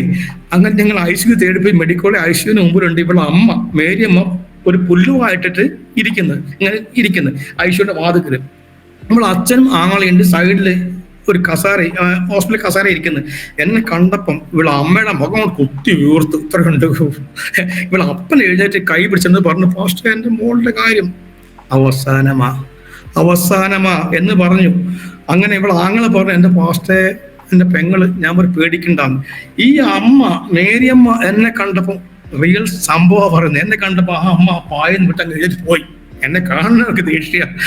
ഞാൻ എന്ത് ചെയ്യുന്നറിയോ, ഈ അപ്പന്റെ കണ്ണീര് കണ്ടപ്പോ, ഈ ആങ്ങളുടെ വിഷമം കണ്ടപ്പോ, ഈ സാജൻ പാഷ അവരുടെ തീർത്ത് ഇപ്പൊ വരാന്ന് പറഞ്ഞു. ഈ ഐശ്വര്യ മാതുക്കൾ 6 മണി സമയത്ത് ആ പായലിഞ്ഞ് മുട്ടുകൊത്തി ഈ മോൾ ഐശ്വര്യനകത്ത മുകളിലെ കൈ ഉയർത്തി പ്രാർത്ഥിച്ചൊരു 4-5 മിനിറ്റ് പ്രാർത്ഥിച്ചു. എൻ്റെ കണ്ണ് കൊടുകൂടാ പൊട്ടി ഒഴുകാൻ തുടങ്ങി. ശക്തമായി പ്രാർത്ഥിച്ചു. എൻ്റെ മകളെ ഞാൻ അവളിൽ കണ്ടു. ഇത് എൻ്റെ മകൾക്കാണെങ്കിലോ പ്രാർത്ഥിച്ച് കണ്ണീരിങ്ങനെ ഒറ്റിട്ട് വീഴുന്നു. പ്രാർത്ഥിച്ചു. ഞാൻ പോന്നു. ഞാൻ പറഞ്ഞു ആങ്ങളെ രജിയോട് പോകും, രജി എന്തെങ്കിലും വിശേഷം ഒന്ന് വിളിക്കണം, അവൻ്റെ അടുത്ത് എൻ്റെ നമ്പറുണ്ട്, വിളിക്കണം എന്ന് പറഞ്ഞു. ശരി പാസ്റ്റൻ. അന്ന് പോന്നു. രാത്രി എനിക്ക് ഇവിടെ വിളിക്കാം, രാത്രി ഞാനൊന്ന് വിളിച്ചു, പേടിച്ചോണ്ട് രജിയെ വിളിച്ചു, അങ്ങനെ വിളിച്ചു. ഒരു 9:30 വിളിച്ചു. എനിക്ക് വിറയ്ക്കുക. അതായത് അവരെ വീട്ടിൽ അവര് കത്തോലിക്കരാ, അവിടെ പള്ളിക്കാർ പന്തലൊക്കെ കഴിഞ്ഞു. ഇവിടെ പെട്ടി ആംബുലൻസ് കാത്തിരിക്കുക, ഇവിടെ പെട്ടി കാത്തിരിക്കുക, അങ്ങനെയാണ്. അപ്പൊ രാത്രി രജി പറഞ്ഞു, പാസ്റ്റേ അവള് ചായയും പഴംപൊരിയും ചോദിച്ചു. ഞാൻ പറഞ്ഞു, രജി 10-36 ദിവസം ഭക്ഷണം കഴിക്കാത്ത കുട്ടി പഴംപൊരി കൊടുക്കാൻ പോകണ്ടെന്ന് ചോദിച്ചു. അല്ല പാസ്റ്റേ, അത് അവളെ ആഗ്രഹമല്ലേ. മനസ്സിലായോ? അവളുടെ അവസാനത്തെ ആഗ്രഹം അതവർ കൊടുത്തു. രാത്രി എനിക്ക് ആകെ വിഷമായി. അന്ന് രാത്രി എൻ്റെ മോളോർത്ത് എനിക്ക് അത് ഈ വേദന അവർക്കറിയില്ലേ കേട്ടോ. എനിക്ക് ഉറങ്ങാൻ കഴിയില്ല. അന്ന് രാത്രി മുഴുവൻ ഞാൻ നെബൂഖദ്നേസർ രാജാവ് പ്രാർത്ഥിച്ച പോലെ, ഡാനിയേലിന് വേണ്ടി പ്രാർത്ഥിച്ച പോലെ ഞാൻ പ്രാർത്ഥിക്കാൻ തുടങ്ങി. രാവിലെ ഒരു 8-9 ആയിട്ട് ഫോൺ എടുക്കാൻ പേടി. കാരണം മരണവാർത്ത കേൾക്കാനുള്ളത്, അവര് കാത്തിരിക്കുക. അപ്പൊ അവളെ അപ്പനാ ഫോൺ എടുത്തത്. എനിക്ക് പേടി. ഞാൻ പറഞ്ഞു, വർഗീസ് അങ്കിളെ, ഞാൻ മനസ്സിലായി അങ്കിളെ, മോൾക്ക് അവള് വാർഡിലേക്ക് പോകുന്നു. ഞാൻ പറഞ്ഞു, എന്താ സംഭവിച്ചത്? അതെന്താന്ന് അറിയില്ല. രാവിലെ അവൾക്ക് നല്ല ഉഷാറൊക്കെ ഉണ്ടായി. അങ്ങനെ രാവിലെ അവള് എഴുന്നേറ്റു. അങ്ങിപ്പോ വാർഡിലുണ്ട്, പാസ്റ്റർ വാ കാണാന്ന്. സിസ്റ്റർ, അന്ന് രാത്രി എന്റെ കർത്താവ് എന്നെ സൗഖ്യമായ കർത്താവ് അവളെ തൊട്ടു. സിസ്റ്ററെ, ആന്റി അവളെ തൊട്ടു. ഞാൻ വൈകുന്നേരം ഓടി അവളെ ബെഡിനടുത്ത് പോയിരുന്നു. അവള് എന്നെ കൊണ്ട് ചാടി എഴുന്നേറ്റിങ്ങനെ ഇരുന്നു. ഞാൻ ചോദിച്ചു, മോളെ എനിക്ക് എന്തെന്നില്ല, ഞാൻ ഒറ്റയ്ക്കാ പോയത്, എന്തെന്നില്ല സന്തോഷം. അവളെ അപ്പച്ചനും അമ്മയ്ക്ക് ഭയങ്കര സന്തോഷം. അപ്പൊ എന്നെ കണ്ട് അവരെ അപ്പൻ ഇങ്ങനെ ചേർത്ത് പിടിച്ച് അവളെ ആങ്ങളെ വന്ന് കൈകൊ തന്നു. അവളെ അമ്മ എന്നെ ഇങ്ങനെ കൈകൂപ്പി. ഇന്നലെ എന്നെ കണ്ട് ബോംബ് കുറിപ്പിച്ച് അമ്മ എന്നെ കണ്ട് കൈകൂപ്പി. അവളെ തീർന്നു. ഞാൻ തലയിൽ പോകത്തില്ല, പഴയപ്പോൾ മുടിയിലൊക്കെ തഴങ്ങി. അപ്പൊ എന്താ മോളെ ഉണ്ടായത്? ഒന്നുമില്ല പക്ഷേ. അല്ല, നീ എന്തെങ്കിലും വെളിച്ചം കണ്ടോ? നീല വെളിച്ചം ഇല്ല. പിന്നെ എന്റെ ശബ്ദം കേട്ടോ? ഒന്നുമില്ല മാസ്റ്ററെ. നിന്നെ ആരും തൊട്ടതായി തോന്നി? ആയിഷ് ഇല്ല മാസ്റ്ററെ. നീ എന്താ ഉണ്ടായെന്ന് ചോദിച്ചപ്പോൾ ഒരു പാസ്റ്റേ, എനിക്ക് ഓർമ്മ ശരിയാണെങ്കിൽ രാത്രി 12 മണിക്കായി കാണുന്നു വിചാരിക്കുന്നത്. ഞാൻ ഈ കിടപ്പ് കൊടുത്ത് തുടങ്ങി 10-16 ദിവസം അതിനകത്ത് കിടക്കുന്നത്. വാർഡിലും 10-20 ദിവസം കിടന്നല്ലോ. അപ്പോൾ പിന്നെ ഇതുവരെ കാണാൻ സംഭവം ഉണ്ട്. എന്താ കണ്ടെന്ന് ചോദിച്ചാൽ അവള് പറയാണ്, എന്നെ ഒരു 12 ആരോ അങ്ങനെ മേപ്പോട്ട് ഇങ്ങനെ പൊക്കിക്കൊണ്ട് താപ്പോട്ടിടുക, അവരുടെ ഭാഷയിൽ. അല്ലെങ്കിൽ മേപ്പോട്ട് ഇങ്ങനെ കൊണ്ടുപോവാ, താപ്പോട്ടിടുക. അപ്പൊ എനിക്കൊന്നും ആയില്ലേ? ഇല്ല, എനിക്ക് നല്ല സന്തോഷം, നല്ല സുഖമായിരുന്നു. എന്നെ പിന്നെ ഇങ്ങനെ മേപ്പോട്ട് കൊണ്ട് താപ്പോട്ട് ഇങ്ങനെ വന്നിട്ട് എനിക്ക് ഭയങ്കര സന്തോഷം. ഭാഷ വല്ലാത്തൊരു സന്തോഷം എനിക്കുണ്ടായി. എനിക്ക് ആരോട് പറയാനൊന്നും കഴിയുന്നില്ല. അവിടെ ആരും കാണില്ല. ഒരു 12-12 കാണും. അന്ന് രാത്രി അവളെ കർത്താവ് തൊട്ടു. പിറ്റേ ദിവസം ഒരാള് തിരിച്ചു വന്നു, വാർഡിലേക്ക് വന്നു. അങ്ങനെ അവരെ പാക്ക് ചെയ്ത് വീട്ടിലേക്ക് വിട്ടു. അവള് കോഴിക്കോട് വയനാട് മീനങ്ങാടി കാര്യമ്പാടി അവളെ വീട്. അവിടുത്തെ പാസ്റ്റർ ഷാജി പാസ്റ്റർ ഒന്ന് ഇവിടെ വരണം, അവളെ വീട്ടിൽ നിന്ന് പോകാൻ അവർ വിളിക്കുന്നുണ്ട്. അങ്ങനെ ഞാൻ അവളെ പാസ്റ്റർ മീനങ്ങാടി പോയിട്ട് അവരെ ബൈക്കിൽ കാര്യമ്പാടി, ചെറിയൊരു കട്ടപ്പരയാണ്, ചെറിയൊരു പോര. അങ്ങനെ ഒരു മോനും അവരെ വീട്ടിൽ പോയി ചെന്ന് അവളെ എന്നെ കണ്ട ഉടനെ എന്നെ ഇങ്ങനെ കൈ ഇങ്ങനെ കൂട്ടി നെറ്റിയിൽ ഇങ്ങനെ വെച്ച് കരഞ്ഞവള് പ്രാർത്ഥി. എനിക്കൊരു മിക്സറും ഒരു ഗ്ലാസ് കട്ടൻ ചായയും കിട്ടി. സ്തോത്രം. എന്താ അറിയോ, ആ സഹോദരി ഇന്നും ജോലിക്ക് പോകുന്നു. ഇന്നും ജോലിക്ക് പോകുന്നു. മോളുടെ കല്യാണം കഴിഞ്ഞു. അങ്ങനെ ഞാൻ പറയട്ടെ, ഇങ്ങനെ ഒരുപാട് അത്ഭുതങ്ങൾ കാണാൻ ഈ യേശു, നമ്മുടെ യേശു, ജീവിക്കുന്ന യേശു. എന്താ കാരണം? എന്റെ യേശു മരിച്ച് അടക്കി ഉയർത്തെഴുന്നേറ്റ് ഇന്നും എന്റെ പ്രാർത്ഥന കേൾക്കുന്ന യേശുവാണ്. ഈ കത്തോലിക്കര് മറ്റും കാണിക്കും. ഞാൻ പണ്ട് കുരിശുപള്ളി പോയ ആളാണ്, ഒത്തിരി അമ്പലങ്ങളിൽ പോയാണ്. ഈ കുരിശുപള്ളി ഇപ്പൊ ഒരു മെഴുകി കത്തിച്ചാളാണ്. ഞാൻ കോഴിക്കോട് മാവ് റോഡിൽ കുരിശുപള്ളി ഉണ്ട്. അവിടെ വെള്ളിയാഴ്ച ഭയങ്കര തിരക്കാണ്. അവിടെ പോയിട്ട് എത്രയോ തവണ ഞാൻ പ്രാർത്ഥിച്ചും മെഴുകി കത്തിച്ചിട്ടുണ്ട്. എനിക്ക് യേശു വലിയ ഇഷ്ടമായിരുന്നു. പക്ഷേ ആ യേശു മരിച്ച് കല്ലിൽ കിടക്കുന്ന യേശുവാണ്, കത്തോലിക്കരുടെ യേശു. എന്നാൽ ഈ യേശു ജീവനുള്ള യേശു. എന്റെ യേശുവിന്റെ ഫോട്ടോ ഒന്നും അവർ വെക്കാൻ പാടില്ല. കാരണം എന്താ അറിയോ, എന്റെ അച്ഛൻ മരിച്ചിരിക്കാൻ ഞാൻ അച്ഛന്റെ ഫോട്ടോ വെക്കാം. തിരി കത്തിക്കുക. എന്റെ അച്ഛൻ ജീവിച്ചിരിക്കുമ്പോൾ ഞാൻ എന്റെ അച്ഛന്റെ ഫോട്ടോ വെക്കാൻ പാടുണ്ടോ? മരിച്ചവരല്ലേ ഫോട്ടോ വെക്കുക. ഇവർ ചെയ്യുന്നത് മരിച്ച ആളുകളുടെ ഫോട്ടോ അവർ വെക്കുന്നത്, കത്തോലിക്കർ ചെയ്യുന്നത്. അത് അറിവില്ലായ്മയാണ്. എന്റെ യേശുവിന്റെ ഫോട്ടോ വെക്കണ്ട. എന്റെ വീട്ടിൽ ഒന്നുമില്ല. എന്റെ യേശു എന്റെ ഉള്ളത്തിൽ വസിക്കും. ഇതാണ് യേശുവിന്റെ മന്ദിരം. ഇവിടെ യേശു വസിക്കുന്നു. അവൻ ഒരുപാട് അത്ഭുതം കാണാൻ, എന്റെ ശുശ്രൂഷ അത്ഭുതം കാണാൻ സ്വർഗം എന്നെ സഹായിച്ചു. പക്ഷേ നിർത്താം സഹോദരി ആന്റി, 2 മണിക്കൂറാവാറെ എനിക്ക് ഇപ്പോഴും ഒരു വിഷമമുള്ളൂ. ഒത്തിരി ആൾക്കാരുടെ ലക്ഷക്കണക്കിന് എനിക്ക് കിട്ടുന്ന കാശൊക്കെ ഞാൻ ലഘുലേഖ പ്രിന്റ് ചെയ്യാൻ ഉപയോഗിക്കുക. ലക്ഷക്കണക്കിന് ലഘുലേഖ പ്രിന്റ് ചെയ്തു. ലക്ഷക്കണക്കിന് ആൾക്ക് സുവിശേഷം അറിയിച്ചു. ഒത്തിരി ആത്മാക്കളാണ് ദൈവം അനുഭവിച്ചു. ഒത്തിരി അത്ഭുതം കാണാൻ ദൈവം അനുഭവിച്ചു. പിന്നെ കിട്ടും കേട്ടോ. എന്താ അറിയോ, ഏതെങ്കിലും സഹോദരിമാർ കല്യാണം ഉണ്ടായാൽ അവര് പ്രപ്പോസൽ വന്നവർ എന്നെ വിളിക്കും. പാസ്റ്റർ എങ്ങനെയാണ്, ചെക്കന്റെ പേര് ഇന്ന പേര്, എവിടെ വീട്ടിനത്, എന്ത് ചെയ്യുന്നത്. അത് പ്രാർത്ഥിക്കുമ്പോൾ കറക്റ്റായിട്ട് റൈറ്റ് പാത്ത് ദൈവം കാണിക്കും. അവർ മോളെ അത് പറ്റില്ല കേട്ടോ, അത് ഒഴിവാക്കി. അങ്ങനെ ഒഴിവാക്കിയിട്ട് ചിലത് മോളെ ഓക്കെയാണ്. ദൈവം വചനത്തോട് പറയും ഇത് കറക്റ്റാന്ന് പറയും. അങ്ങനെ ഷർട്ടും പാൻറ്റൊക്കെ വാങ്ങിത്തരും. അങ്ങനെയൊക്കെ ചില ഗിഫ്റ്റ് കിട്ടാറുണ്ട്. അങ്ങനെയാണ് എനിക്ക് ഈ അടുത്ത് ലാപ്ടോപ്പ് കിട്ടിയത്. ആ യോസറിലെ ഒരു ജോബി എന്ന സഹോദരനാണ്. അദ്ദേഹം അടൂർക്കാരനാന്ന് തോന്നുന്നു. ജോബി സഹോദരൻ എനിക്ക് ലാപ്ടോപ്പ് നല്ല ബന്ധം. ഇടയ്ക്കിടയ്ക്ക് എന്നെ പ്രാർത്ഥിക്കാൻ വിളിക്കും. ഒരു യൗവനക്കാരനാണ്. 3 പെൺമക്കളാണ്. അവന്റെ ഭാര്യയുടെ പേര് ദീപ്തി, മൂത്ത മോളുടെ പേര് ജാനീസ്, രണ്ടാമത്തെ മോളുടെ പേര് ഡയന, ഇളയ മോളുടെ പേര് ഈവ്ലിൻ. 3 മക്കളായതൊക്കെ. ഒരു സർക്കാർ ഉദ്യോഗസ്ഥനാണ് അദ്ദേഹം. അവിടെ ഇത്തിരി വിഷമങ്ങൾ കടന്നു പോകുന്നത്. അങ്ങനെ അദ്ദേഹം എനിക്ക് ലാപ്ടോപ്പ് ഇതുപോലെ പലതും കിട്ടിയിട്ടുണ്ട്. ഇതൊക്കെ ദൈവത്തിന് അറിയാം. നിങ്ങളുടെ ആവശ്യം എന്തെന്ന് നിങ്ങൾ പ്രാർത്ഥിക്കണം. നിങ്ങളുടെ ആവശ്യം ഇന്നതെന്ന് ദൈവം അറിയുന്നു. നിങ്ങൾ പ്രാർത്ഥിച്ചാൽ മതി. ദൈവത്തിന് വേണ്ടി കാത്തിരിക്കുക. എനിക്ക് മുമ്പേ വലിയ ഇഷ്ടം ലാപ്ടോപ്പ് കിട്ടാനൊക്കെ വലിയ ഇഷ്ടം. കൊല്ലം മുമ്പേ മോഹമാണ്. പക്ഷെ അത് ദൈവം ഈ വർഷം മാർച്ച് 30-ാം തീയതി നിവർത്തിച്ചെന്ന്. ഈ ദൈവം എന്റെ ജീവിക്കും ദൈവം. ഈ ദൈവത്തെ വിട്ട് എന്റെ ഭാര്യ വിട്ടുപോട്ടെ, മക്കൾ വിട്ടുപോട്ടെ, വീട് പോട്ടെ, കുടുംബം പോട്ടെ, പക്ഷെ ഈ ജീവിക്കും ദൈവത്തെ ആർക്ക് വിട്ടൊഴിയാൻ കഴിയും? സ്നേഹസമനായ ദൈവം എന്നെ കരപിടുത്തടുത്ത ദൈവം. എത്ര ആക്സിഡന്റ് എന്ന് പറയാം. എന്നെ 68 വയസ്സായപ്പോ 68 വയസ്സായി. ഇന്ന് എനിക്ക് 68 വയസ്സ്. 56 ഡിസംബർ 14 ഡേറ്റ് ഓഫ് ബർത്ത്. ഇതിപ്പോ എത്ര 2024 മെയ് 16 58 വയസ്സ്. 68 വയസ്സും 5 മാസവുമായി. 5 മാസമായി. ഈ പ്രായമുള്ള മനുഷ്യൻ ഇപ്പോഴും ബൈക്കിൽ സുവിശേഷർക്ക് മറ്റു കോടി നടക്കുന്നത്. അനേക അപകടം ഉണ്ടായി. ഒരു പോറൽ പോലും പറ്റാതെ ദൈവം എന്നെ കാത്തിട്ടുണ്ട്. നമ്മളെ ദൈവം കരുതും. ദൈവം അവൻ കരുതുന്നവനാണ്. ഞാൻ എന്തിനീ ദൈവത്തെ വിട്ടുപോകണം? ഭാര്യ ഇങ്ങനെ പറയുന്നു, എന്റെ നിമിത്തം ഭാര്യ, മക്കളെ, അമ്മയപ്പന്മാരോ ഭവനമോ നിലമോ സമ്പത്തോ വിട്ടുകളയേണ്ടി വന്നാലും ഈ കാലത്ത് തന്നെ 10 മടങ്ങായും വരുവാനുള്ള കാലത്ത് നിത്യജീവനും പ്രാപിക്കാതിരിക്കുകയില്ല. എനിക്ക് തമ്പുരാൻ വീടൊരുക്കാൻ പോയിട്ടുണ്ട്. പക്ഷെ ഒറ്റ വിഷമമുള്ളൂ. ഞാൻ വളരെ വിഷമത്തോടു കൂടി പറയാണ്. എന്താ അറിയോ, എനിക്കൊരു ആഗ്രഹമുണ്ട്. സാധിക്കുമെന്ന് അറിയില്ല. യാതൊരു വഴി ഞാൻ കാണുന്നില്ല. ഒരു 3 സെന്റ് സ്ഥലത്ത് ഒരു ഒറ്റമുള്ള വീടെങ്കിലും കിട്ടിയിട്ട് അതിൽ തലചായ്ച്ചിട്ട് ഒന്ന് ശക്തമായി പ്രാർത്ഥിച്ചിട്ട് കർത്താവിൽ പോകാൻ ആഗ്രഹം. എന്താ അറിയോ, ഇത് വാടക വീടാ. ഇത് അടിയിൽ ഓണർ പാർക്കുണ്ട്. അവർ നായന്മാരാണ്. ഇവിടുന്ന് പ്രാർത്ഥിക്കാൻ കഴിയില്ല. മൗന പ്രാർത്ഥന ഇതുപോലെ സംസാരിക്കാൻ കഴിയില്ല. ഇത് ഞാൻ ജനവാരും അവരെല്ലാം അടച്ചു പൊട്ടിയാണ് ഇപ്പൊ ഈ സാക്ഷ്യം പറയുന്നത്. കാരണം ശബ്ദം പുറത്തു പോകാൻ പറ്റില്ല. അപ്പൊ ഈ പ്രാർത്ഥിക്കാൻ ഞാൻ മൗനമായിട്ട് പ്രാർത്ഥിക്കാം. മൗനമായിട്ട് ഈ ഹന്ന പ്രാർത്ഥിച്ച പോലെ ഞാൻ പ്രാർത്ഥിക്കാറ്. അതിന് എന്റെ മരിക്കുന്നതിന് മുമ്പേ ഒന്ന് ശക്തിയോടെ കർത്താവേന്ന് വിളിച്ച് 2 ഹല്ലേലൂയ പറഞ്ഞ് പാട്ടൊന്നും പാടാൻ കഴിയില്ല. പാട്ട് പാടി പ്രാർത്ഥിച്ചിട്ട് മരിക്കണം എന്ന് ആഗ്രഹമുണ്ട്. മരിക്കുന്നതിന് മുമ്പേ ഒരു 3 സെന്റ് സ്ഥലം, ഒരു കൊച്ചു വീട്, ഒരു മുറി മതി. എന്റെ ആഗ്രഹമാണ്. പ്രാർത്ഥിക്കണം ആന്റി, ഒരു കൊച്ചു വീട് കിട്ടാൻ. എനിക്ക് വേറെ ഒന്നും കൊണ്ടാവാനല്ല, എന്റെ മക്കൾക്ക് വേണ്ടി സൗകര്യക്കാനല്ല, കരുതി വെക്കാനല്ല, ധൈര്യമായിട്ട് കിടക്കാൻ ഒരു വീട് എനിക്ക് ലഭിക്കാൻ പ്രാർത്ഥിക്കണം.